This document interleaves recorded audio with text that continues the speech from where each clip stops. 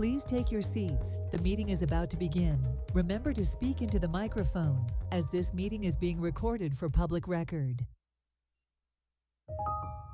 Please stand by. We are going on air in 5, 4, 3, 2, 1. Good morning and welcome to the July 8th meeting of the Historic Preservation Board of the City of Miami Beach. I'm excited to start this meeting, as we always do, with Debbie Tackett. Debbie? Good morning, Mr. Chair, members of the board, and members of the public. We have a relatively full agenda this morning, so I'm going to hand it over right now to Nick Kalergis for the notice regarding lobbyist registration and swear in any members of the public wishing to testify today. Thank you. Thank you, Debbie, and good morning, Mr. Chairman and members of the board. Today's meeting of the Historic Preservation Board will be conducted in a hybrid format with a quorum of the board physically present in the commission chambers and applicant, staff, and members of the public appearing either in person or virtually via Zoom. To participate virtually in today's meeting, the public may dial 1-888-475-4499 and enter the webinar ID, which is 817-4834-7488 #, or log into the Zoom app and enter the webinar ID, which again is 817-4834-7488. If you're wishing to speak on an item, please click the raise hand icon if you're using the Zoom app, or dial *9 if you're participating by phone. If you're appearing on behalf of a business, a corporation, or another person, you need to register as a lobbyist with the city clerk's office. If you haven't registered yet, you should register before you speak to the board. You don't have to register as a lobbyist if you're speaking only on behalf of yourself and not any other party, or if you're testifying as an expert witness providing only scientific, technical, or other specialized information or testimony in this public meeting, or if you're appearing as a representative of a neighborhood association without any compensation or reimbursement for your appearance, to express support of or opposition to any item. Expert witnesses and representatives of neighborhood associations shall, prior to appearing, disclose in writing to the city clerk their name, address, and the principal on whose behalf they're communicating. If you're an architect, attorney, or employee representing an applicant or an objector, you must register as a lobbyist. Lastly, Mr. Chairman, I'd like to swear in any members of the public or staff who will be testifying today. Please raise your right hands. Do you swear or affirm that the testimony you'll give in this proceeding is the truth, the whole truth, and nothing but the truth? Thank you. Okay, thank you, Nick. Mr. Chair, our first order of business this morning is the approval of the June 17th meeting minutes. Does anyone have any comments or edits? Okay, do we have a second? Second. All those in favor? Aye. Excellent, thank you. We do have one request. It's actually not a request, it's a notification that an application has been withdrawn on today's agenda, and that is HPB 250650. This is 1826 Collins Avenue. This was for the total demolition of the existing non-contributing building. This application has been withdrawn by the property owner. The demolition of this property has been determined no longer requires Historic Preservation Board review, and that's a result of recent legislation adopted by the state. So no action is required from this board.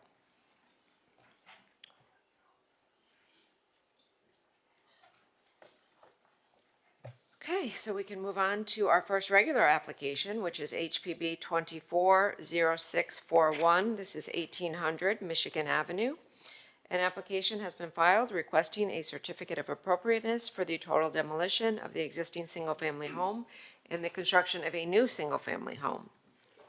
The existing two-story single-family home was constructed in 1935. It was designed by architects Carlos Schuppel and Arnold Southwell in the Mediterranean Revival Art Deco transitional style of architecture.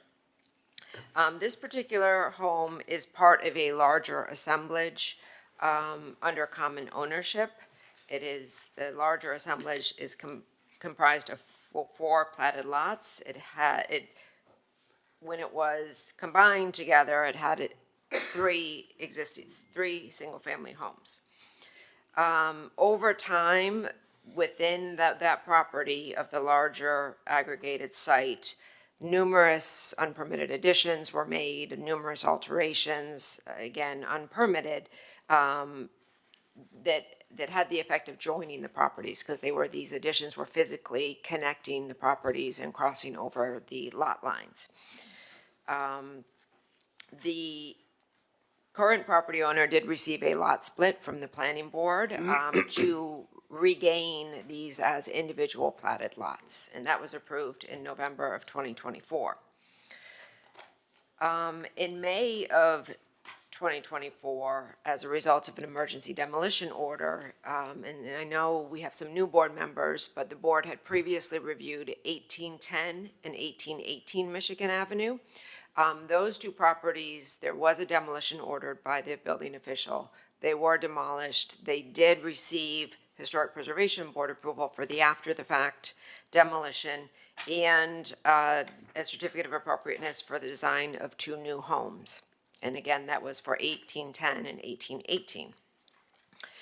So the third and final home is 1800 Michigan.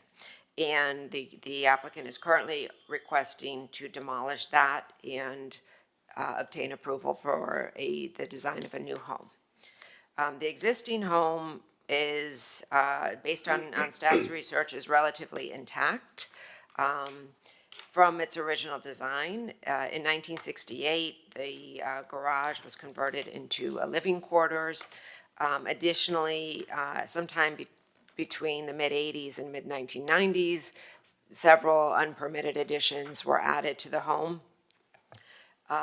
So it has had some alterations, but the original portion of the home is still intact. The applicant did submit a structural engineering report, which did indicate structural deficiencies. It did also discuss the unpermitted work, which is not code compliant, would have to be removed. But staff does not believe there's anything in the structural engineering report that would require the total demolition of this building due to life and safety concerns. We certainly understand and would support an application that would remove later additions to the home. We would support likely some partial demolition as long as the significant character-defining features of the home were able to be retained and restored. We have been working with the applicant over the past several months in terms of whether or not it would be feasible to elevate the home. I know the applicant has done some research on that, but we have not received anything definitive whether or not that would be a feasible idea. So we would like this application continued in order to more carefully evaluate whether total demolition is warranted. At this time, based on the documents that were submitted, staff does not believe that the total demolition of the home is warranted. Regarding the design for the new home, staff is generally supportive of the design of the new home. If demolition was not part of this application, staff does believe that it is in context with the Palm View Historic District. It does recall the existing home, and we do believe that the design is compatible and would have no adverse impact on the character of the Palm View Historic District. Finally, we noted that this property is currently not completely secured. We have noted that there have been several property maintenance violations issued on this home, and we would strongly urge the property owner to cure all of the existing violations prior to any approval of a redevelopment project by this board. So that is our recommendation. We are recommending it be continued to the September 16th meeting, and I'm available for any questions that you may have. Okay, thank you, Debbie. Are there any questions just about the staff report from the board? I had a question about if there aren't any others. Just about, you mentioned, you said that the staff recommendation was to continue this item to more carefully evaluate to make a more careful evaluation, what do you think might happen in the, So we would like What do you the hope to happen? applicant to explore retaining portions of the home. You know, we do understand there have been illegal additions and that the house currently does need significant repair. But we would like to work with the applicant to explore retaining a portion of the existing structure as part of a redevelopment. We do think this contributing home is a very important home to the neighborhood, and at this point in time, we do believe at least portions of it could be retained and repaired. can I ask a follow-up? Just, do you have a portion in mind that you've been talking to them about, or not really? You were kind of, haven't quite I mean, gotten there I yet. think, I don't know if we've really gotten into that discussion with the applicant, but I would like the opportunity to do that. Got it. Yeah, staff. Debbie, you mentioned raising the home. I imagine that is in order to meet floodplain criteria. The home, as of today, is designated. If this wasn't in a historic district, it could be demolished upon request. You also alluded to the property, there's violations which have not been cured.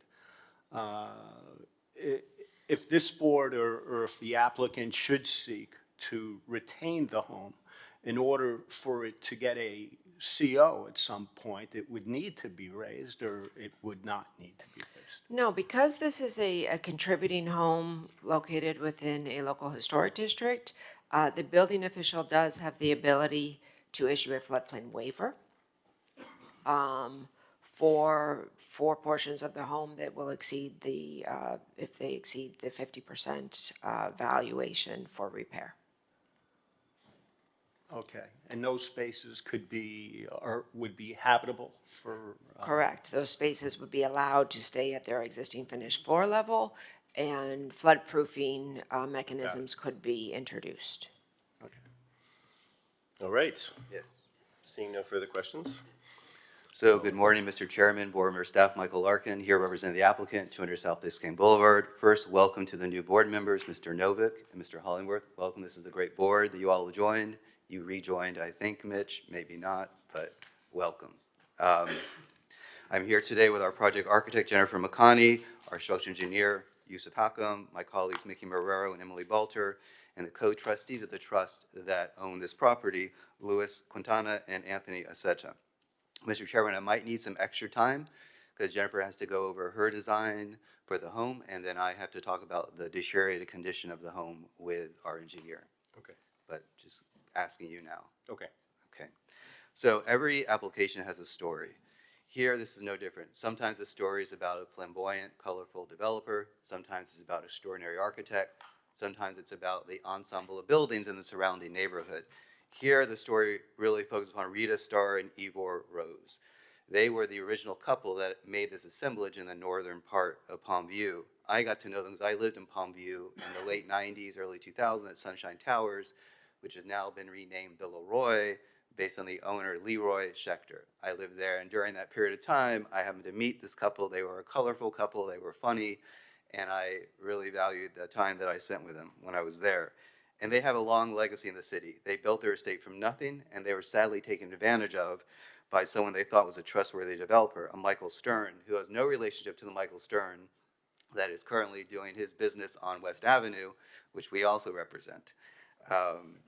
Unfortunately, this new partner had different intentions. Over time, he manipulated their assets, he misrepresented financials, and siphoned funds. By the time Rita and Ivor discovered this level of deception, their life's work was almost on the brink of collapse. Devastated, they turned to the two attorneys who are sitting here, that to recover their assets. And through years of legal work, court battles, and negotiations, Rita and Ivor were able to restore some of what had been lost. Over the following years, the relationship with their attorneys deepened. Unbeknownst to everyone, when Rita and Ivor passed within 2 years of each other, they left behind not only a carefully restored estate, but a carefully considered plan. To their great surprise, Louis and Anthony were named as co-trustees of the trust that now owns this assemblage. The couple had no children of their own and in the end chose to leave their estate in the hands of the two people they trusted most to get the highest value for the property and provide all remaining funds to charity. This is not a get-rich-quick process. These are two professionals that are charged with carrying out the last wishes of Rita and Ivor. They have been vilified to a certain extent in correspondence I have seen, and I think that's extremely unfortunate because they really are just doing their job here. Today, we're respectfully requesting a COA for demolition, the complete demolition of the existing home, and a new COA for a brand new home here, which is compatible with the neighborhood and resilient. Debbie's correct. The existing home was built in 1935. It's contributing. It represents a transitional style of architecture from Med Revival to Art Deco. The original architects are Carlo Schopel and Arnold Southwell. Emily, can you pull up? All right. So this is a location slide. This shows where the property is located, the northwest corner of Michigan Avenue and 18th Street. Next slide. This is looking at it from Michigan West. Next slide. This is, again, same vantage point. Next slide. This is looking north, the front elevation. Next slide. This is also the front elevation. Next slide. These are the interior conditions. The home is in really, really very bad shape. Note the mold on the left-hand slide. Next slide. This is 1810 Michigan before demolition. Note that sometimes it just looks like it needs a paint job, and that is the high level of terrible conditions that went on inside that home. Next slide. 1818, same thing. Sometimes you look at a home and it just says, oh, it just needs to be painted, but that was clearly not the case there. Next slide. Next slide. Next slide. This is the home, replacement home for 1810, designed by Jennifer McConney, the same architect.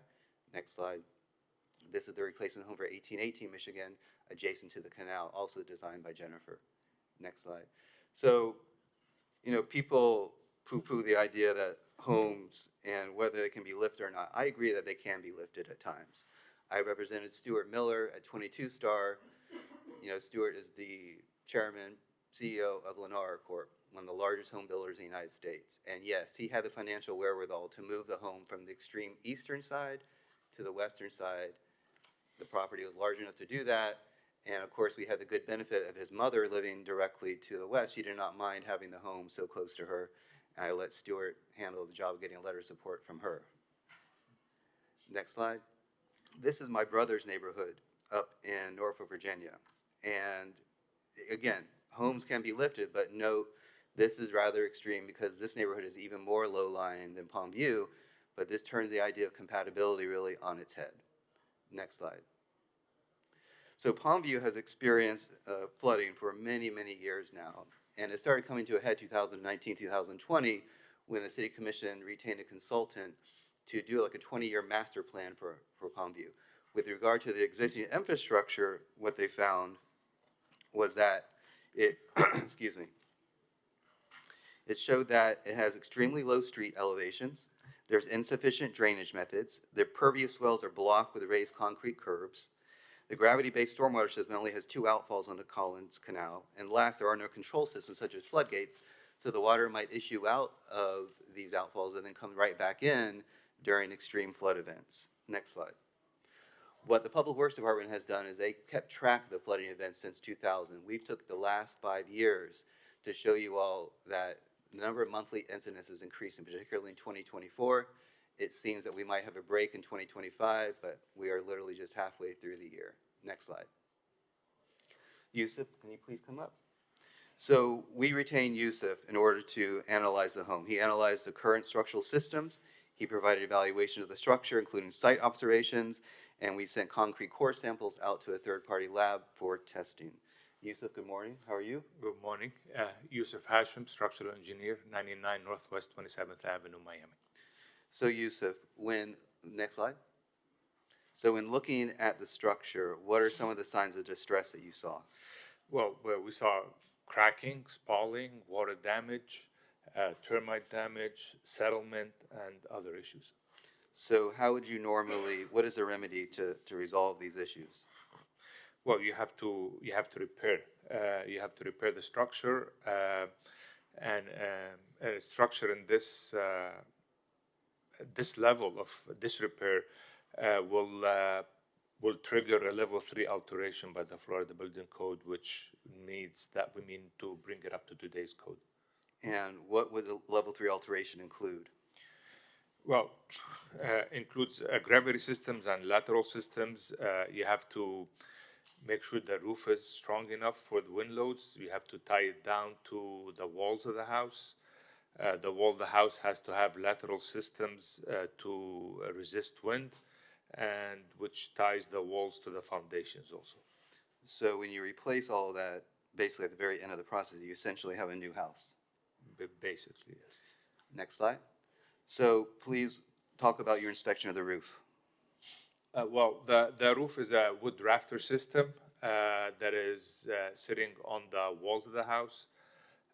Doesn't have tie downs for uplift and lateral resistance on the structure. And what would you need to do to bring this roof up to code? Other than the damage to termite and to water rot damage, we have to replace and repair all the joists that we can, and then after that we have to strap it down to the house. So it almost would be a brand new roof. It would be. Okay, next slide. So with regard to the walls and openings of the house, are they up to today's code? No. And how would you resolve that issue? That has to be reinforced. There's a, you mentioned earlier that there's been a lot of work that was done on the house. That is unpermitted work. Some of that was replacement of windows where they put in smaller windows than openings. So there's a lot of framing that needs to go out. And proper glazing be installed and reinforce the edge openings of the house. So to reinforce it, do you need to install a lateral load structural support system? Yes. And what would that entail? Well, the house does not have any lateral systems. You have to reinforce the walls. You have to open cut the masonry openings. You need to add vertical reinforcement rebars every so often. You have to make sure that you have the diaphragm set in a place to transfer the lateral loads on the building. Okay, next slide. So with regard to the floor, what is the structural system of the floor? It's wood joists that is fire cut, as the figure shows. It's fire cut into the masonry wall of the house. So that that was typical back then. Does not have any ledgers, does not have any strapping or any connections. So, Mr. Chairman. Yeah, how much? I would say about 10 minutes. 10 more minutes? I think so, to cover Jennifer as well. It's just very important okay. to get. Okay, we'll do it, but we'll have to Thank you, let Mr. other Chairman. people have that too. So once you start opening the walls to reinforce them, what happens to the floors? Well, they have, of course you have to shore them and you have to fix the walls and then you come back and repair the joist and replace the joists that are damaged, put a ledger on the wall and then strap them down. Okay, next slide. So what type of foundation does the home have? Shallow foundations. Is it slab on grade? There's portions of the house that has slab on grades that actually, we dug up the slabs and it's 4 to 5 inches. It's just a slab on grade. It's not hydrostatic. We couldn't find any reinforcement in it, and interestingly enough, there were actually gaps and voids under the slab due to washout of supporting material. In a flood event, based upon the hydrostatic pressure, is it possible that this foundation would buckle and crack? Oh yeah. Okay, next slide. So with regard to the site observations, if you could look at there, what were some conclusions here of these 3 conclusions? Well, you had a lot of wood damage, rotting, sagging, water intrusion, concrete spalling was, there was a lot of spalling in the columns and beams, and there was a lot of water intrusion coming in from the roof and from the windows. Okay. Next slide. So talk to me about the concrete strength. What were you able to find for the compressive strength of the concrete core samples? We did 4 core samples, and the range came in between 1,000 to 1,300 psi, which is weak. We design as a minimum due to coastal construction 5,000 psi these days. So this is like 80% weaker. Okay, and yet some of the concrete had been repaired in the past, so what did you find with those repair areas? There was patching work done that also failed again. Okay, next slide. carbonation? Yeah. Okay, so but part of the testing that was done by third party was, other than compressive testing, there was also carbonation extents, which is basically the interaction of concrete with carbon dioxide in the air, and that loses alkalinity of the concrete matrix. That makes it easier for the rebars to rust, and this shows that the walls are all the way through carbonated. Is this process reversible? No. Okay, next slide. So could you go through your structural conclusions? Yeah, well, there was a lot of stuff. There were a lot of areas of the house that were built illegally, unpermitted, that needs to be taken care of. There's a lot of, in order for us to do this work, we have to do a lot of demolition in order for us to repair the structure. And also, talking about trying to lift the structure to take it out of flood zone. We're not confident due to the concrete weaknesses that actually that you can be able to lift the structure. Great. Thank you for your time, Yusuf. I appreciate it. So this is an interesting, if you look at the bottom drawing, the top drawing is existing condition, but the bottom drawing, what I wanted to point out to you all is that when Michigan Avenue is raised, when 18th Street is raised, when the home to the north is developed, when the home to the west is developed, you'll basically have the existing home, which Yusuf doubts can be lifted, so it's got to remain in place, but it'll be in a valley. It'll be surrounded on every side by raised surfaces, whether they're streets or whether it's raised yards from the north home and the west home. Next slide. This is a view looking to the northeast. You'll see the same condition with the raised roads in pink and then the retaining walls that will be built. It's not a great condition. This shows what it would take to be compliant. The red dotted line is the future Crowner Road. That's where the yard has to be raised to. The green dotted line is BFE plus 2 feet of freeboard. That's what the building department is currently enforcing. That's where the slab has to be. As you can see, it basically gobbles up the entire first floor of the building, so it is utterly non-compliant. And I feel in the future it would be a magnet for flood events, and it would be a horrible water intrusion within this property. Next slide. I'm going to turn it over to Jennifer now, and she's going to walk you through her new design. Good morning. Jennifer McConney, Studio MCG Architecture, 230 Northeast 97th Street in Miami Shores. When we first started designing this residence, we looked at the historic character of the neighborhood, the program of the existing residence, and studied the architect of the existing home, which was Carlos Schopel. Carlos Schopel designed many Med Revival homes in Miami Beach using different materials such as wood, ironwork, and stone. And while much of those materials have been removed on this residence, we wanted to use the same types of materials that we studied on his other residences, as well as plan the layout of the residence in a similar manner because it works. We have the garage on the west side, kind of away from the corner, and then the main living residence on the corner. We started with a long, simple bar plan.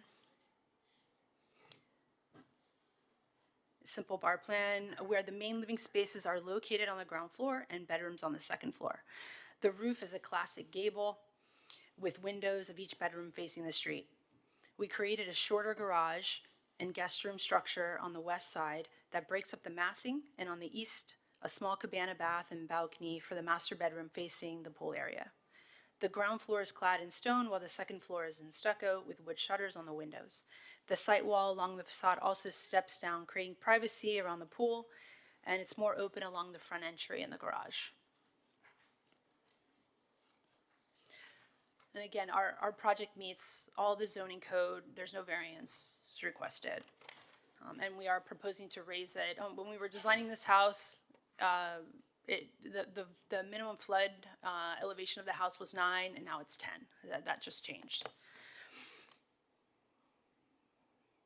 So you can see in this image how the existing plan of the house that's on the top and the proposed plan are very similar. There were some porches that turned into enclosed areas of the house and other multiple non-permitted additions, and we'll be obviously cleaning that up and creating a more simple structure. This is the plan of the ground floor. The entry and stair are located off the center to the west, similar to the way it was in the existing residence. The living spaces are located together in a long bar shape, which faces the front and also the pool to the east. The garage and driveway are also located similar to where they are today. On the second floor, there is a guest playroom located just above the garage at the half-level landing. And that way we were able to break up the long structure. So the garage, because that has to be lower to have the cars meet grade, that secondary structure is able to be lower. And then the 3 additional bedrooms facing the front of the property with the primary room facing the pool. That's the second floor. And then this is the facade facing 18th Street. Again, we have broken up the facade into 3 massings to break down the scale of the home. You can see here that the facade is clad in stone on the ground floor, stucco walls, and wood shutters on the second floor. And the roof has that same angled pitch as the existing and gabled roof. This is the east elevation. We used a similar massing of the existing residence on the left, and where we increased the depth of the original home, we broke up that massing with the pool cabana structure and balcony for the bedroom above. This is the mood inspiration board for the materials that we used. We have a regular cut coral stone cladding, dark mahogany wood, white stucco, and a barrel tile roofing that has a mix of shades of terracotta. This image describes how low the existing house sits in relationship to what is required by code now. The existing home massing on the right and the new on the left. Even though we did raise the new house to meet code, we tried to keep the size and proportions of the house similar. And this is a view along Michigan. The house on the right was designed by Schultz and Weaver, not me. We're recreating it. So that house has been demolished now, but this was approved a couple months ago in front of you. So that was a Schultz and Weaver house. The house in the middle was designed by us at 1810, and then the new house on the 1800 on the corner. But I do think that this does look like it was done by 3 different architects. We really tried to make that happen. We didn't want it to look all the same at all. And then this is the proposed site plan of how the 3 houses work together. And I'm here to answer any questions that you may have. Great. Thank you. Thank you, Jennifer. Thank you for the extra time, Mr. Chairman. That's all we have. We'd like to reserve some time for rebuttal. Okay, thank you very much. Now, it's time for board questions for the applicant. So maybe, Michael, if anybody has any questions. Ray, you look poised. Okay. A very good presentation with all the background. I mean, one of the things that I had heard was that the original massing was put together to build a condominium on the water, and then the Palmview neighborhood became historic, and they could no longer do that. Like, there is another building just up the canal from there that is a condominium. So that part you didn't talk about, whether that's true or not. But you bring a very compelling reason to tear the building down because it doesn't meet any building standards, but neither does any of the other homes in the Palmview neighborhood. So you would be setting precedent for everyone in the Palmview neighborhood to come and say, oh, we need to tear our home down because it doesn't meet current standards, and you now have set a precedent by letting this home be torn down, and that puts us at a disadvantage. Can I respond, Mr. Chairman? Let's just, That's all. okay, why don't you respond? It's, yeah. Yes, sir. Yeah, I'd rather have this kind of addressed. Sure. So, every home is constructed differently. Every home ages differently. Every home has had a different level of standard of care from prior owners. I know in my street on Flamingo Drive, my home was built in 1925, and it's only had 4 owners. And this current owner, me, is keeping it in excellent shape. I know other homes that were built about the same time in the late 20s in my neighborhood look horrible, and they have not had the same level of care. So I would not say this is a precedent. This is a fact-intensive inquiry. Every home's going to be different here, just like lifting a home. Lifting a home, there's not one mathematical formula that says a home can be lifted. It is also a fact-intensive inquiry based upon the strength of the concrete of the home, the economic resources of the owner. So I don't think this is a precedent-setting exercise, Ray. I think each home in Palmview is very different. Thank you. That was it? Anybody else have questions for the applicants? I have a question. Okay, go for it, Mitch. Has your clients taken any steps to address the violations or curing the violations such as fencing, a tarp over the roof, and securing the window openings? The answer is yes, Mitch. I'd like to have Mickey Marrero, who's been carefully representing them in front of the special master, address. There's 3, I think, violations left, but I'd like Mickey to do that. Good morning, Mickey Marrero, 200 South King Boulevard. So yes, there are currently 3 open violations. One of them has not been to special magistrate yet. That's a 40-year recertification. We're trying to speak to staff. We're not even sure if it applies because it's essentially a single-family home that had illegal units. If it's less, 2 units or less, it wouldn't even qualify. But also, we got this violation a couple of weeks ago, and even if it was valid, which we're not sure, if you go through the whole recertification process, we've done that analysis in spades with Youssef, and we're hoping, obviously, for demolition, which would negate the need to repair all those things and comply with the 40-year. The other 2 that have been to magistrate actually appeared before the magistrate just at this podium last Thursday. One of them, they identified some things that had to be done, and our client did those things, but identified windows on the wrong side of the house. I think the violation said north side, they meant south side, or vice versa. So when we came to the hearing thinking it was in compliance, they said, oh, we put the wrong note in the violation, so they're now addressing that. Those windows at issue have some iron bars, which are not permitted, so we're gonna replace them with panels. But that will be in compliance soon. Finally, the one you mentioned, Mitch, is the fencing. As you know, if you've driven by the 2 vacant properties where we got the prior approvals last month, do have all the sodding, the landscaping, and the decorative aluminum fencing throughout. We recently got a violation just a few weeks ago for the same thing on this property because it is in fact vacant. But, we told the magistrate, and they did give us time, because we have this hearing today and this process going, depending on what happens with the HPB, this could turn to a construction site, which is a whole different set of standards. So for them to now spend tens of thousands of dollars on a fence that may come down a month later, depending on this process, doesn't make a lot of sense. The magistrate agreed with that and gave us time to go through this process. So those are the 3 violations. They've addressed a multitude of violations, not only on this, but the other properties. They spent hundreds of thousands of dollars on seawall permitting. The amount of effort that they've put towards violations in general is quite impressive. And that's where we're left. Thank you. Okay, Mitch? Yes. Michael, I believe you had mentioned the people who now control the estate. It was bequeathed to them, and any profits would be donated to charity.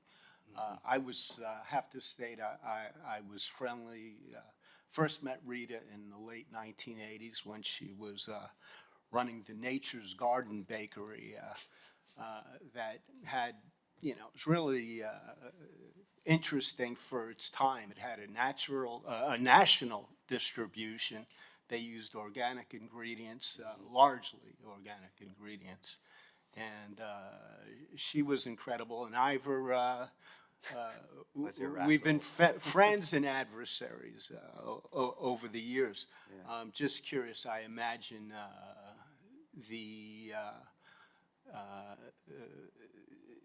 any profit would be given to charity. I imagine a cancer charity. Correct. That was Rita and Ivor's wish. Okay. Yeah. Thanks. There's no other Rita's brothers no longer among us. And they really didn't have any other relatives that they were close with. What I learned yesterday was Ivor would go around calling everybody his nephew. They were not I was his nephew. So no. And it was bequeathed to a trust, and they're the co-trustees. Got it. Elizabeth? Yeah, so since we were talking about precedents before, and there were 3 properties, 3 lots, and then the other 2 homes have been already demolished, and we saw the projects by Jennifer. Congratulations, Jennifer, on the design. I think you did accomplish what you're setting yourself for in really recreating 3 different structures. So I would like, if you may, talk a little bit about the difference in the architectural significance between this home and the other 2 that have been demolished, just to refresh our memories because it's been a while, and the structural state of this home compared to the other 2.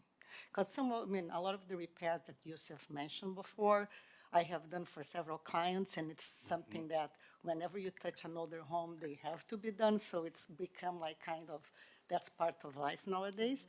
But, so I just want to understand a little bit more how would be the difference between potentially repairing this home versus the other two that we have allowed demolition, and the architectural significance of that. Sure. So the unpermitted additions in 1810, 1818 were to the degree and the level of care was so lacking in those structures that the building department issued emergency demolition orders.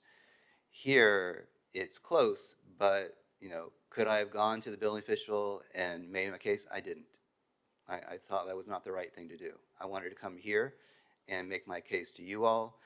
My point, and Yusuf can back me up after I'm done with these couple of comments, but when you remove the roof, when you substantially demolish the walls 70, 80%, when you remove the flooring because it has to be removed, when you strengthen the foundation, you're dealing with a brand new home. So it would be a fiction to say that the historic home would be saved, because there's nothing left of the historic home when all the repairs would be done.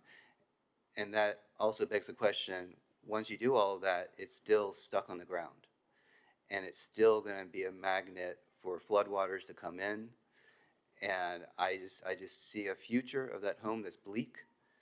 And this is something that you all have to grapple with from time to time. But I think it's being too kind to say you just have to repair it and everything will be good. Because when you repair it, you're basically stripping out all the historic integrity of the home, and it will be a brand new home. Yusuf, do you want to maybe start with a contrast between, you were the engineer for 1818? Yes. What was some contrasting elements? There are contrasting elements, and there were similar elements too. All the houses had water damage, all the houses had flood damage, had settlement issues. This house was a little bit better than the other two, but it doesn't mean it was good. Like Michael said, by the time you do all these steps of repair, it's a brand new home. Great, thank you, Yusuf. Does that answer your question, Ms. Camargo? So we didn't talk about the architectural significance of the other two homes versus this one. I think they are both contributing. Yeah. I apologize, because maybe this would be a All question for three of the properties are contributing. As Jennifer mentioned, they were designed by different architects. They all have their unique characteristics. I think the home on the canal, which is at 1818, that's the Schultz and Weaver home, was probably the most significant home in Palmview in terms of its architectural details. The location of it, I think, made it probably one of the most prominent and visual indications of the Palmview Historic District. There we had postcards. It's, it had that Venetian quality to it in a lot of the postcards. But looking at this home, it is highly characteristic of the period of time. It was well detailed, including, significant Mediterranean features as well as Art Deco features. So I do think this particular home was altered less than the other two. Certainly much less than 1810. 1810 had the most alterations and additions attached to it. This home is relatively intact, with the exception of certain modifications that were done inappropriately and the small additions that were added without permits. Great, thank you. Haskell, did you have a question? Thank you for your presentation. I guess this question is for Jennifer. The new building footprint, does it exceed the former building with the exception of the illegal additions? We believe it's very similar, because most of those, there were some additions and some there were porches that were already there. So it is very similar to, and I think in the package, there's a I just don't plan. have it, I'm sorry, I would Yeah, have I looked know. it up. I personally don't have it, but when you say very similar, as long as you don't exceed what was originally there, I would be more amenable to supporting you, but otherwise, I heard what the gentleman said, the structural engineer. You're pretty much describing 75% of the homes on Miami Beach. But every individual building is unique, and I understand that. But I also know that there's an issue of economics. Any building can be retrofitted to today's standards, any building. It's just a matter of cost. So to say that you don't want to, participate in those costs, I understand that. It may be cost prohibitive. I just want to know, I guess my basic question, are you within the original footprint of the original building? Pardon me? There's no variances, so they're within. Well, let If her we can answer. pull up the slide, there's a slide right now, if they can pull up the presentation. So on the top, you can see what was there before. Obviously, it was right next to the property line before. You can see that the one on the top is what's there now. If you look at what we're proposing, it's definitely a smaller footprint, absolutely. The one on top includes the illegal additions or the additions over the years, correct? Yes, and some of Okay, those. I'm talking about the original structure without the illegal additions. Go to the slide that shows it through the years. I think I saw that on there. There we go. So if you look at if you look at the 1941 aerial, this is the earliest we have, it's almost identical to what's there now. There's very few additions that were added, except that courtyard in the center you see that was enclosed. But what that was on the back was a porch. So it made it a bigger footprint. So there wasn't additions as in different things were added onto it. There's a few little things, but what you see there now is 90% of what was there originally in regards to the footprint. So Okay, you can see there, 1941, it's a very large footprint built 5 feet, less than 5 feet from the property lines. so based on what staff is recommending, that they would like to work with the owner regarding the existing structure, I'll defer to them, and I'll reserve my support for you till later. Thank you. Anybody else have any questions? No? Yes? Okay. So obviously, the staff has requested a continuance to discuss what could be preserved from the existing building. What I don't see, and I don't think it's been highlighted, but maybe I missed it, other than like speaking to the language that the existing house was, is there anything that you found that you're including and incorporating in the existing design incorporating into the new design from the existing building, specific elements or anything like that that you can point to and talk about for us? And I don't mean necessarily recreation. I'm talking specifically something that you're incorporating. I'm just curious. So it's something we would take from the existing house and use. Occasionally that happens, and I just want to know if there's any of that here. Right now, no. The only thing that I saw that we could would be there's a fireplace that's there. I mean, that we could take and re-include that on the inside. There's really nothing left on the outside. There's some stone on the front face, which, I think we'd be amenable to doing that. But, once you take that down, I don't know if we can salvage that. It's very brittle. We would certainly try. Yeah, absolutely. But I think the massing itself, I think that's a big salvage. I mean, I think the fact that we created the entry where it was, the garage where it was, we have the long bar. I mean, to me, that's more of a homage than trying to force something to be salvaged and put on the building. Okay, Ray? Okay. First off, I don't know if anybody has really said it yet. You've done an excellent job in your presentation. The home really blends well with the neighborhood. It looks very much like the original home, but newer and updated. And for those that might not know, the city right now has a permanent setup in the Palmview neighborhood to try and take the water and pump it out and into the canal. And I mean, it's been there for weeks, and I'm sure it's going to stay there until whatever they do with raising the roads. And so I am concerned with what you presented, that if you don't raise the home, you're going to have berms like on 3 sides and you're just asking to flood that property. You did a very nice job of presenting that. All right, thank you, Ray. I wanted to go back to something that you said about the, and kind of get to the point of, I think, our board's kind of, with the staff as our professional guides here, and they're recommending more time to look at whether a piece of the existing building, not just a chimney, but some portion of it.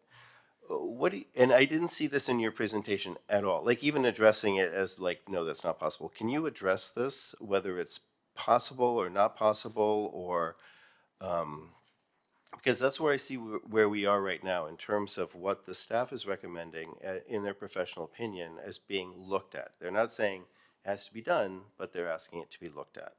Is that something, what do you think of that? I mean, we did look at, I mean, from when we first started looking at this house, we did look at, can we save it, can we lift it? What can we do? But, you know, there's. They the specifically garage, asked for a portion, not for the whole thing. Well, the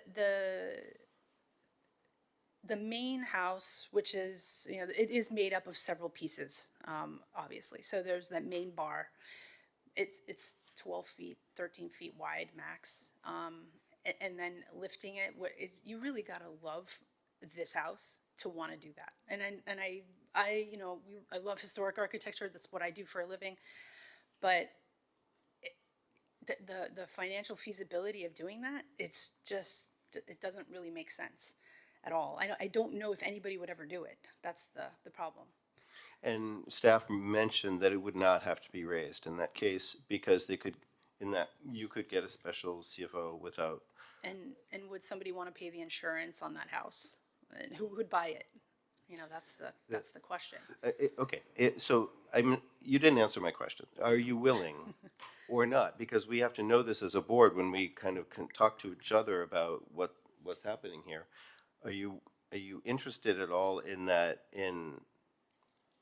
Are you willing to look at that or not? Because that's where we need to know where you stand, I think, on this. Right. We would greatly prefer to have a brand-new home within this property. We have looked at it. We've talked as a team about saving different portions, and I haven't addressed this with the building official or our floodplain administrator, but I don't even know. It says in this definition of substantial improvement, which is what the 50% rule is, the very bottom sentence, it says that homes are excluded from the definition, so that's great. But is a portion of a home excluded from the definition? I don't know the answer to that. And I don't know what they would require, because it's not, the idea is to try to relieve entire homes from the burden of complying with floodplain regulations and the 50% rule. Is a portion of a home, you know, deserve that same type of level of protection from this definition? I don't know.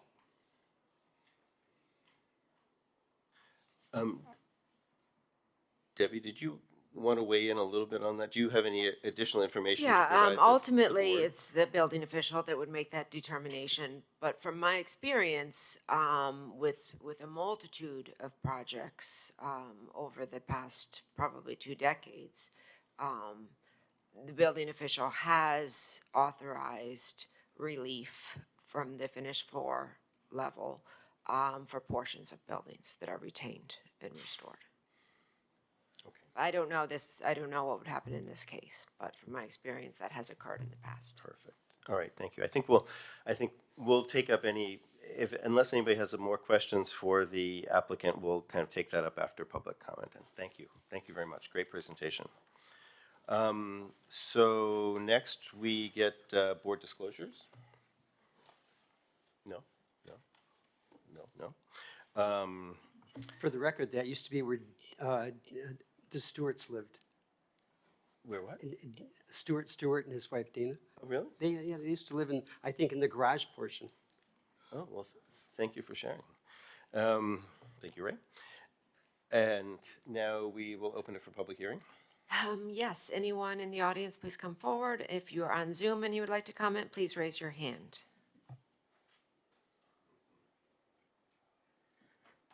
Hi, I'm Roger Goldblatt, MDPL, 1750 James Avenue. We strongly oppose the proposed demolition. This appears to be a case of demolition by neglect, where the owners are intentionally allowing the property to deteriorate to justify the demolition.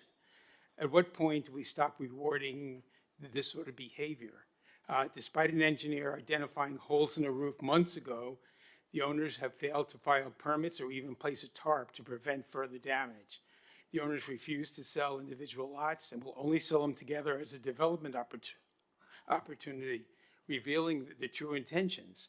If aging concrete and standard maintenance issues such as moisture intrusion justify demolition, then virtually every historic property in the city becomes vulnerable. This would set an extremely dangerous precedent. Thank you. Thank you.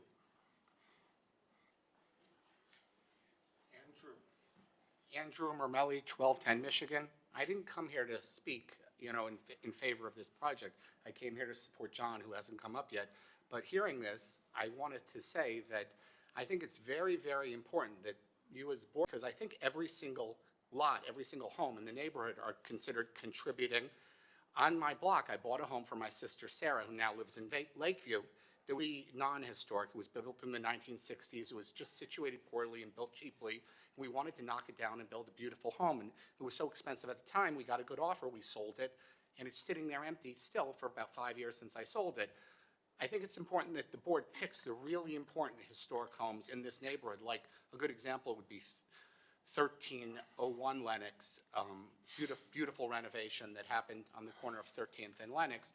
Pick 10 or 15 really beautiful homes and designate them and give everyone else the right to do what this estate is going for by right. I support this project. I hope, being that they're giving this money to charity, we approve this today and let it move forward and let people have beautiful new homes that will improve the neighborhood, which we desperately need. Thank you. Thank you. Okay, on Zoom, we have Paul Friedman. Good morning, Paul. Hi, Paul. Do you swear or affirm the testimony you'll give in this proceeding is the truth, the whole truth, and nothing but the truth? I do. Thank you. You have 3 minutes. Okay, yeah, I'm not going to use the 3 minutes. I agree that, first of all, I think you've got bad actors that haven't done a lot. The property, I live across the street, and I look at what should be knocked down, which is some of the additions, and they haven't been. The property is certainly trying to get demolition by neglect. That all said, I don't have a problem with knocking the property down and building a new property. What I do have a problem with, and no one has addressed, is when you rebuild and you rebuild the current floodplain and you take a look at least from what I saw of the renderings, we're going to flood the street. And everybody else is sitting at 6 foot of elevation. And when you put this at 10, it creates a real problem. And I haven't seen any in the diagram that was done in the presentation. I have not seen drainage that was going to retain the water on the site to keep it from going into the street. That, believe it or not, I think is more important than whether you try and reconstruct or don't reconstruct something that looks historic. I'm happy to have it look historic, but when you wind up creating drainage that goes into the street from more concrete, then you're creating a problem and it's not addressed. And when you own 4 lots, it's really easy for them to create some ponding, create something where the drainage stays on the site. And if they do that, then I think we would probably have not as big a problem. That's all I want to say, other than, whatever you do is rewarding people for being bad actors, because that is an eyesore and we look at it every day and they haven't done anything. And that's since before Ivor and Rita died. So this has been an ongoing, we're going to do this, by neglect, and they've done it, but I don't really care about that. But the drainage, we do care about a lot. Thank you. Thank you. Next on Zoom, we have Chris Glody. Hi, Chris. Do you swear or affirm the testimony you'll give in this proceeding is the truth, the whole truth, and nothing but the truth? I do. Thank you. You have 3 minutes. Hi, everyone. I'm Chris Glody. I live at 1760 Jefferson Avenue, which is about 2 blocks east of this property. And as an owner of a Palmview home that's even older than this property, I'm very experienced in significant troubles that you experience during remodel and ownership.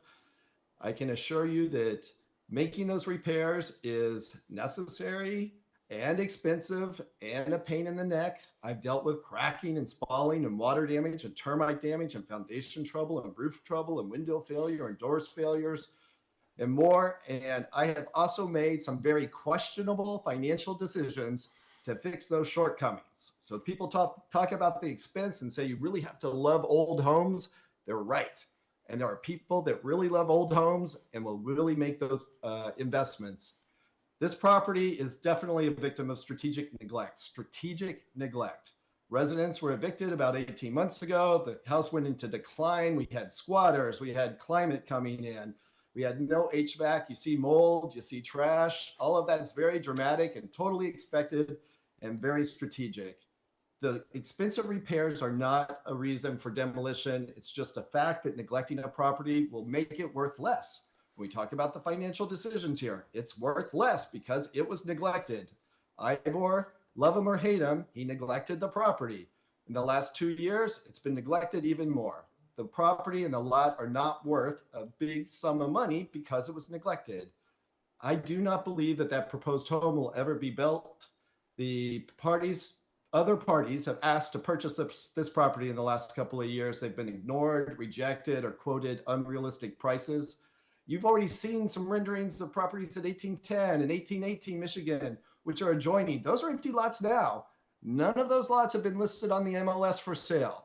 This is, I believe, an attempt to assemble these properties and redevelop the whole complex into a new complex outside of the historic character of the neighborhood.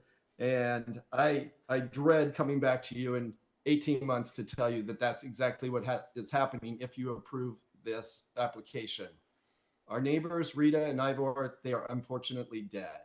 This isn't a story about Rita. It's not a story about Ivor. It's not a story about maximizing the value of 4 adjoining properties for a charity. This is a story about the historic preservation of a neighborhood.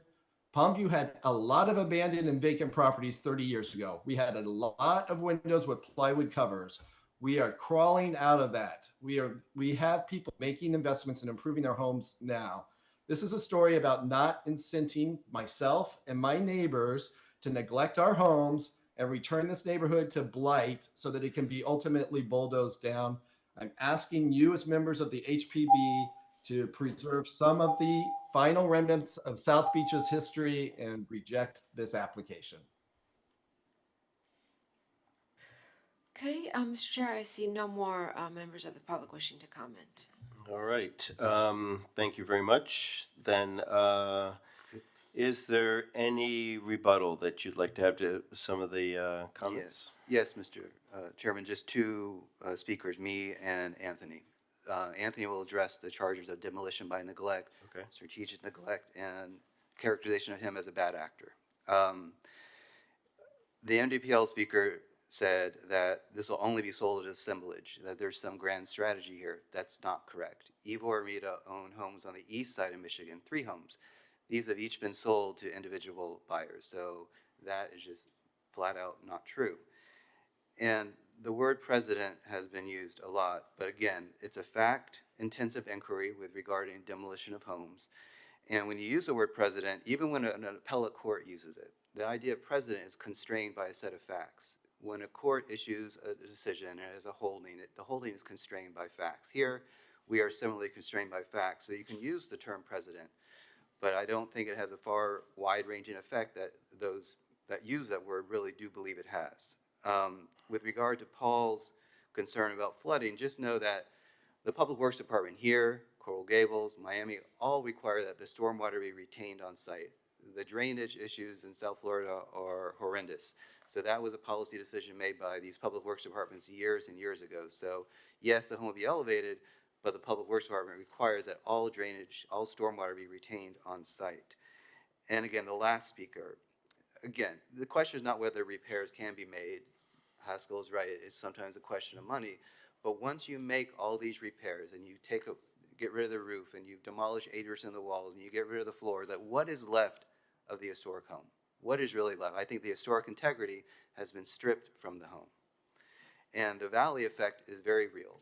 It's not some future fantasy that's not going to happen. Maybe it will happen. 18th Street will be raised. Michigan will be raised. The lot to the north will be developed. The lot to the west will be developed. And then because this home, or even a portion thereof, has to remain at grade based upon structural infirmity of the concrete, you're going to be in a valley. And that is the last place a homeowner really wants to be. So with that, I'm going to turn it over to Anthony and let him discuss these charges. Good morning, everyone. My name is Anthony Aceta. I've been an attorney representing Rita and Ivor since 2014. Very briefly, Rita and Ivor are people that love this community, Rita was born and raised in Miami Beach, and a gentleman said that her dad ran a bakery on Collins Avenue since the 1970s. They were very frugal people. They never intentionally did anything to come to this board and argue, oh, we need to knock it down because we intentionally neglected. They were frugal people, and that's how they lived their life. Unfortunately, they came into contact with a Ponzi scheme by the name of Michael Stern.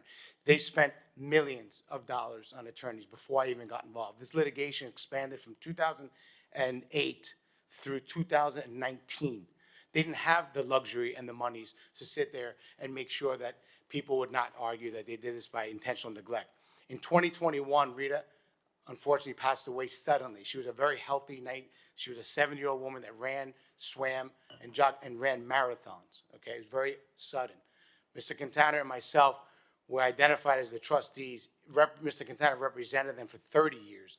None of us knew that we were the trustees until Rita passed on, and I was contacted to go to the hospital to make a determination whether or not I should pull the plug. And thank God she passed away before I had to make that decision. So when people say that Louis and I have been intentionally neglecting this property, that's far furthest from the truth. One of the things Rita made sure in the trust that Ivor was never to be put in a home. Well, Ivor suffered severe dementia after she passed on.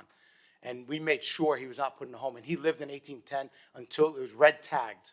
And we were told everyone has to go. And when I say everyone, including the tenants in 1800. We were told, we hired Michael Larkin immediately. We were told he's the best, and he is the best. We were hired the architect immediately. We hired the engineers immediately, and we trusted our professionals. If we were told, oh, you could just repair the roof in 1800 and you could keep tenants in there, we would have done that. And I believe you mentioned Stuart. He did leave in the back. And we had to, unfortunately, with a broken heart, tell him he had to move on. And he did purchase a condo, and he's doing very well. And we helped every one of those tenants relocate, every one of them.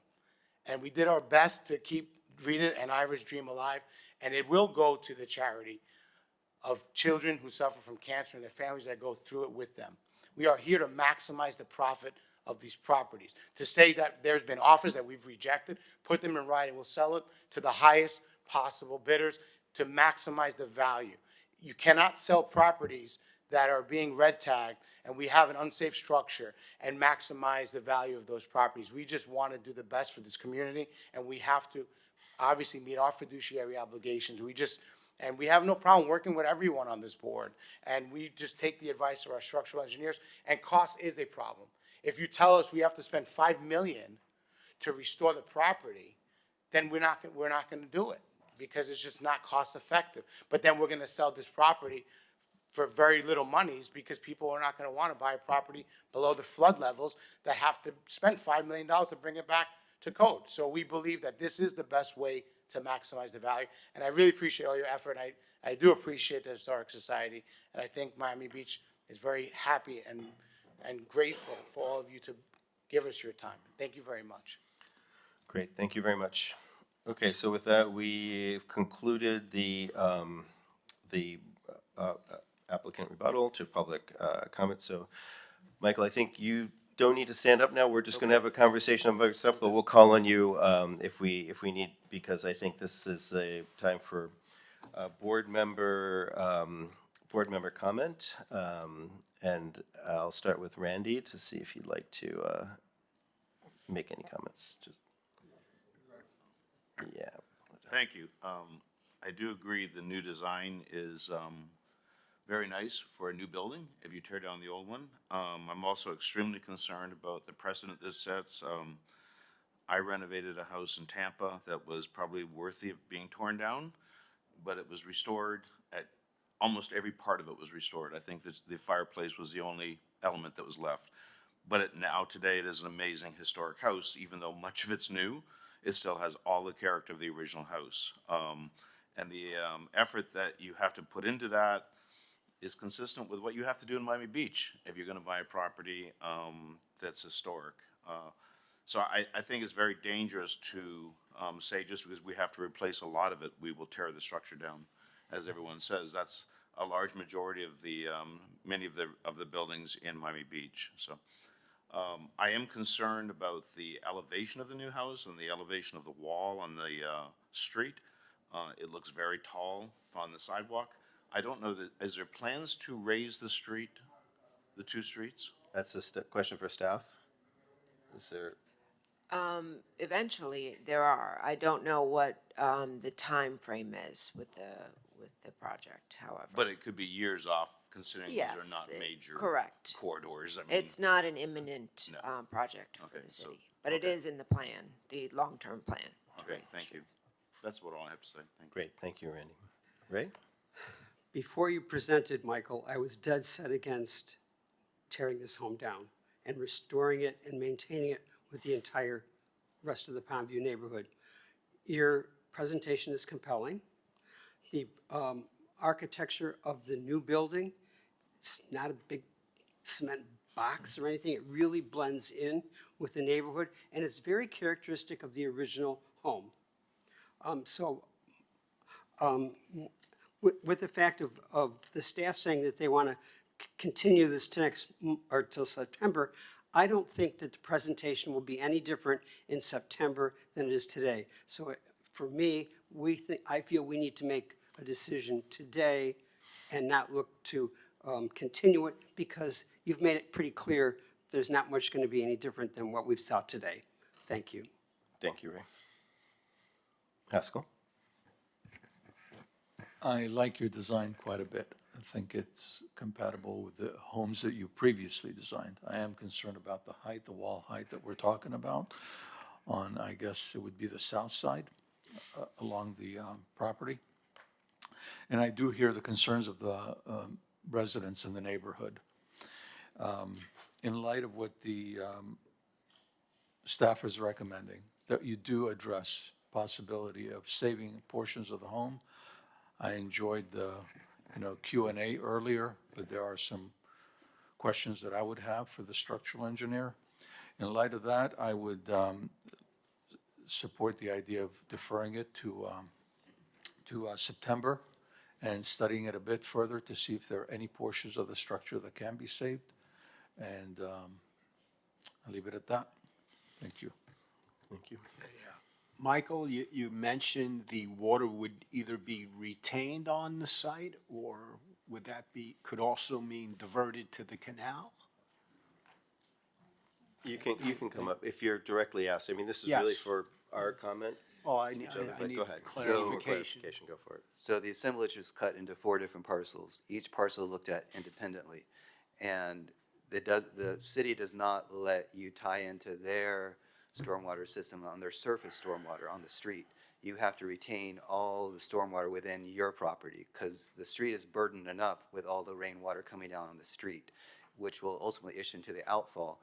But for our purposes, the stormwater has to be retained within the property. And that's done with, cisterns or tanks? Could be cisterns, could be a variety of French Okay. drains. Thank you.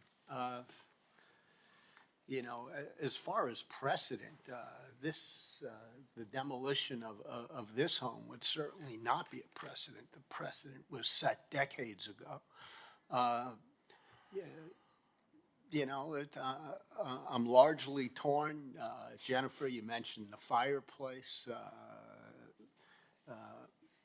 Ideally, at minimum, the front facade or the primary elevation could be preserved and raised, but I understand for what reason. It all has to do with cost. You know, I'm inclined to, the other assemblages on the site have been approved, and those buildings were certainly demolished, and as stated, their structural condition was dire. I don't see why this one should be treated differently, especially knowing that it's all going to go to charity, anything left over at the end. Okay, thank you. Thank you, Mitch. Elizabeth? Yes, so as I mentioned before, I really appreciate the design by Jennifer, and the story you told, Michael, was very compelling, and all the points you brought up are extremely valuable, and I fully agree with them in terms of how much we renovate an old structure and what's left of the old, if it's really worth it, and if there is any meaning in preserving something that has been so changed and modified and replaced parts. But before I think we go ahead, and for me, for my own peace of mind, I think we should go through the study of trying to work with Debbie and identifying which part of the structure they are considering to be preserved and if it can actually be preserved. And my position would be not to keep it existing finished floor elevation. I think whatever we preserved needs to be raised to the future elevation of the new home, because I think we are just buying a problem for the future if you keep the house, the existing portion at the existing elevation. We are just buying a problem for the future, and I agree we are totally taking the value away from the property because you're renovating, spending a lot of money into the new home, but still would be exposed to future rains and flooding. So I think we should, my suggestion would be to go ahead and try to identify what portions Deb is talking about, or if there is any portion that can actually be saved, and that portion should be raised to comply with the current flood elevations. Great, thank you. Lindsay? So I think my hesitation, I guess on both sides, is multifold. But before I get there, I will say I agree. I think the new design is beautiful, but that actually leads into my hesitation, right? So one of the reasons, in order to get this demolition permit in the historic district, you have to bring forth, unless it's an after fact permit, right, you have to bring forth a design that you're planning on incorporating in order for us to approve it. And so correct me if I'm wrong, though. The assets of the estate are the land that exists, right? So the plan is not necessarily, as evidenced by the fact that the other two lots have not yet been developed, even though they're plans approved, I believe, or not plans approved, but through us. The plan is to sell this with approvals and then have someone else would then build the structure. Is that the plan? Right. And so that brings me to like another step of my hesitation is that we go through all this process. We allow you as the owner, the existing owner, right, the trust, to demolish this building because we understand or, we accept Mr. Hashem's explanation that the building itself is not salvageable for the purposes intended, right? And we've got this beautiful structure that I agree. I think it's, the plan design is wonderful. And then the new owner comes in and says, yeah, I have no desire to do this. I'll leave it a vacant lot and I'll just wait you out. And so those are the things that I struggle with a little bit. And so at least to that extent, to me, I lean more towards having a further discussion with staff on where we are. And, I know that's not ideal. I understand, time is of the essence for you guys. But, and I don't know if there's something that can be done as far as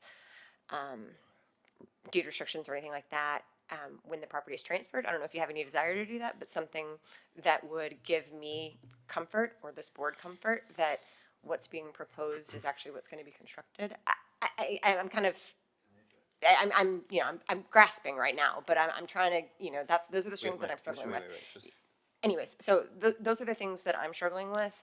And so for all of those things combined, and given, the professional advice that we do get from staff, and as mentioned, every building, if I look at it hard enough, I can say, okay, well, I had Spalding, my building, for example, we did multi-million dollars worth of renovation. I mean, we took it down to the rebar and replaced, I mean, in order to preserve the building. You know, and it's not individually designated historic. It is, my building is contributing. So, you know, those are the things that are weighing on me when I look at this. And I was going to say, I can't remember if anybody else did, but I did go with Mickey and look at 1810 and 1818 prior to the demolition, where they came to the after the fact, when they came to us. So, to the demolition by neglect statements, could it have been better if preserved? Yes. Could there probably have been some remedial work or some intervention in these buildings? Not necessarily 1810 and 1818, because, I mean, they were about to fall into the canal. I didn't see 1800. But, you know, given the state of the other two, and the fact that there was a demolition permit directed by the building department as opposed to where we stand with 1800, you know, I'd have to imagine it's in slightly better shape. Okay. Thank you very much, Lindsay, and thank you guys for a great presentation. Really a model presentation of the context and a beautiful design for being proposed. I believe that there's that as a historic preservation board, we deal with time. Time is part of our currency. We deal with buildings that have been around for a long time, and we deal with districts that were created kind of to bring together buildings and bring together kind of historic contexts, which are related to time. And so I think the staff is asking for us to give more time, and that more time could be to determine whether or not could apply to a number of things. And I think we owe it to buildings when we have the possibility to give them more time. There could be, for example, somebody who comes in and says, I want this, and I want this historic building because they're one of those people who really wants to take that on and wants to have that. And if we go through this today quickly and just say, okay, we're going to punt this because it's like all the others, I think we have an opportunity. I don't know whether it's going to save the building or not, but I think we have an opportunity, and we kind of owe it to ourselves and the integrity of this board to give it that bit more time. We're talking about till September.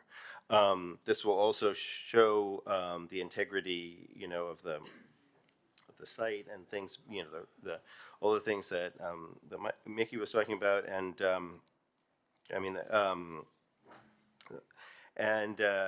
that. So I would be inclined to go with staff recommendation to give this project a bit more time to be a possibly historically preserved building, or a portion of it being possibly historic preserved. So that's where I am, because I completely agree with all of what you guys say. I mean, it's all true, and the only thing we can do is we can say, okay, tear it down today, or let's wait to decide in September, and that's kind of where I stand. We can have a conversation now. I mean, it doesn't have. So if anybody wants to jump in, What does staff think? No, I think that's been what? What? Just to make sure where we stand. Oh, yeah, we can do a straw poll. Yeah, sure. We can do a straw poll, but if anybody wanted to say anything before. What does staff think we can save on the building or facade? You know, Just so we have an idea. Ideally, it would be, I think Jennifer described as the bar portion. So, you know, I don't think the garage has been converted, and that whole side, ideally, I would think that bar portion would be what staff would, consider a significant amount of preservation and restoration. So there's like a front porch that's been altered. I don't think that's necessary. And then everything to the west of the bar, I think, would be appropriate to demolish. So Jennifer, is that something you're willing to work on between now and September? Wait, Ray, before you, we're having our conversation. We've closed the applicant portion. I know you, so. Ray's just taken over. I know. All I was gonna say is because I have the benefit of looking at Debbie's scribbles over here. So the bar portion is the entirety of the main house, absent the porches and the garage, which if I wasn't sitting here looking at her scribbles, I might not know what that meant. So I just wanted to share that with the board. Okay. Randy, your mic is on, so is that not an indication? Okay. That's usually the indication, at least from Ray. If he's lit up red, he's ready to say something. Anybody else have any other comments? We can take a straw poll and then we can go back to a conversation. So just a straw poll of where you stand. A yes would be to go with the recommendation of staff, and a no would be to not go with the recommendation of staff and to kind of approve the recommendation of staff is to continue to September, and if you want to do it today, then I think then a no vote. So yeah, so just yes or no. Where are you thinking now? Yes. Ray? No.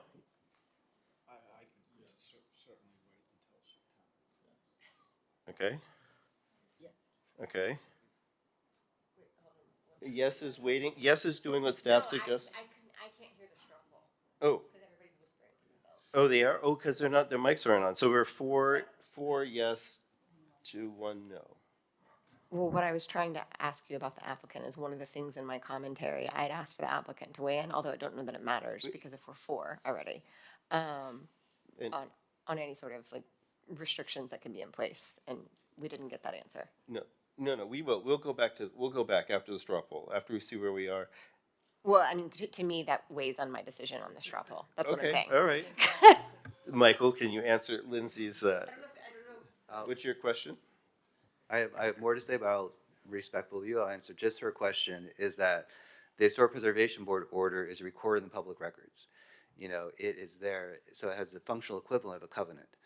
And when it's in the public records, your property is bound by the development program set forth in the order. So if you wanted to change it, you use the phrase "wait you out." This board will be here for eternity. So there'd be no waiting out this board. If you want to change the design and come back with something radically different, you have to go meet with Debbie first, go through a whole 4 or 6 month long process and appear before the board. So it acts as like a protection. Like what is presented here must be built or it comes back to this board for a change. Thank you. Thank you very much. So, yes to just straw poll. Well, because and then I'm going to ask you. Or you don't want to. You don't have to. Okay. I just wanted to ask Debbie and maybe Nick. So how many votes do we need since? For a continuance, you only need 4. Okay. To approve the application, you would need 5 because it includes demolition. Got it. If I could just maybe clarify something.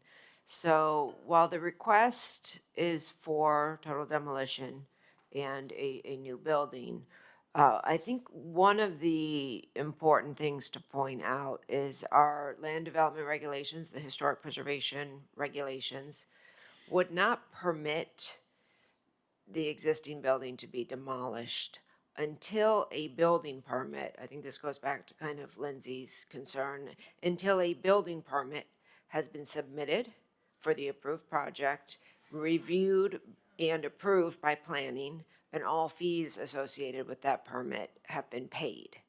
So, you know, that I think is somewhat of a concern for staff, only due to the fact that the existing property, from what I have seen with the code compliance violations and, you know, discussions with the neighbors, and actually going out there myself on several occasions to look at the property, you know, it is currently somewhat of a nuisance for the neighborhood. I think, you know, I don't know what the timing is, but from my experience, you're probably, you know, if once this project is approved, realistically 12 to 18 months from getting a permit submitted and through the entire process. And so that would really be the timeline for demolition. Not, once this board approves it, staff can approve a demolition permit, clear the lot, get the fences up, and make it, you know, a nice park-like environment for the neighborhood. This, you know, would not be a quick process, considering that there needs to be a sale. The new owner needs to buy into the project that was approved and not want to come back to this board to modify the design. So I think that's just another consideration here that makes it a little bit more complicated than typical projects, because there's kind of a multi-step scenario that has to occur before anything can really happen on this. Now, notwithstanding everything that I said in our regulations, if the city's building official issues a demolition order, then it can come down. Then it would come back to us. Then it would come down. It would, right, it would be, we would authorize the demolition if this became an emergency demolition order, as authorized by the building official. It would not necessarily need to come back to you, because that the trigger for coming back to you would, if you had already approved the demolition. Say you approve the demolition today, if an emergency demolition order is issued, it can come down and would not need to come back to this board. It would need to come back to this board for an after the fact if the board had not previously authorized the demolition.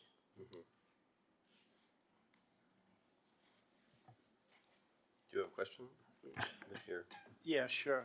So Debbie, in other words, you're stating, if we don't, assuming we don't approve demolition, the applicant will need to cure their violations, shore up and stabilize the structure until a permit, whether that be demolition or construction of the new project should be. Yeah, and I think that's an important point, because there's nothing stopping the applicant from going ahead and trying to pull some repair permits now, considering we know it's likely going to be 18 months before anything happens on this site. You know, certainly the property maintenance violations that have been received and the vacant property fencing should be addressed, you know, at a minimum. Or an engineering report stating that the structure is an imminent threat to the public health, safety, and welfare. That would go through the building official's review process. Yeah. I'd just like to add, just that I think is also, it will be potentially helpful for this board to see what a talented architect like Jennifer would do with a conversation, you know, with the planning, with Debbie and her team about the possibilities. And so we'd at least get to hear how those conversations, because what's so interesting and kind of sad and exhilarating at the same time about this project is that it is so related to almost every so many pieces of this relate to other historic projects that we've seen, and it's often been, I mean, each of you have kind of said that in a different way, but, okay, so, Michael, did you have something you wanted just to add briefly? Yes, just a couple of points based on everything I've heard. With regard to the code violations, I think the recertification will fall out because it's not a multifamily building. It's a single-family home, so I think we will persuade the building department to rescind that violation. With regard to the bars and the windows, it's also an easy fix. We can do that. The fence is it's a large expenditure. These picket fences, believe it or not, are not cheap to get the engineering and install them. So it's not like an easy thing. Something we'll definitely look at prior to the next hearing. But just in terms of retaining the home, I don't think it's an option to keep the home at grade.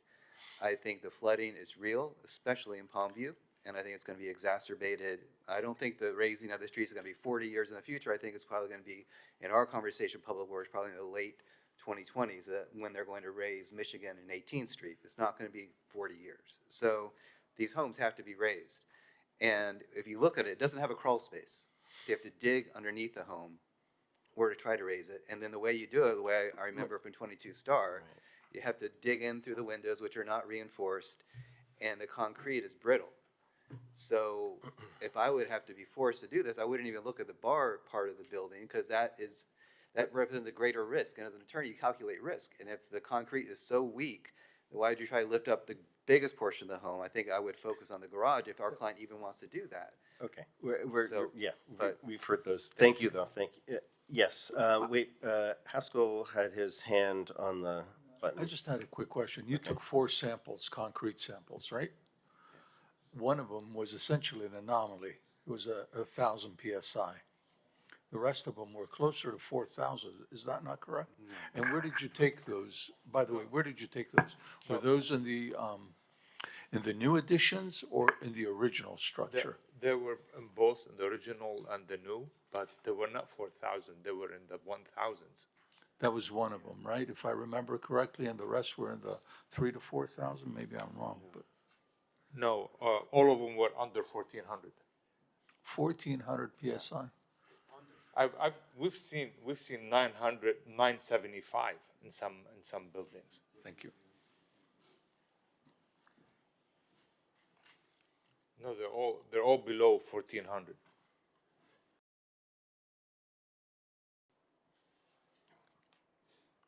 Okay. Thank you.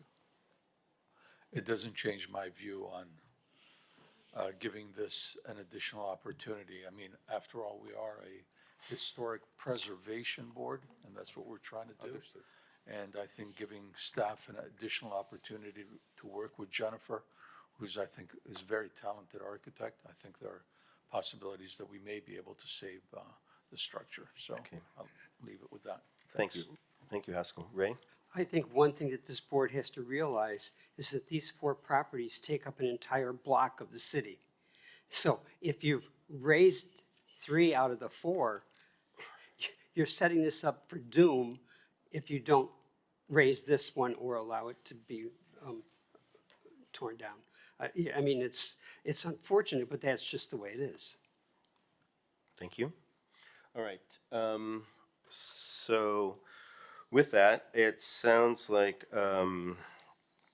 we might be nearing a vote. And so I think we'd first need a motion. And of course, you know where I stand. I would recommend a motion to support staff recommendation, knowing, Ray, that you're not wrong, but I would like to give this another chance, since it's still a standing, contributing home. But anyway, would anybody like to offer a motion? I'd like to make a motion to continue this case to the, I believe September, I don't know the date, staff's recommendation to continue it for further study. September 16th. Thank you. I'll second that motion. Okay, all those in favor of the continuance? All right. Do you want to do a roll call? I think. Is anyone opposed? Yeah. We have one Okay. opposed, Oh, right? Oh, and Lindsay. Okay. Okay. So that passes. So the application has been continued to the September 16th meeting. Thank you. Thank you.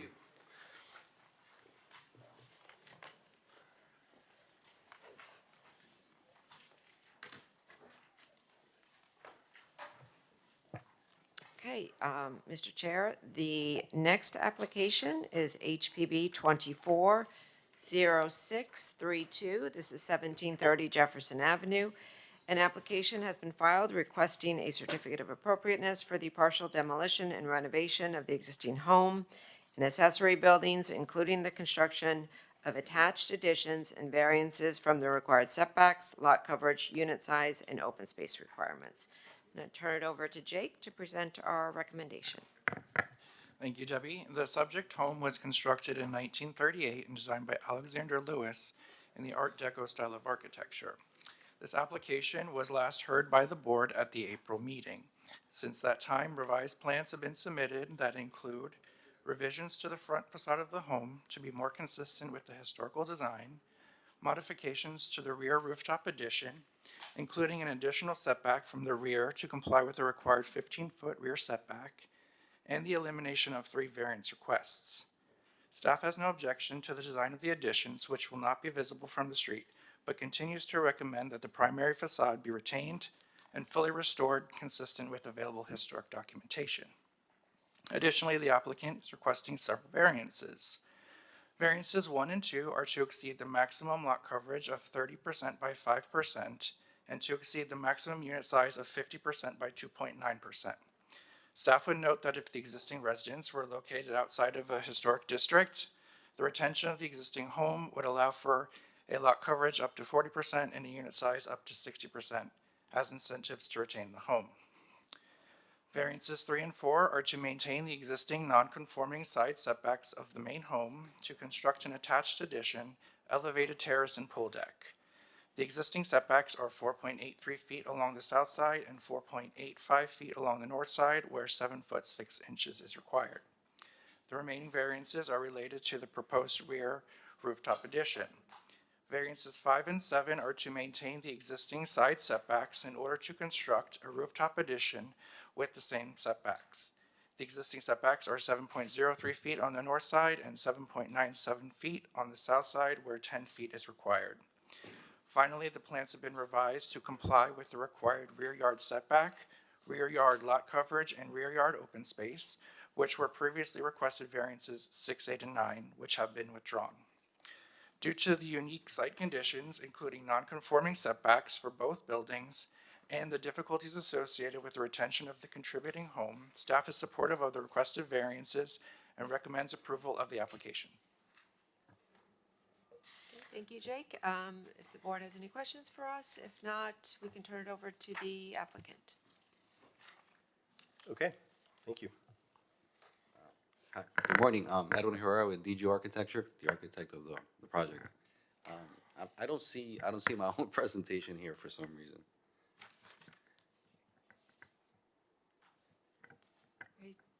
Do we have the presentation for 1730 Jefferson?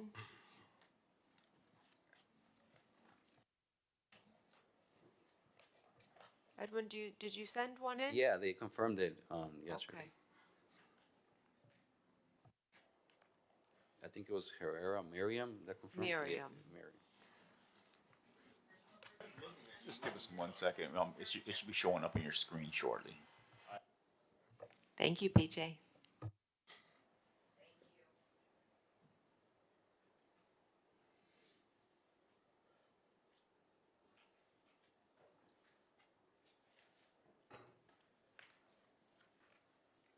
It's the last one. Yeah, those are plans, so we're going to go ahead and bring up those plans for you. Okay, 1 moment here. Thank you. As mentioned, right, when we came back on April originally, it was completely a different design. We took all the input given not only by you guys, also by the neighbors and by the planning department to make the house feel more to its original state. It's no longer looking modern, but rather, fitting with that modern style that the house had originally. That's what you see on the cover page. These already have been explained by the staff. And as mentioned, on the picture to the left and to the right, you can see the original style of the home. You can't see the stucco bands, but they are there from kind of grayish along the windows along the front. Pardon me, this is the state of the home as of today. Something that I just want to make sure that is known. When we got hired for this project, the clients had originally wanted to repair for spalling. And the original team, engineering and architects, they didn't file for permits and they began to do repair work for the spalling. And what ended up happening is they made it worse. And then they abandoned the client, and that's when we came in last year. And that's how we arrived to be in front of you guys today. And that's the guest house on the end, the pool, and the apartment complex to the right of the house, and the context. And you'll see this is probably the only home with that style as explained. This is the existing zoning diagrams and everything that's been explained by Jake. This is the proposed where, you know, where the rear yard is no longer being, you know, a setback that we're requesting. Only the unit coverage and the size and the lot coverage is where we need that extra percentage. This is just that continued. This is the house as it sits today. The owners, they just want to repair it and add some, you know, some space for their children, for their family. They're, you know, they're in their 60s and want to have a space for everybody to come together. And you'll see that mainly is on the side and on the rear, that where the spalling is where the addition is actually happening. And there you can kind of see how the house expands to the rear and to the right. The flat roof remains, you know, that this is the guest house in the rear, where, as they have mentioned, we were trying to do a second-story addition. Originally, we were requesting a setback because of the staircase being on the setback and because the second floor was encroaching on the rear, and we adjusted that based on your input. And here you can see how it's jogging. Bathroom number one, that used to be where, and we redesigned so that we no longer were encroaching on that setback. Here, we're just trying to show you where the demolition is happening. As you can see along the front, it's not really much, it's just redesigning the eyebrow. Along the rear is, you know, where the expansion is happening, that's why it's dashed in red. And that's how the house would look after the redesign. Originally, we were trying to make the eyebrows be much higher, but we brought them down. And the main reason for the eyebrows being demoed and redone is because they're made out of wood. So when the spalling occurred, it came from the eyebrows because they were so close to the window, and that's what happened in the rear. And then it also happened along the front. They had fixed that already when they moved in, but that was the original issues with spalling. On the side again, it's because the expansion is to the side, and then over here it's because the windows are being blocked up to the left. And there you can see that we, again, keeping that band where it's visible. They agree with you guys. If we're going to do a remodel, it needs to be cohesive architectural language with the band. Again, the guest house is being substantially remodeled. You know, mostly all the windows and doors are being blocked up, and some windows and doors are being added in different locations. And then the flat roof is being completely demoed.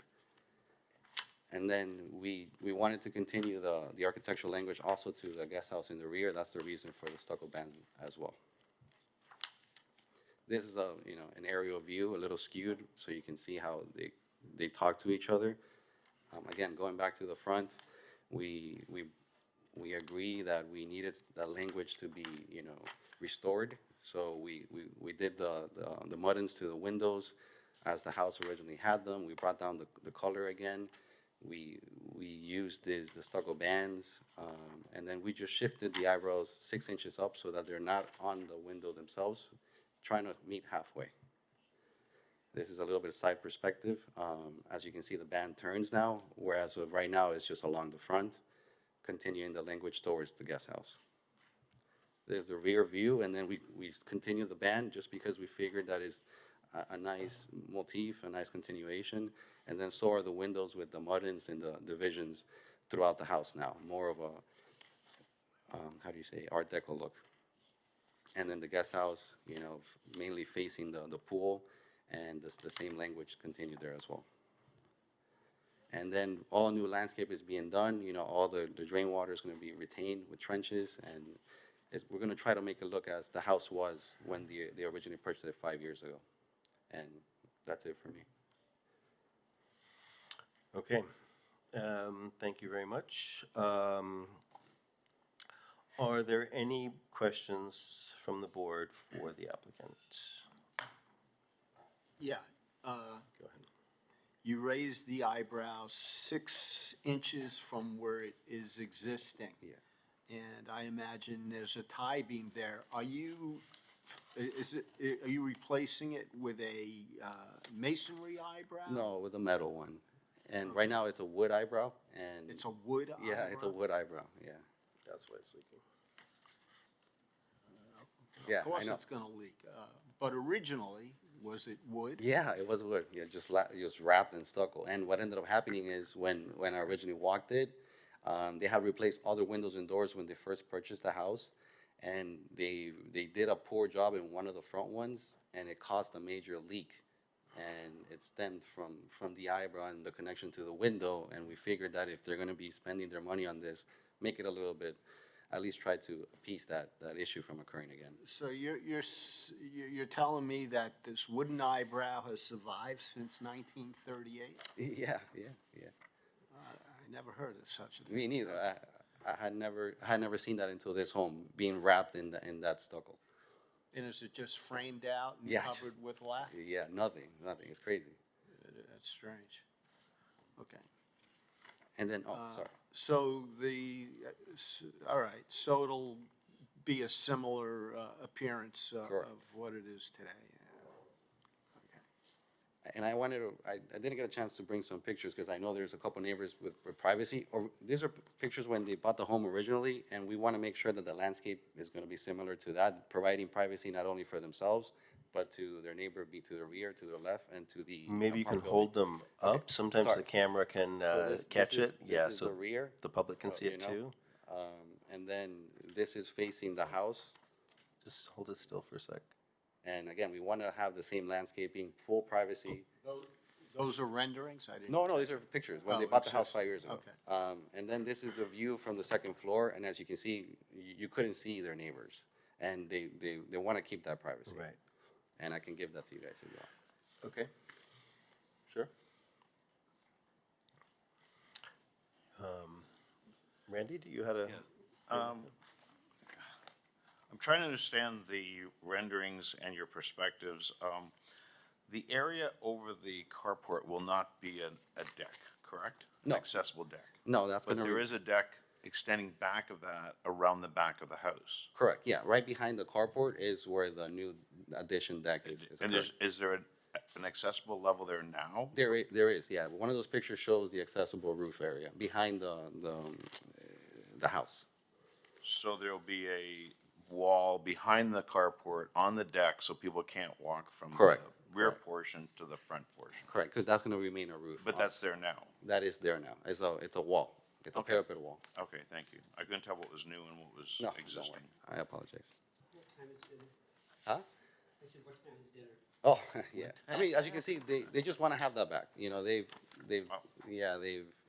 have not been able to enjoy their house to the fullest because of the spalling and everything that occurred, and, you know, we're just trying to get it repaired. Another question, on the rear accessory building, there is one there now that you're adding a second story to, or you're tearing it down and, I'm confused on the. Oh, got it. Behind the pool? No, no problem. So there's a one-story guest house at the moment, and we want to add a second story to it. So you have to rebuild it or just No, adding a just the second floor? roof. We're just gonna demo the roof because it's wood and then support it substantially so that it can hold the second floor. Okay. I guess I'm concerned about making it look like a mini house when it's sort of all new.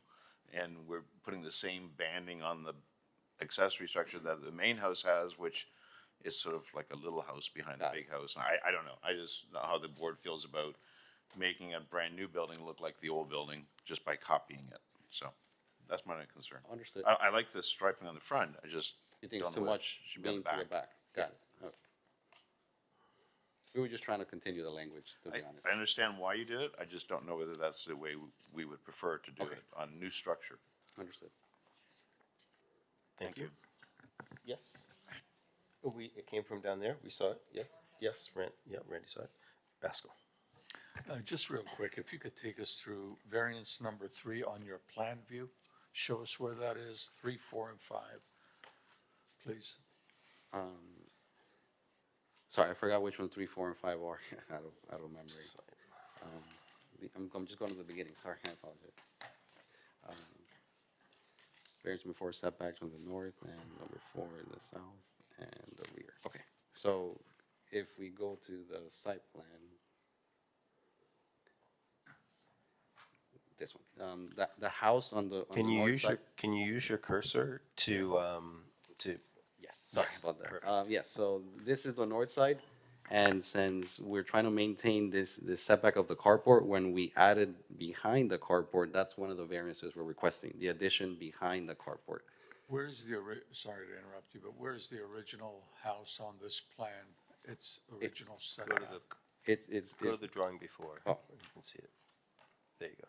So the carport is right here, you know, and we're doing the addition right here. So that's the reason for requesting that setback, because we're doing the addition on the north side here. And then the same goes for this side, because we're doing the addition of the terrace behind it. But the And carport is open, partially open. it It's will an remain open open, space. yeah. What you're proposing, your addition is an enclosed space. Behind. And you're bringing it within less than 5 feet of the property line is what you're doing essentially, correct? Correct, yeah, because it's 411, it's less than 5, yes. So that's that was Correct. which variance? Number 3, and then, Okay. and then number 4 is the south side. Same thing, when we did the addition of this little covered area, it encroaches on this portion right here.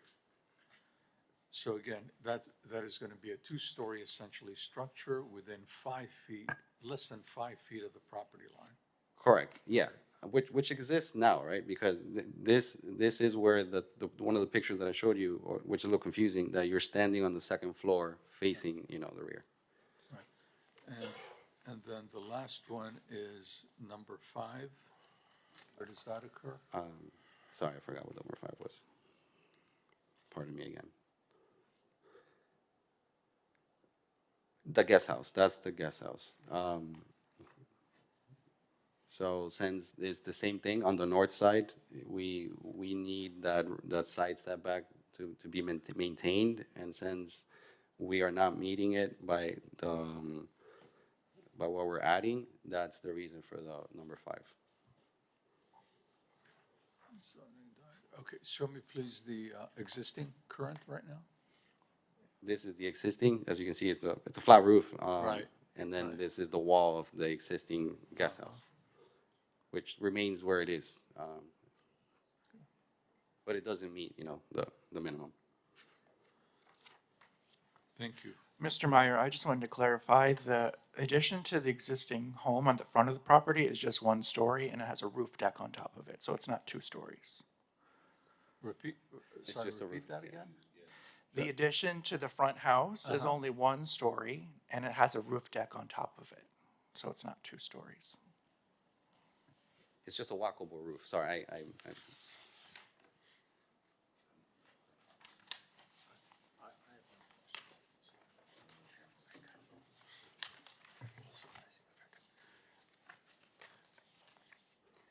Haskell, you still?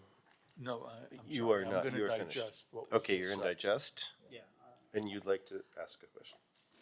Some of the public concern was the curvature, the existing curvature of the eyebrows being changed to something Squarish. rectilinear. Yeah, I don't think, if I may, sorry to cut you off, I don't think you can see it. I mean, you would have to be standing. Well, I can see it on the original photos, the existing photos. Also, the height, or in terms of the depth and height, has that changed? No, we brought them down to 8 inches again. Originally, they were thicker. Yeah, I mean the thickness. Yeah, they're the same thickness. Okay. They're just not curved. And it's tubular steel? Yeah. Gotcha. All right. Okay. All right. Any other questions for the applicant? No? Seeing none, then we will go to board disclosures. Anybody have disclosures to make regarding to this application? Now open public hearing. Okay, anyone on Zoom, please raise your hand. Anyone in the audience, please come forward.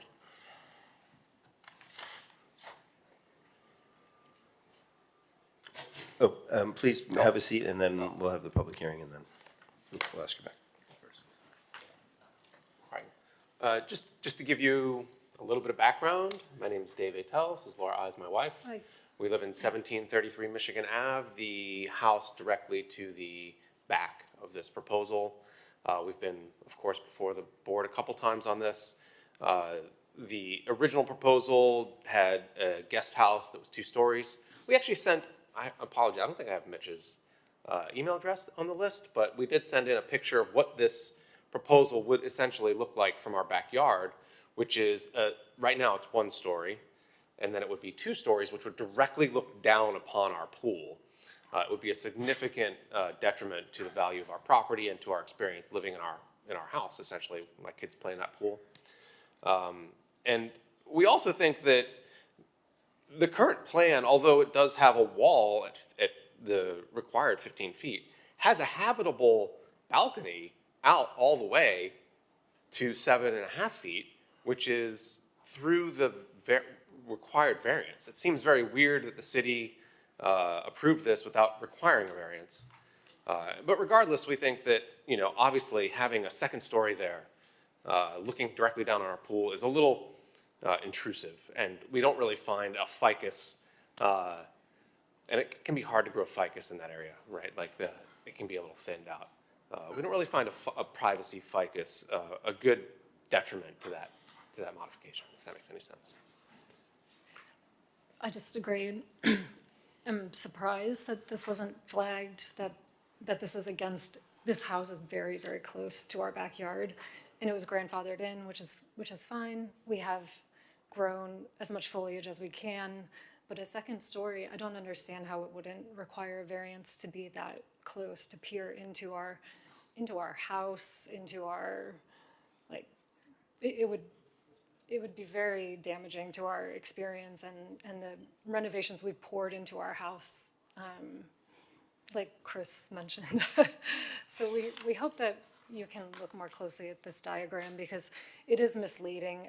I know that the architect did acknowledge that the bathroom labels were placed in a misleading fashion, but I believe those are sliding doors that lead out onto a habitable balcony, which we think would require a variance. But at the very least, we hope you can consider that this would be a really negative impact on us, and so. Can I ask you a question? Sure. Did you have a chance to talk to the applicant in the intervening weeks? They did. They did send us an email saying that they would put some plants up, but currently we are the only ones who have plants up, and we don't find that an acceptable solution because there's, first of all, no guarantee, but also a second story, you would have to have like prohibitively high. I mean, this is very close to our yard. You're so the west, you're directly behind. west. Correct. Yeah. Okay. And I think we did send a picture, and I mean, you can see right into that unit right there, so. Yeah, a question for them? More so to staff, can you clarify, does this fall within the setback? Is that the issue? So the existing one-story building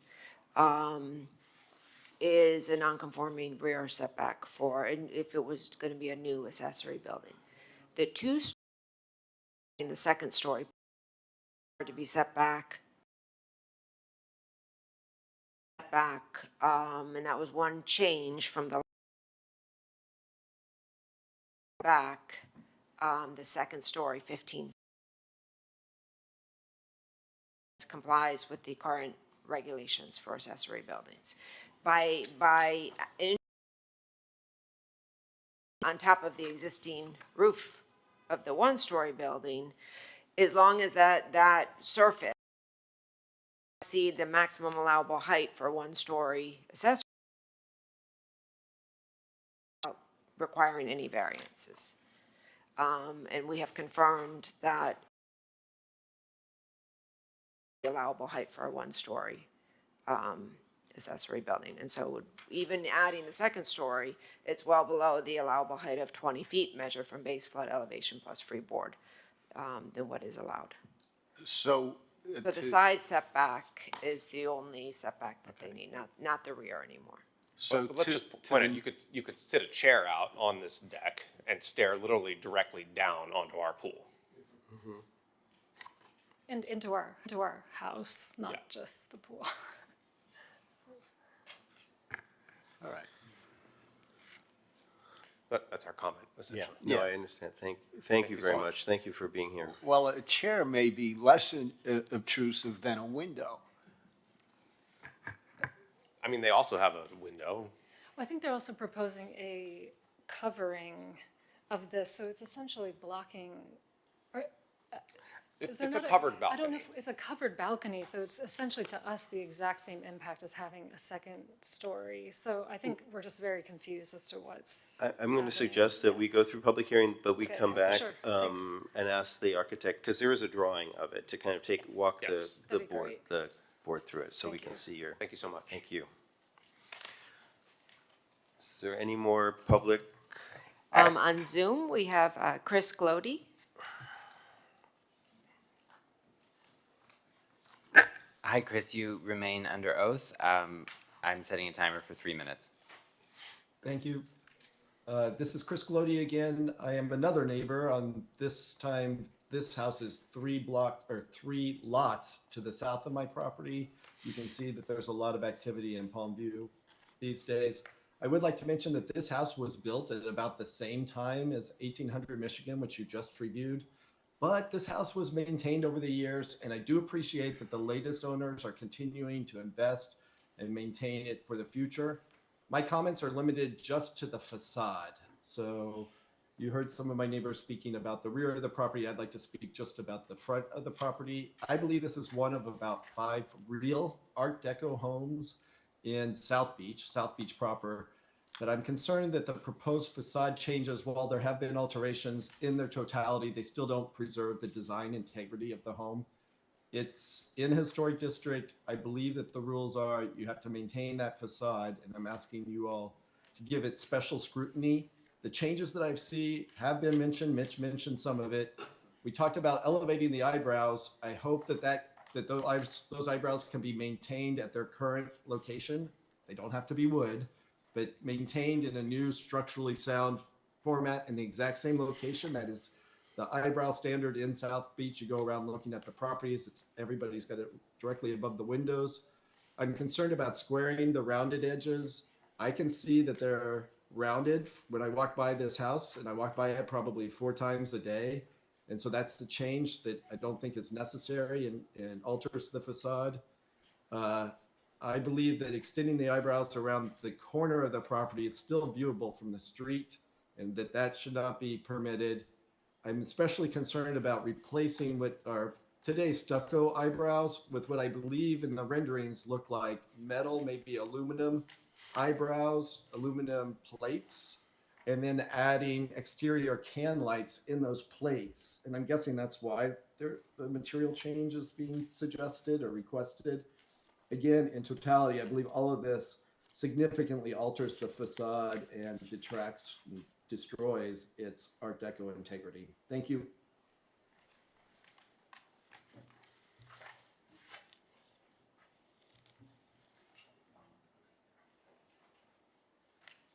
Is that it? Okay. Well, now we've closed public hearing. If you wouldn't mind coming back up and just walking us through the first the back facade. You have It's one of the last ones. yeah, you have the I've mentioned. guest home new elevations. Yes. That drawing 35. This is the existing wall. I hope you can see my cursor. Anyway, if you look at the last, if you look at the last page.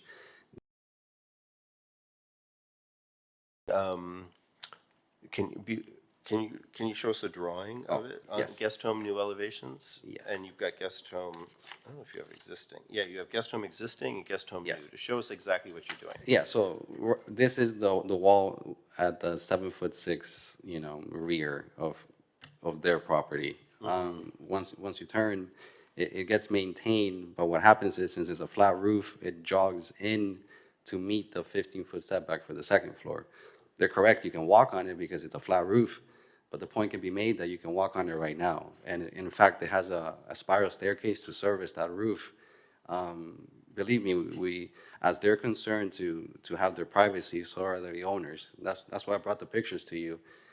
It is possible to grow landscaping 15 feet tall. We're also adding a 7-foot wall in the rear to control the water, So I don't think we'll be able to see their property, frankly. And that's the main goal for the residents here. And to the north, we also have an apartment complex of 2 stories that all have visibility towards this property. So believe me, the owners are really interested in having their privacy to the north, to the south, and to the west. Okay, is there any other board comment about that? No? Okay, then can you walk us through the eyebrow in the front? Yes. And the rounded and the, Yes. So what to- you're doing actually in Yeah. the eyebrow? To the gentleman's comment, I think he doesn't want us to connect these 2 eyebrows. And that's what we did, right? We continued the eyebrow and then we wrapped it to the side of the house.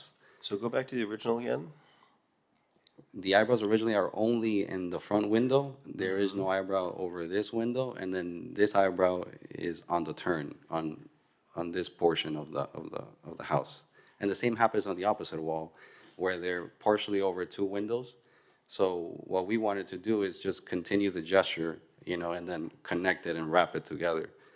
And that's what you see here, and you see it here, that it wraps to the house, basically. And can you go back to the original facade drawing? Yeah, and then, they're only over this window and over this window, and on the opposite side, the same. Let's just look at the front, Oh, at the sorry. front of the house.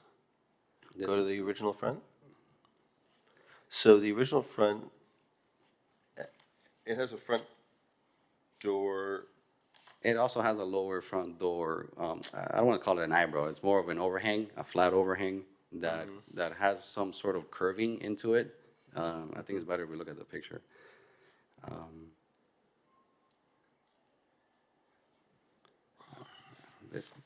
As you can see a little bit here, that it's curved, and then it curves out, and then it curves back in. So this is the eyebrow I was mentioning, that it's only over here, and we're trying to wrap it and then meet with the other eyebrow over here beyond. And I believe that was the other gentleman's on Zoom's comment. And then on the guest house, as I mentioned, it has that flat roof overhang of 3 feet as it is. And we're just trying to keep, this line, and we heard the commentary, and we jogged the house in.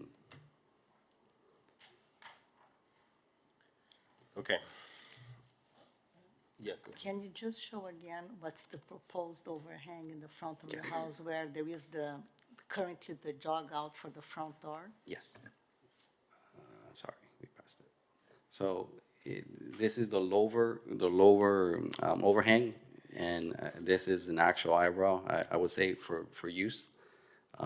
We're not adjusting this eyebrow at all, just redoing it in the same place. Because as you can see, it's not really sitting on the window, this one below. The one above is. And you can kind of see a little bit better here that you can see the trim of the window and a little bit above, the other window. So this one's not sitting on the window. This one is, and that's why we wanted to just shift it 6 inches up and connect the gesture to the other eyebrow beyond here. The lower cantilever, that's masonry, or is that also? No, that's also. That's wood? Yeah, it's crazy. And I believe that's the reason why you see those stains, because the carport the scuppers are shooting to that front window, and then it created some sort of, water intrusion.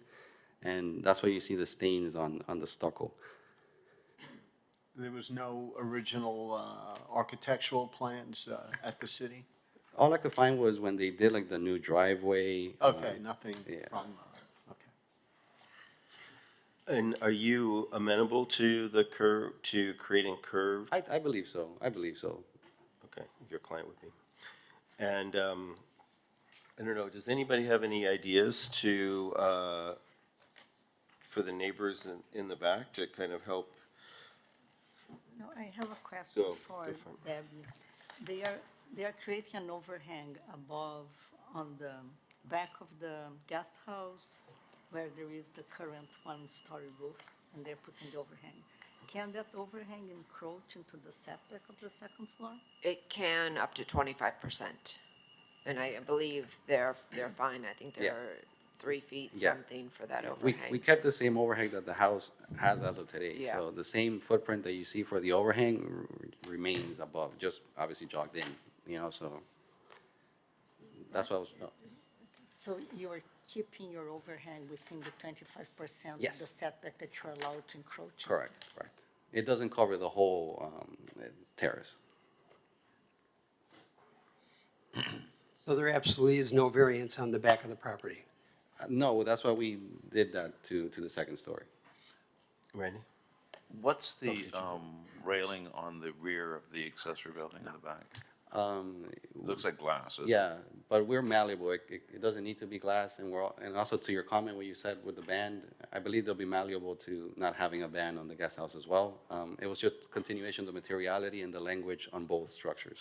No, I was just wondering if it were solid or something that the people behind wouldn't be, someone sitting on a chair looks right through the glass, right through their property. I think to alleviate that a little bit would be I'm not big on solid walls around balconies, but it is the rear. There is an issue of privacy on the adjacent property, because glass allows them to basically look out at the ground level, right out to the backyard. I believe they'll be understanding to I don't change know. that material. It could be a frosted glass. It could be too. Yeah, that's true too. Just so they Yes. can't see right through it. We could do that.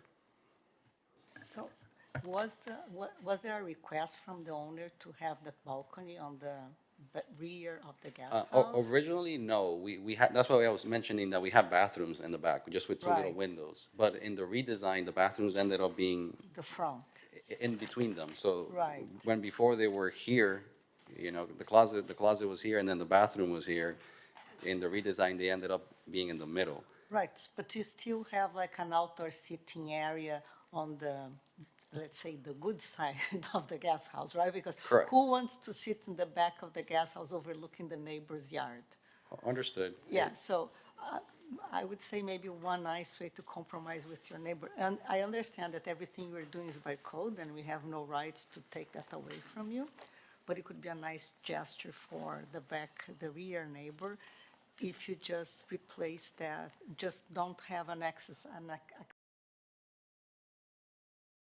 doors, whatever you need for the light. Door life towards the I mean, that is the intention, right? It was just something that the owner saw as an opportunity to, a glass sliding door is gonna bring in more light than a window, right? I truly believe they're not gonna be going out in the balcony often, quite frankly.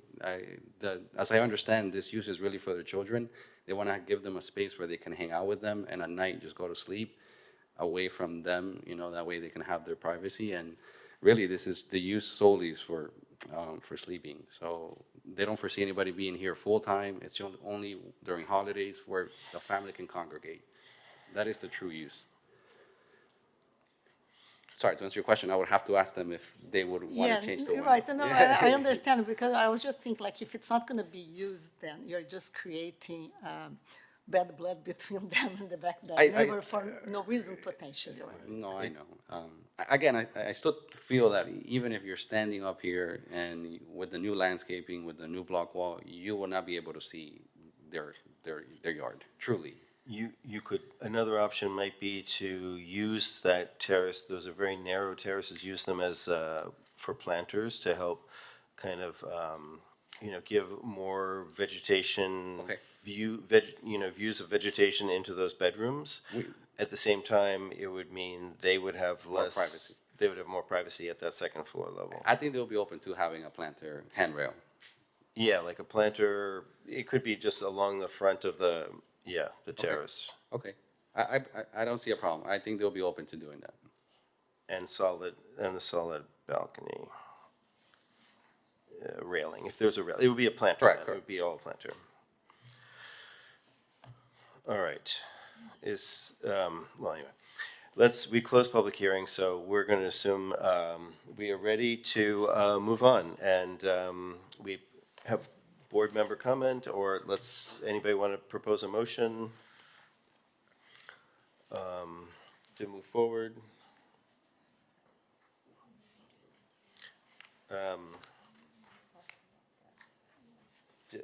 More questions, comments? How do we all feel about the second-story primary facade cantilever being elongated? Is that an issue for anybody? The wooden eyebrow at the. Okay, so we're talking second about the eyebrow. now. I was like, I think you're talking about the eyebrow, but that is not Yeah, the yeah, language that you use. So I just want to make sure it's okay. I was like, cantilever? I mean, yeah, I Hang out guess with a lot of technically. architects. Technically, yes. The elongation of it, I don't necessarily have an issue with the elongation. I was asking, my bigger concern about it was the materiality. That was my concern, with it being metal versus stucco or stucco clad. Okay. I would prefer, I would prefer it to stop, not go over the bathroom and continue. I would prefer that the front at least holds the line of the historic building. Do you agree with that too? Yeah. Which would just mean it stops, it doesn't go over the bathroom, which is really kind of, Yeah, just to ask, would it be okay to begin at the carport on the turn towards, I'm sorry, can you pull up the drawing Yeah. and show us what you're talking about? so basically, rather than both connecting, would it be okay that it begun where the carport ends? Oh, on On the turn? front. Oh, sorry, yeah, the front. Yeah, I'm only talking about the front, yeah. okay. So eliminate, this piece, Yes, correct. so that it mimics what's there now? Exactly, Okay. and have it curve Rather than square? rather than squared. I think that's okay.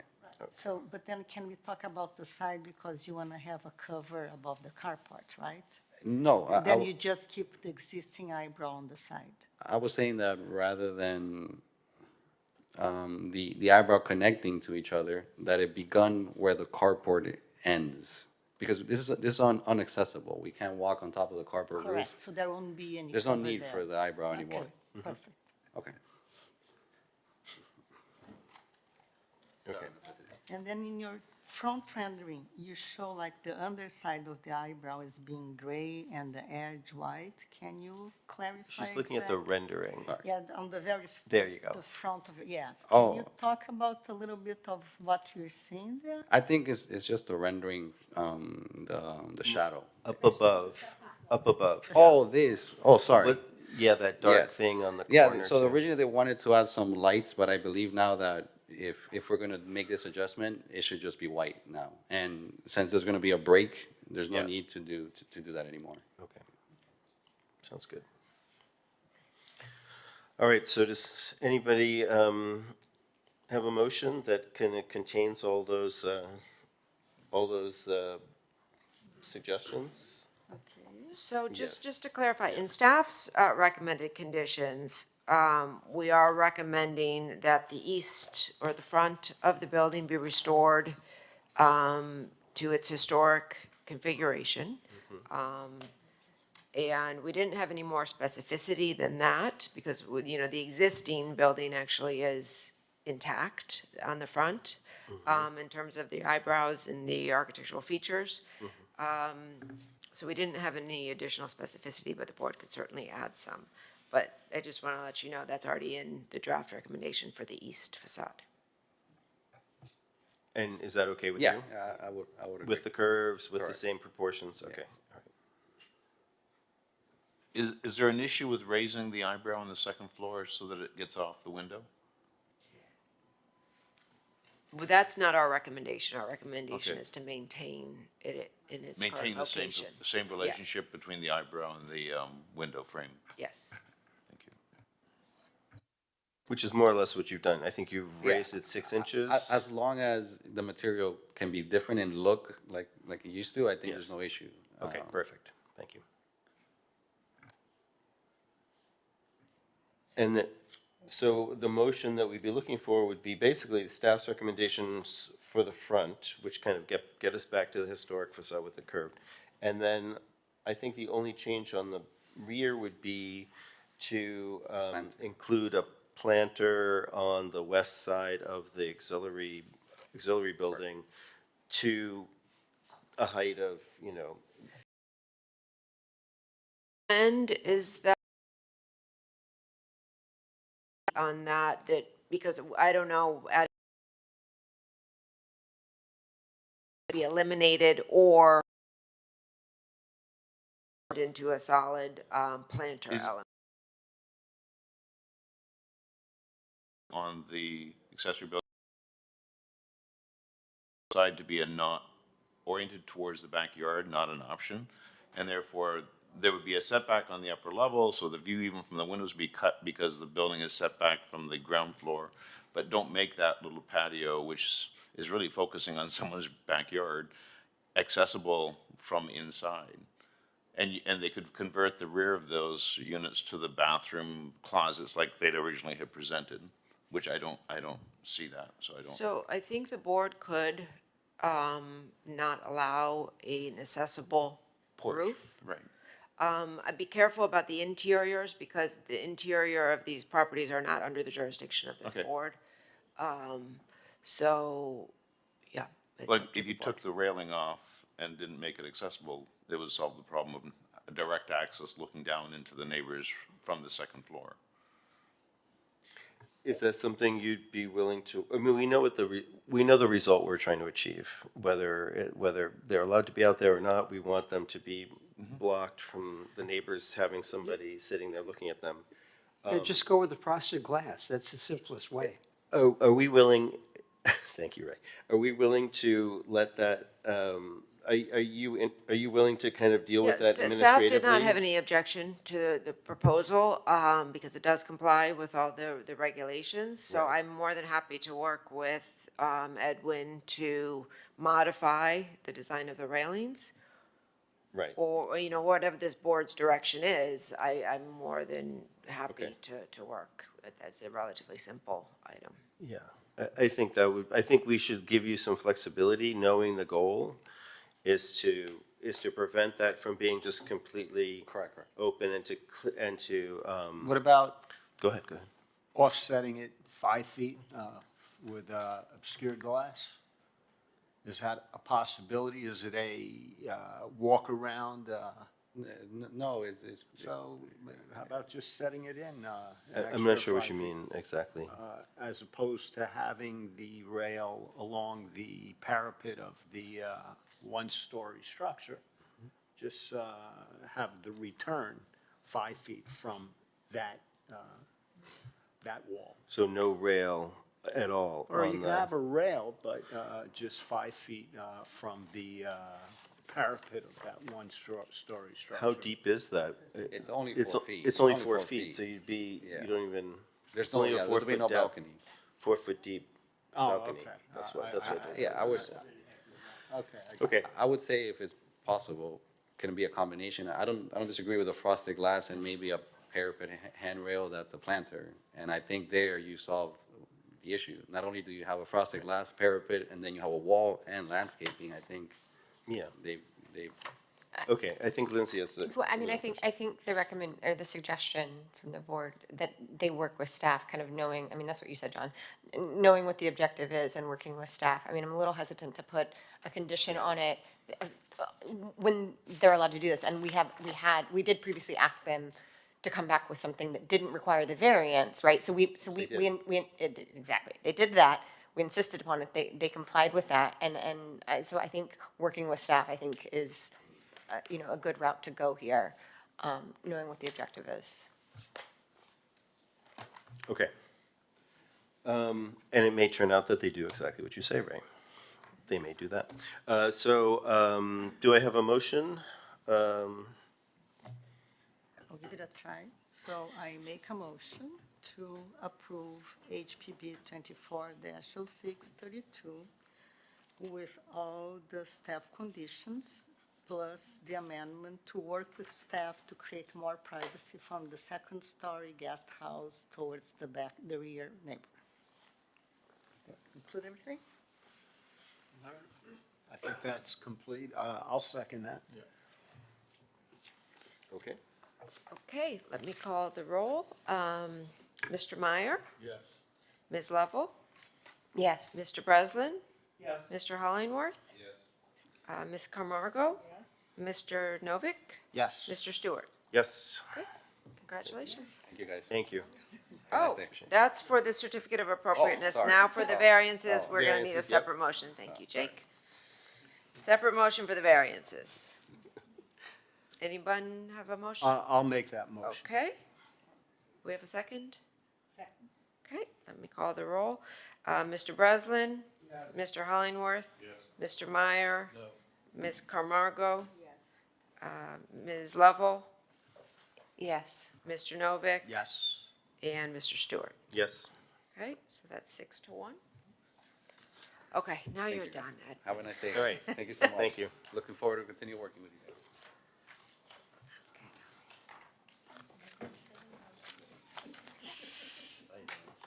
Okay, I think we can probably get through the next couple applications before lunch. All right, I'm going to read the next two applications together. They are for the same property.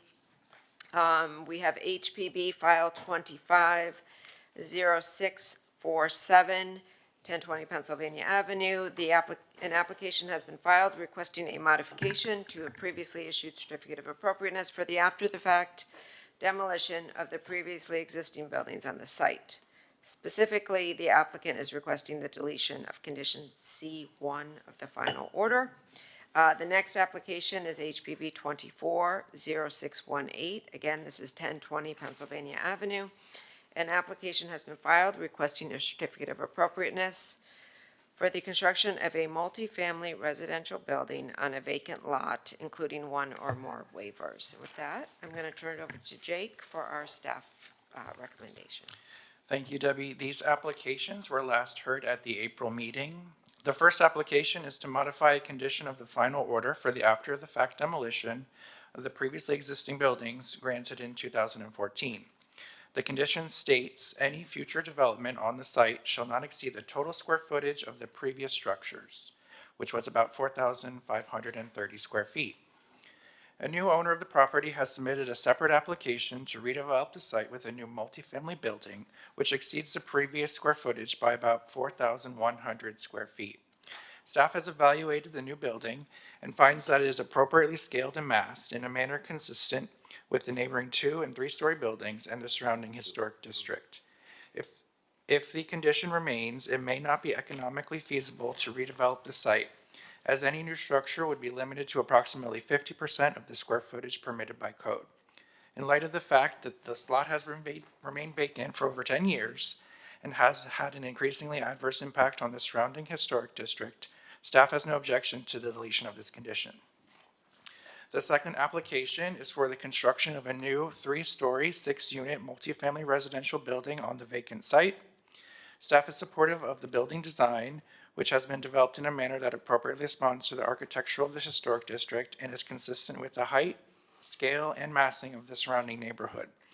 In response to staff's comments, the projecting overhang at the 3rd level facing the street has been reduced by 2 feet in depth. However, staff continues to recommend that the overhang not project into the required 20-foot front setback in order to reduce the perceived mass of the building. Finally, the applicant is seeking approval of a waiver related to the height of the covered parking area at the ground level. The RM1 zoning district requires a minimum height of 12 feet above base flood elevation plus 1 foot freeboard when parking is located below the first habitable level. However, the board may waive this requirement by up to 2 feet in accordance with the certificate of appropriateness criteria. Staff is supportive of the 2-foot height waiver request, as this minor reduction in height helps to ensure greater compatibility with the adjacent low-scale contributing structures of the Flamingo Park Historic District. And with that, staff recommends approval of both applications. Thank you very much. Are there any questions for staff about this application? I want to state when I first served on this board back in 2001 to 2007, the building still existed and it was demolished soon thereafter. So this has been a blight on the community for quite some time. Thank you.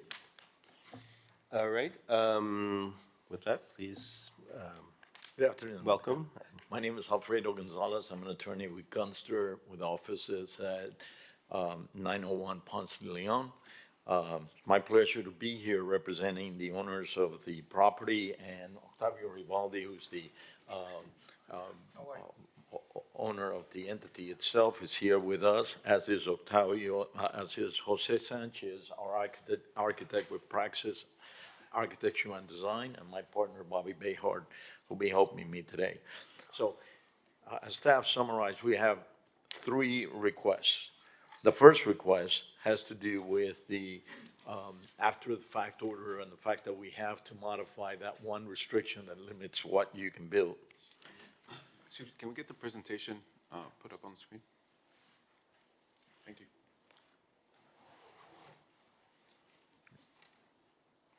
Secondly, we're asking for a certificate of appropriateness to construct a 6-unit project together with 6 parking spaces. And 12 feet for the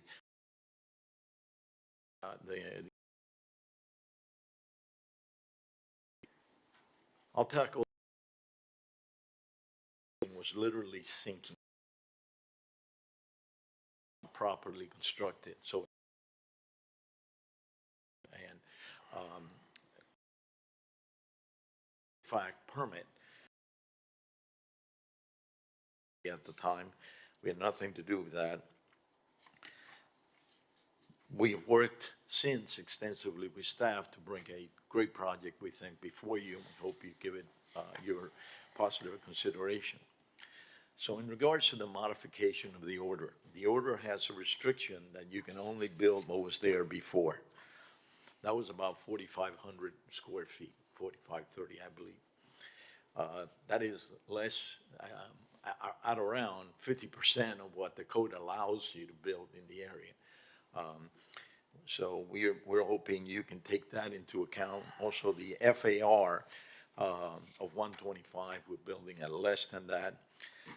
These restrictions literally have kept this property vacant for 10 years. I think your staff agrees with that fact. It's also affected the general area. And in a way, it's unfair in that a lot of developments in the area have been approved at the higher floor area. So we would ask for your consideration of that and to follow your staff's recommendation. Secondly, we have a certificate of appropriateness for the construction of the story. Our architect will elaborate on that. Just a few points on that.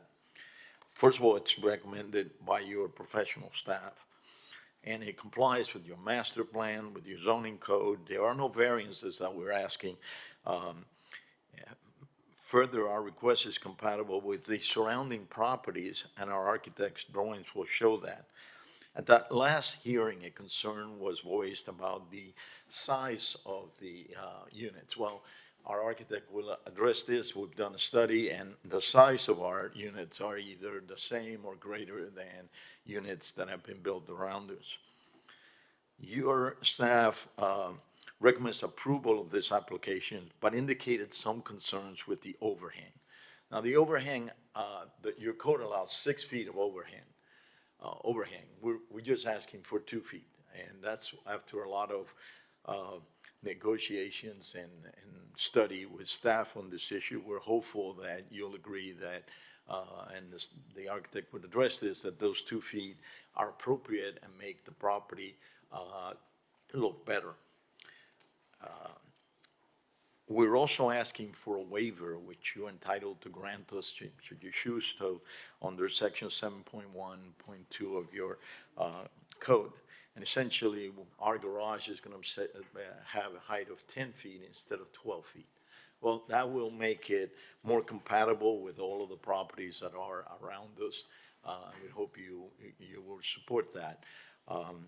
We would request that you approve this application under staff's recommendation with the proviso that we get those 2 feet on the overhang and the waiver on as well. So before I close, however, I'd like to have our architect address you on some of the finer points of the architecture of the project and some issues.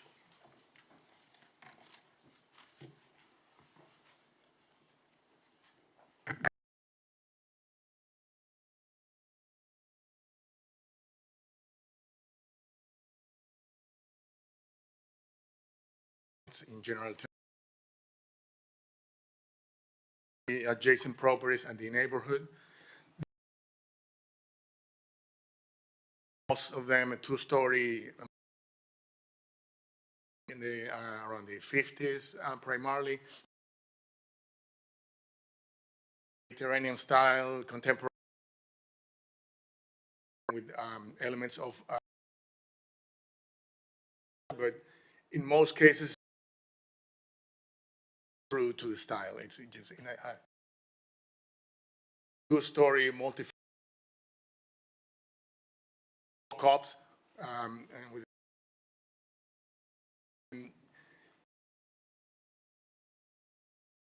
size of most of the units, it's ranges between 500 and 600 square feet.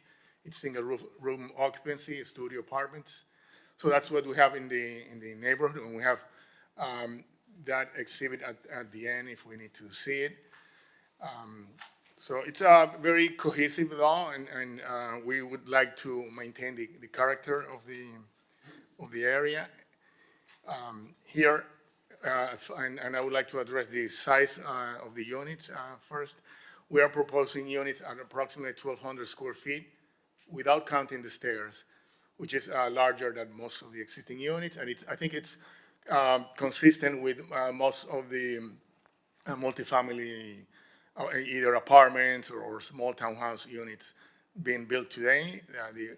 The configuration is a townhouse configuration over parking with a common ground floor, 2 bedrooms in the second floor, which is a main bedroom, and a kid's bedroom that's 9 by 11, and we think it's also consistent with size of bedrooms for multifamily products, except for luxury units.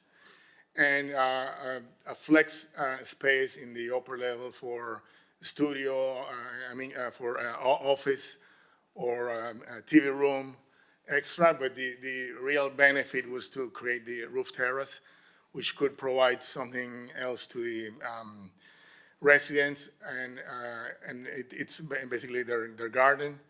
So we feel that the units, even if they are not huge or ample, they are livable and they will contribute to the housing mix in the area.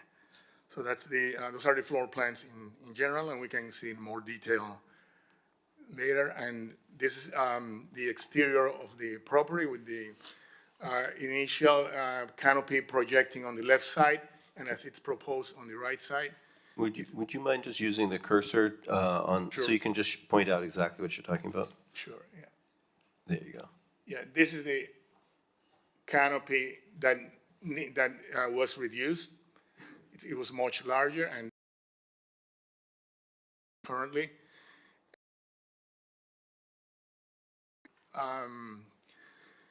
the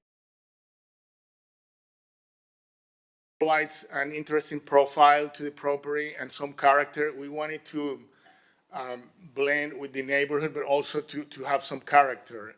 So as it is proposed, I think it works well with the project and the neighborhood. We have a composition of horizontal elements and the balconies and at the lower level canopy following the Art Deco elements and guidelines. And I think it provides more character to the project. But if the board warrants that it needs to be further reduced, we are open to that conversation, of course. And that's the exterior of the project. I will not get into more details as this was presented previously in detail. That's basically the essence of the project. That concludes this overview, and I'll be happy to answer any feedback on the design intent or the character. Great, thank you. Thank you very much for the presentation. Does that conclude your presentation? That concludes our presentation. Yes. All right, then now we have board questions for the applicants. Any questions for the applicants? One quick question. if I Okay, may. go ahead, please, yes. So why do you need to reduce the ground floor floor to ceiling height from the required 12 to 10? to have a better scale for the building. I think the regulation applies more for larger properties. This is a very narrow property, the narrowest available. And it feels too high, being narrow. The entrance to the garage, it can feel more like a firehouse effect. So it's just for better proportions. It's a small apartment with 6 units, so that's why. It's also more compatible with other buildings in the area. Yes, the existing buildings that have very low floor-to-floor height, yes. Mitch? Yeah, the overhang on the roof, so staff would like to see it reduced further. I forgot, you indicated it's coming out 5 feet, and it still has the openings within it? The code allows 6 feet. We're proposing 2 feet. A 2-foot reduction? No, 2 feet in total. And it, Oh, no, I'm sorry, 3 feet in total, 2 feet reduction, I'm sorry. so I'm a little confused by your current rendering. It looks much larger. The openings within that overhang, what are those dimensions?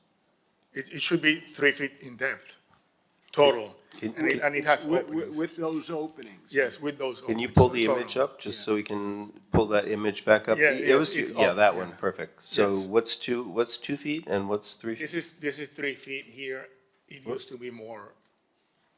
It appears much wider than 3 feet, or the depth is greater than 3 feet, but if that's what it is. I mean, I'm not sure, about the rendering, but I think what we have in the floor plan is 3 feet, and that's what we intend to do. Staff, do you have any comment? Debbie? I mean, I definitely think it's an improvement over the 5 feet. The rendering, I'm not sure how accurate it is either, because if you look at Yeah. the floor plan that shows the 3 feet, it's slightly different than what's shown in the rendering. Regardless, I think I'm happy to work with the Yeah. applicant to adjust it, but I do think cutting it back, even though they just cut it back 2 feet, we are recommending it be cut back 5 feet, is an improvement. This project has come a long way. I think the team has done really good. Their architect has done a great job of listening to staff. We've worked with you, I mean, it's been months we've been going back and forth, and I think we're in a really good place now, even with the 3 feet. That was more than staff wanted, but I think it's an improvement. We're flexible, and then we'll work with staff on it. All right, you have any, is the openings are just to create shadow, is it that? Yes, to create shadow and interest, but it could be solid as well. Is it also functional to No, well, it's just diminish for the. rain if somebody should be No. standing? Not that much, it's for the shadows, really, but it could be solid, it's, Yeah, okay. if it's considered a better option. Ray? Just my favorite question, is this going to be for apartments or condos? It's gonna be apartments. Not condominiums? Not condominiums, from what Okay. I understand. And Airbnb or no? I don't know, it That's- has never no, been that's not discussed. permitted here. curious. It's not allowed in this zone. It's not allowed, right? Yeah.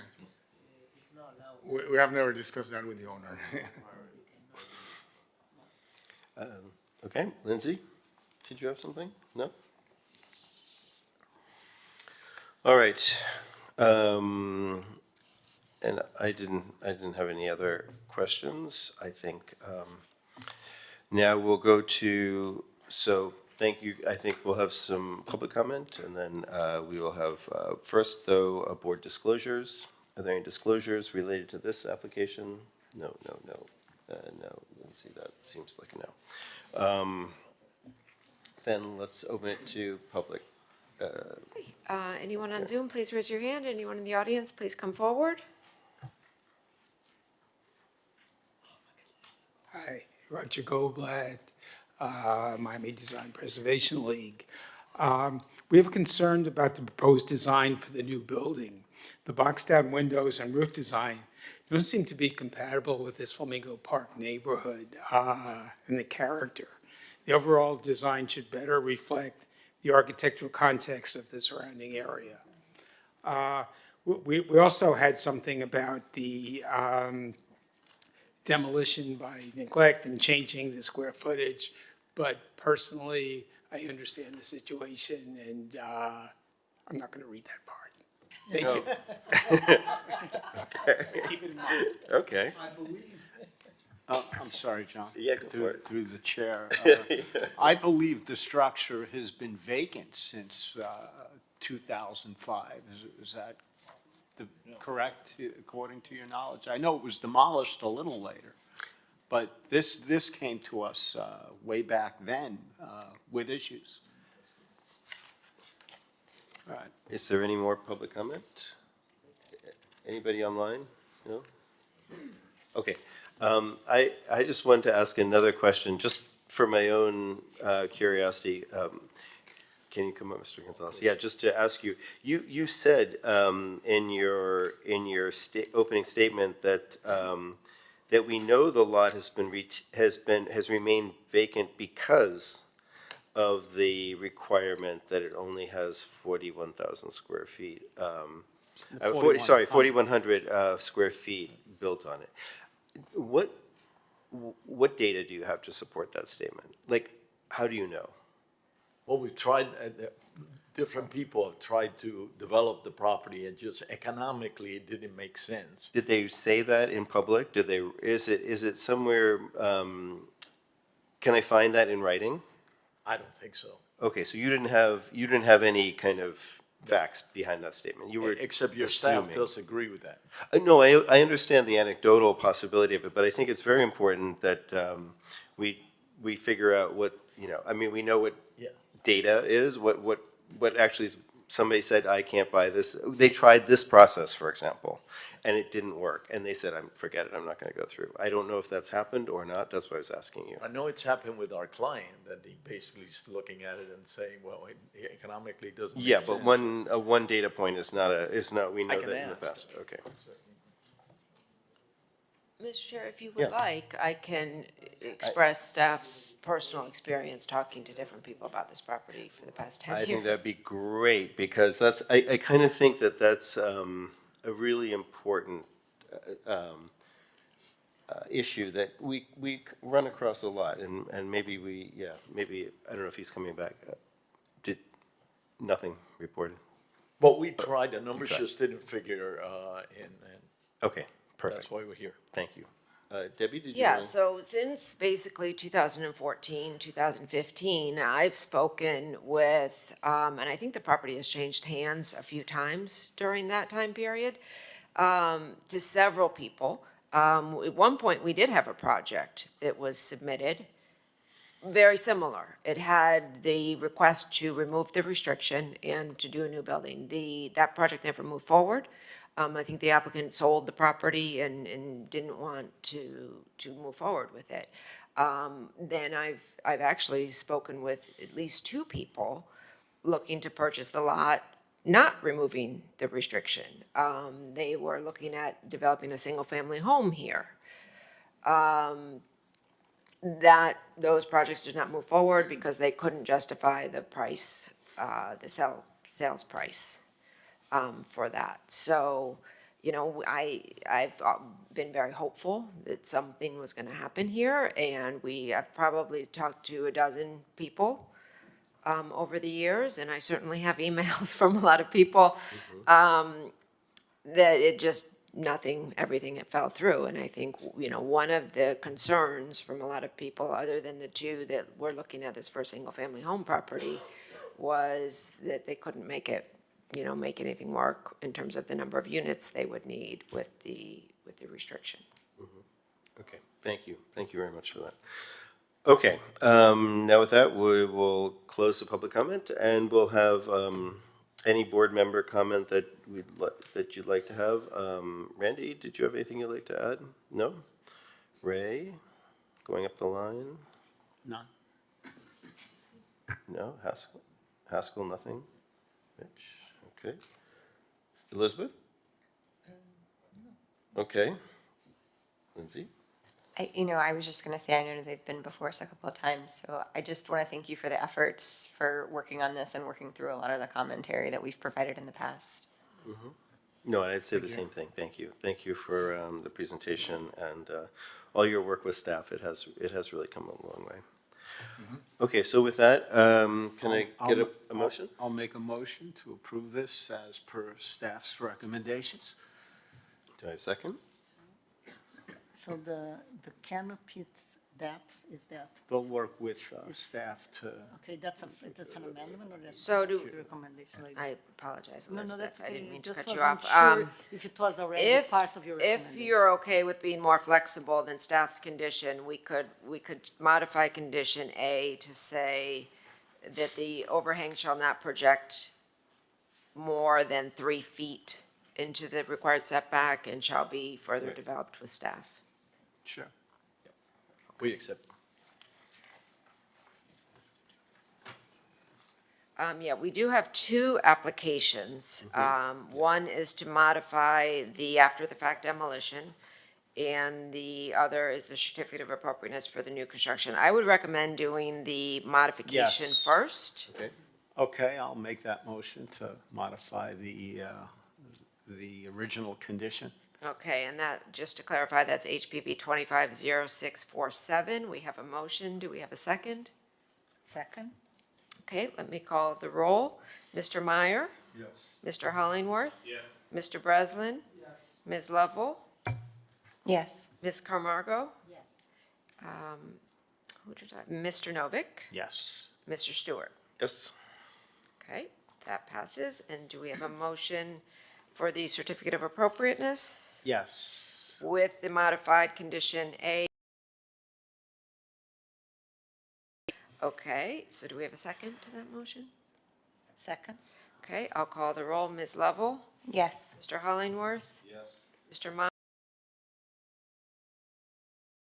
Yes. Mr. Breslin? Yes.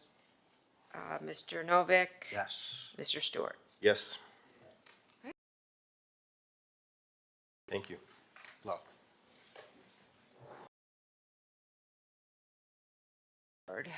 Would you like to take a brief break? Quarter after? Okay, we'll be back at and restart the meeting.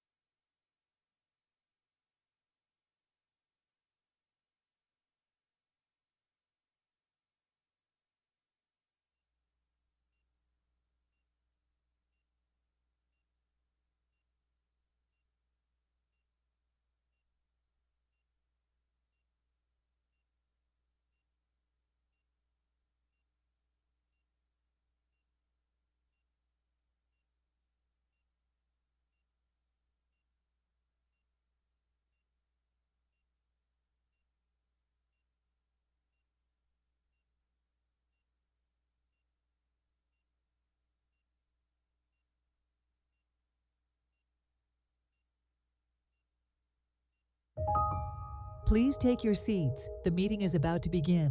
Remember to speak into the microphone, as this meeting is being recorded for public record. Please stand by. We are going on air in 5, 4, 3, 2, 1. Okay, welcome back, everyone, to the Historic Preservation Board meeting of July 8th. I think we're going to move right into our next application, which is HPB 250651, 7305 Collins Avenue. An application has been filed requesting a certificate of appropriateness for exterior modifications, including but not limited to a new shade structure, and a variance to exceed bar counter. The current applicant is a restaurant operator, and after the fact, exterior of the property, front, as well as the bar counter. The outdoor areas did function a operation.